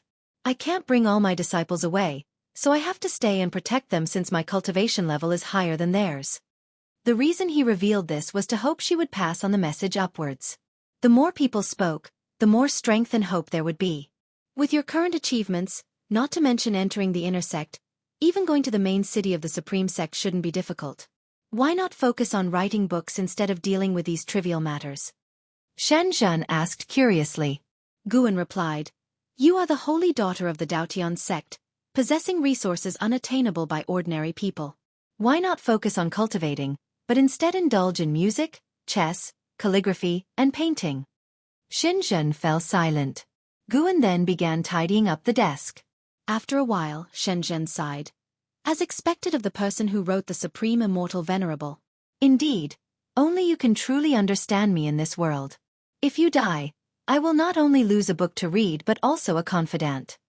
No, I can't let you die. Let me tell you a secret. She raised her sleeve and the door closed with a wave. Sheets of talisman paper flew out from her sleeve, sticking to the doors and windows. Guan curiously looked at her, wondering what secret could save his life. Within the Supreme Sect, some people want to practice demon skills to break through to higher cultivation levels, to prepare for the future demon calamity. But whether these skills are viable is yet unknown, so they are using the outer sect cities as a trial. This matter cannot be done openly as it would tarnish the reputation of a reputable sect, so they use the guise of capturing demon cultivators to cover it up, Shen Zhen said calmly, her eyes becoming exceptionally indifferent. Guan frowned and asked, How do you know this? Shen Zhen replied, Because the Daotian sect is also trying this.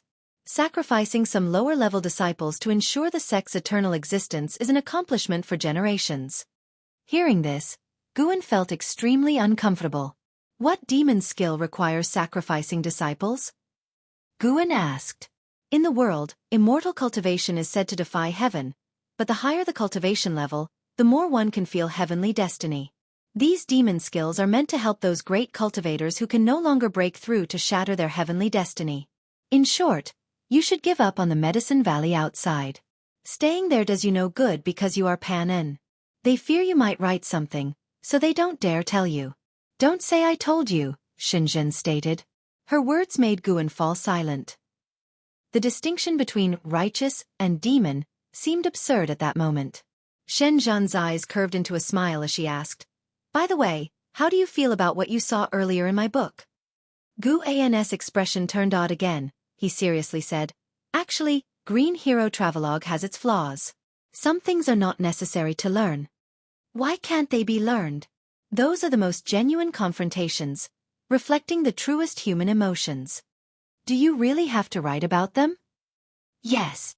But can you change the protagonist's name so he isn't called Guan? Chapter 62. Preparing to break through, Immortal slaying sword array. What are you afraid of? There's more than one Guan in this world. Unlike you, I can't just make up characters. I need to recognize someone to be able to write a story. In my eyes, you are the most fitting for the male protagonist. The only flaw, as far as I know, is your low cultivation level. Shen Zhen spoke earnestly, causing Guan's face to twitch. Is this a compliment? Why does it sound like a personal attack? If I were to reveal my cultivation level, even your father wouldn't be able to match it. Guan continued to persuade, but Shen Zhen stubbornly refused to change the name. In the end, Shen Zhen proposed to exchange her name for a secret book, to which he could only agree.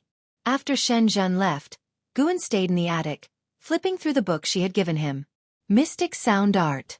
This was a spell of sound, capable of harming the internal organs or confusing the enemy's senses. It was quite comprehensive. Guan happened to lack such spells and could further develop in this area in the future. Once he had read the mystic sound art through once, he put it into his storage bag and then got up to leave. A month later, Guan arrived at Outer Gate City. He first went to the Elixir Hall to submit this year's harvest. Elder Zhu Qinglu received him, and he noticed Zhu Qinglu looked fatigued and had a trace of demonic qi churning inside him, similar to Lu Jiujia. Elder Zhu, you don't look well. What's the matter? Guan asked. He didn't understand how the demon skill of the outer sect was cultivated. Some people went missing. But this time, upon arriving at Outer Gate City, he found that many disciples hiddenly had traces of demonic qi within them. These disciples were almost all from different halls, not ordinary disciples. Was it collusion or a setup? He couldn't tell, and Shenzhen didn't say much either. Zhu Qinglu smiled. Cultivation, nothing serious. Don't you have a medicine valley in the inner sect? Move there quickly, don't stay in the outer sect. Lately, demon cultivators are rampant, and it's too dangerous outside. Guan cautiously asked, many people have told me the outer sect is very dangerous right now. If it's so dangerous, why don't they send more people to eradicate the demons? Also, what is the area under construction in the city? It's taking up nearly a quarter of the city. Just arriving at Outer Gate City, he saw numerous disciples laying stones in the center of the city. Those stones were not mortal stones. They all contained spiritual energy. To him, it seemed like a huge sacrificial platform was being set up. Zhu Qinglu nonchalantly said, naturally, those above have their considerations. We can't speculate. The best we can do is to protect ourselves as best as we can. As for the construction in the city, it's an array platform, which can protect the outer sect in the future. Looking at him, Guan felt he didn't seem like a good person and probably knew the inside story and even benefited from it. Guan didn't ask further. After a few courtesy exchanges, he left. After leaving the Elixir Hall, Guan stood on the street, looking at the array platform under construction from afar. The sky was covered with dark clouds, and the once bustling and sunny Outer Gate City appeared so gloomy, as if it were a land of the demon path. Guan stood still for a long time before turning to leave. The autumn wind swept through the streets, fluttering his clothes.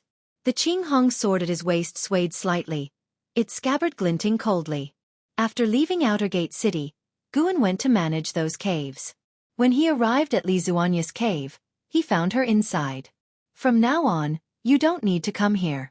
I'm going to the inner sect. This is your reward, Li Xuanyu said, sitting by the table. With a wave of her right hand, a pile of spirit stones stacked up on the table. Guan immediately bowed, then went forward to put the spirit stones into his storage bag. He didn't say much and turned to leave. Watching his back, Li Xuanyu suddenly asked, I heard your leg technique is quite impressive? Guan stopped, turned to look at her and said, did senior brother Liya say that? My leg technique can't compare to his. Recently, Liya had stayed in Mystic Valley, saw Tang Yu practicing the residual wind leg, and learned that Guan had once subdued Meng Lang with it. He didn't expect him to tell Li Xuanyu so quickly. Yes, I just asked casually, Li Xuanyu said calmly. She paused and then said, I look forward to the day you enter the inner sect. Then we can compete. Guan, puzzled, said helplessly, how can I compare with you, senior sister? I can't catch up with you. Go back. Li Xuanyu didn't respond to his words. Instead, she issued an order to leave. Guan could only leave. After leaving her cave, Guan didn't feel much psychological burden. As long as he never admitted it, what could Li Xuanyu do to him? At night, Guan walked through the forest. In the afternoon, he had already told Wu Xin he was going out and would return tomorrow. He said so in advance because he was preparing to break through. Once he broke through, it would inevitably cause a commotion. If disciples looked for him and found him not in his room, they might become suspicious.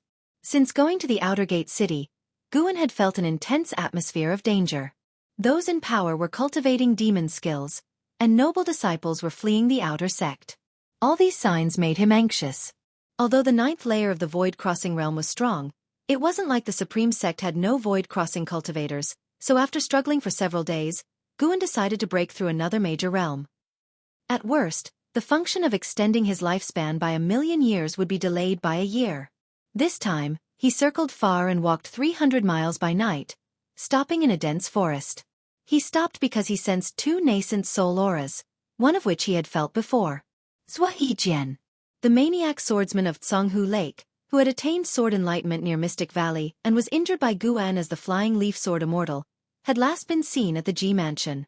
Guan had suppressed his aura to the lowest level, not afraid of being noticed by nascent soul cultivators. Miles away, above the forest, the blue-clothed Zhua Yijian stood in the air. 5 treasure swords hovered around him, showcasing the demeanor of a sword cultivator. Opposing him was a man in a large black robe, burly with a long staff, thick eyebrows, and leopard eyes, with a square, stern face. His black robe billowed violently, and his domineering aura pressed the forest below to the sides. Zhua Yijian, instead of reading books in the inner sect, why come to stop me? The black-robed man asked coldly. Zhua Yijian, expressionless, said, Chen Xianjin, as great elder of the outer sect, you cultivate a demon skill and harm your comrades. I'm not stopping you. You've committed many injustices. I come on behalf of the heavens to take you. Chen Xianjin laughed contemptuously. Don't you know who I am working for? He then struck his staff against the ground, releasing circles of purple light that formed complex and mysterious formations over 100 feet in diameter. When the edge of the formation neared Zhua Yijian, it was blocked by an invisible sword intent, making it look like a piece was missing from the formation from above. I know. I can't deal with him, but I can deal with you. If I kill you, even if the next great elder of the outer sect continues his evil deeds, at least I can protect the outer sect disciples for some time, Zhua Yijian said expressionlessly. The 5 treasure swords around him unsheathed simultaneously, their light illuminating the night sky. You want to kill me? Chen Xianjin seemed to hear the biggest joke, his face turning fierce. His aura erupted suddenly, and the forest within 10 miles swayed violently.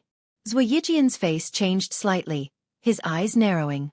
A nascent soul of the first layer killing a nascent soul of the 9th layer? Zhua Yijian, do you think just because you have your master to back you, I won't dare kill you? You walking the path of power without concealing yourself is a mistake in itself.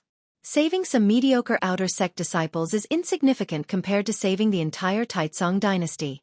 If you don't understand this, then you've lived in vain. Chen Xianjin stood arrogantly, his domineering aura pressing against Zhua Yijian's sword shadows, causing his 5 treasure swords to tremble. I'll give you one last chance. Turn back now, and it's not too late. Either return and read your investiture of the gods or die.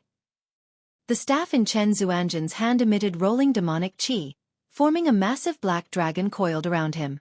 Zhua Yijian took a deep breath and said, Since you mentioned the investiture of the gods, do you know the Immortal Slaying Sword Array? Immortal Slaying Sword Array. Chen Zuanjin's face changed dramatically, surprise shining in his eyes. Guan, observing from a distance, was also astonished. A single vital breath, 3 divisions, law from the kettle, bind the vast void, Zhua Yijian chanted, his treasure swords trembling violently, quickly dispersing to form an array with a fierce aura reaching the heavens. Guan, standing under a tree, was stunned. Can someone learn Daoist sorcery from reading books? Could he be a genius?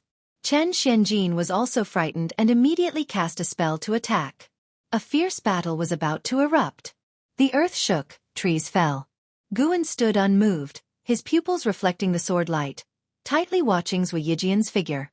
After 10 breaths, the battle ended. Guan let out a sigh of relief. That scared me to death. Guan truly thought Zhua Yijian had learned the Immortal Slaying Sword Array from the investiture of the gods. If that were the case, wouldn't it mean the investiture of the gods was real? That would be remarkable. Zhua Yijian used his self-created swordsmanship, indeed powerful, enough to contend with a great cultivator of the 9th layer of the nascent soul realm, but he didn't last long. The clouds scattered, turning the forest into wasteland, dust rising. Chen Xianjin hovered in the air, gasping, face full of lingering fear, eyes scanning the dust below. He knew Zhua Yijian wasn't dead yet and frowned deeply, conflicted. Though he wanted to kill Zhua Yijian, reason told him that killing him might cause trouble. Though a nascent soul cultivator, in the supreme sect, he was still a pawn. At this moment, a piercing sound approached, startling Chen Xianjin, who looked quickly and his pupils dilated. A cold light sped from the horizon, dispelling the dust and raising numerous leaves, like a sword cutting through time itself.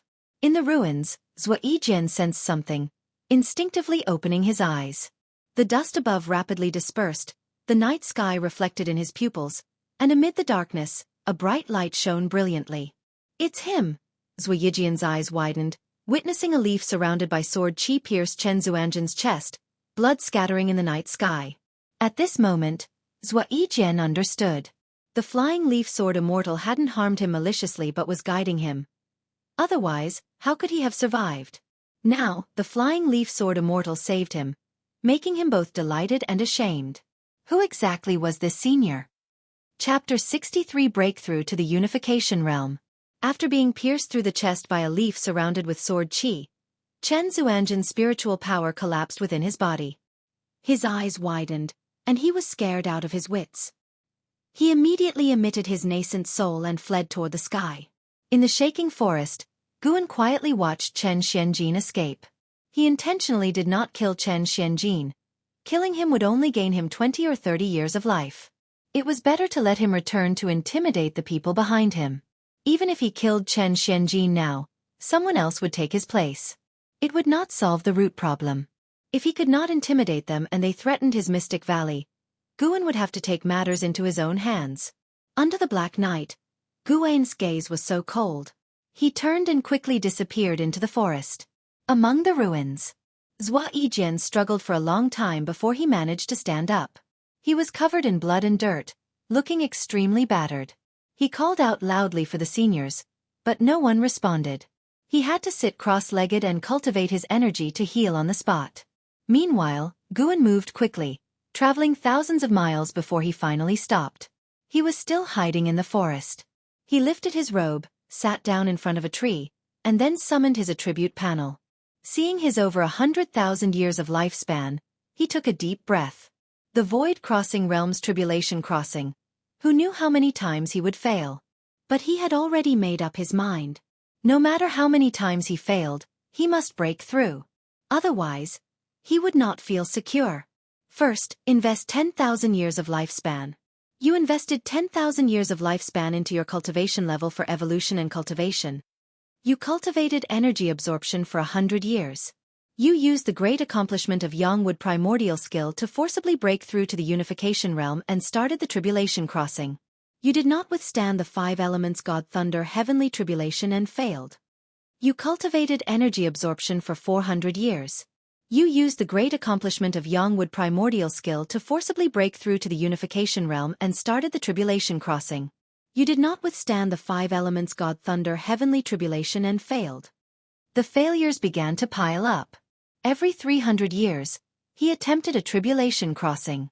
No wonder the Supreme Sect cultivated demon skills to break through heavenly destiny. This realm was truly difficult to break through. After 10 consecutive failures, Guan's heart began to tremble. Is it this difficult? He had cultivated the infinite traceless mystic heaven step, great yin-yang transformation, and mastered 2 divine skills, yet it was still so hard to cross the tribulation? Guan noticed that most of his tribulations were related to the 5 elements. Could it be that his tribulations were much harder than others? After core formation, Liya once said that tribulations are categorized. Different cultivators face different tribulations, mainly related to their aptitude and cultivation techniques. Guan's eyes sharpened. No matter how difficult it is, he must succeed. The heavens don't fail those who pay with lifespan. You cultivated energy absorption for 5,400 years. You used the great accomplishment of Yangwood Primordial skill to forcibly break through to the unification realm and started the tribulation crossing. You did not withstand the 5 elements God Thunder Heavenly Tribulation and failed. You cultivated energy absorption for 5,700 years. You used the great accomplishment of Yangwood Primordial skill to forcibly break through to the unification realm and started the tribulation crossing. You did not withstand the 5 elements God Thunder Heavenly Tribulation and failed. The failure prompts kept coming. Guan hurriedly checked his attribute panel, looking at his lifespan. He felt a bit relieved. He still had confidence. However, even after 10,000 years had passed, he had not succeeded. His mentality almost broke. He hurriedly invested another 1,200 years. Failure. Failure. Failure. Failure. Guan's eyes turned red. He invested another 1,200 years. Failure. Failure. Success. You cultivated energy absorption for 900 years. You used the great accomplishment of Yangwood Primordial skill to forcibly break through to the Unification Realm and started the Tribulation Crossing. You withstood the 5 elements God Thunder Heavenly Tribulation and succeeded. You broke through to the first layer of the Unification Realm. You cultivated energy absorption for 1200 years. Your cultivation level has increased. It was a success. Guan let out a long breath. It took him 12,400 years to succeed. Although the lifespan consumed by the evolution of lifespan surpassed real-world cultivation, he still felt the pressure. The Unification Realm was already like this. What about the realms afterward? But then he thought, considering his initial aptitude, reaching the Unification Realm before 50 was incredible. It was not lifespan being consumed, just numbers. Guan adjusted his mindset, activated the lifespan barrier, and prepared to enjoy the improvement in his cultivation level. Spiritual energy began to seep out of the ground, appearing at a visible speed. In less than 3 breaths, the ground appeared in a cyan wave, which would attribute spiritual energy. Spiritual energy surged into his body, stirring up a whirlwind around him. The momentum began to grow larger. Guan felt that this time's commotion would surpass previous ones. Although it seemed like only breaking through one realm, the spiritual energy required for this one realm was incomparable to previous realms. As spiritual energy entered his body, Guan's cultivation level began to rise, and at the same time, insights into the Unification Realm emerged in his mind, as if he had truly experienced years of cultivation. In the Outer Gate City. In a mansion, Chen Zuanjin's nascent soul floated in front of a table. His face was gloomy, and he stared intensely at the ancient bronze mirror in front of him. Soon, a blurry face reflected in the mirror, and a cold voice emerged. "So late, what do you want to see me about?" "I was almost killed by the flying leaf sword Immortal. And Zuaijian, he stopped our grand plan." Chen Xianjin gritted his teeth, his tone filled with unwillingness and a trace of fear. Being pierced by that flying leaf gave Chen Xianjin a feeling of facing death. He was extremely scared now. He felt that if he had reacted even a little slower, he would have perished completely. The person in the mirror fell silent upon hearing this. Chen Xianjin did not disturb him, quietly waiting. After a while, Chen Xianjin seemed to sense something, and his face changed dramatically. "The spiritual energy is sinking again," Chen Xianjin quickly said, looking toward the door as if afraid the flying leaf sword Immortal would come for him. "Tomorrow, I will come to the outer sect myself," the person in the mirror said, and with these words, the image in the mirror disappeared. Chen Xianjin turned to look outside the window. The clouds in the sky gradually covered the bright moon, as if doom was descending, making his heart even more fearful. Not only did he feel the sinking of spiritual energy, but the entire Outer Gate City was also alarmed. More and more disciples flew into the sky. Recently, demon cultivators ran rampant, with disciples disappearing from time to time. Tonight, with the sudden sinking of spiritual energy, who would not panic? Yilan flew toward the law enforcement hall. Along the way, she encountered Lu Jiujia flying on his sword from the opposite direction. Both stopped simultaneously. Lu Jiujia's face was stern. Seeing Yilan, he hesitated. Yilan's expression remained cold. "Is this your doing again?" Lu Jiujia shook his head. "No, the demon extermination hall has already ordered a state of vigilance. This time it might really be a demon cultivator invasion." "Really?" Yilan asked in a sarcastic tone. Lu Jiujia frowned. Yilan continued, "Senior brother Lu, do you really think this path is right? They can be cruel to other disciples. Are you sure they will never turn against you?" Lu Jiujia countered, "If not this path, then what path? Like you, joining the law enforcement hall that can be disbanded at any time." The two looked into each other's eyes, full of conflict. Eventually, they brushed past each other without saying more harsh words. Dark clouds swirled, and a huge inverted vortex appeared in the night sky, vast and wide. The forest below undulated like waves, extremely oppressive. In a forest, in a hidden spot where no one could see, Guan was still sitting in meditation. An entire hour had passed, but his cultivation level was still increasing, not yet breaking through to the Unification Realm. The spiritual energy needed for the Unification Realm was truly enormous, far beyond Guan's expectations. How terrifying would it be to cross the tribulation in reality at such a realm? He suddenly felt that failing the evolutions many times did not matter. After all, in real life, failing once could mean death. Guan felt the surging spiritual power within him, unable to remain calm. Having such massive spiritual power at the unification realm, what kind of power would a true immortal possess? He fell into infinite reverie. Earth spirit energy frantically poured into his body, and green waves of spiritual energy emerged from the ground. It felt as if he was in an ocean. Outside the lifespan barrier, the forest shook violently. More and more cultivators flew over Guan's head, but no one noticed his presence. The effects he caused were not limited to this. Accurately, the whole Supreme Sect was affected. The forests outside all outer cities were shaking, causing the cultivators of Supreme Sect to feel anxious. This was not the first time Guan had experienced this, so he was not panicking. On the contrary, he found it somewhat amusing. They want to cultivate demon skills and sacrifice outer disciples. Let's see how panicked they become. Guan was dissatisfied with the notion of sacrificing a few to save many. Not because he was particularly honorable, but because he was among those being sacrificed. Time continued to pass. More and more cultivators flew over Guan's head, and he kept using the lifespan detection. More than 10 Divinity Transformation Realm cultivators had passed by, and he even saw Void Crossing Realm cultivators. Indeed, the Supreme Sect was full of hidden experts. With more and more Void Crossing Realm cultivators passing by, Guan even spotted an ancient ancestor. The demeanor of the patrolling ancient ancestor was extremely strong, unlike the gentleness shown toward Guan. The overwhelming pressure made all things tremble. This night was destined to be restless. Another half an hour passed, and Guan finally broke through to the unification realm, transforming his entire perception. He felt that his body and his primordial spirit were more in harmony. The process of his primordial spirit emerging from the body became much easier, and his control over both his body and primordial spirit had greatly improved compared to before. This feeling was so wonderful, so much so that he could not describe it.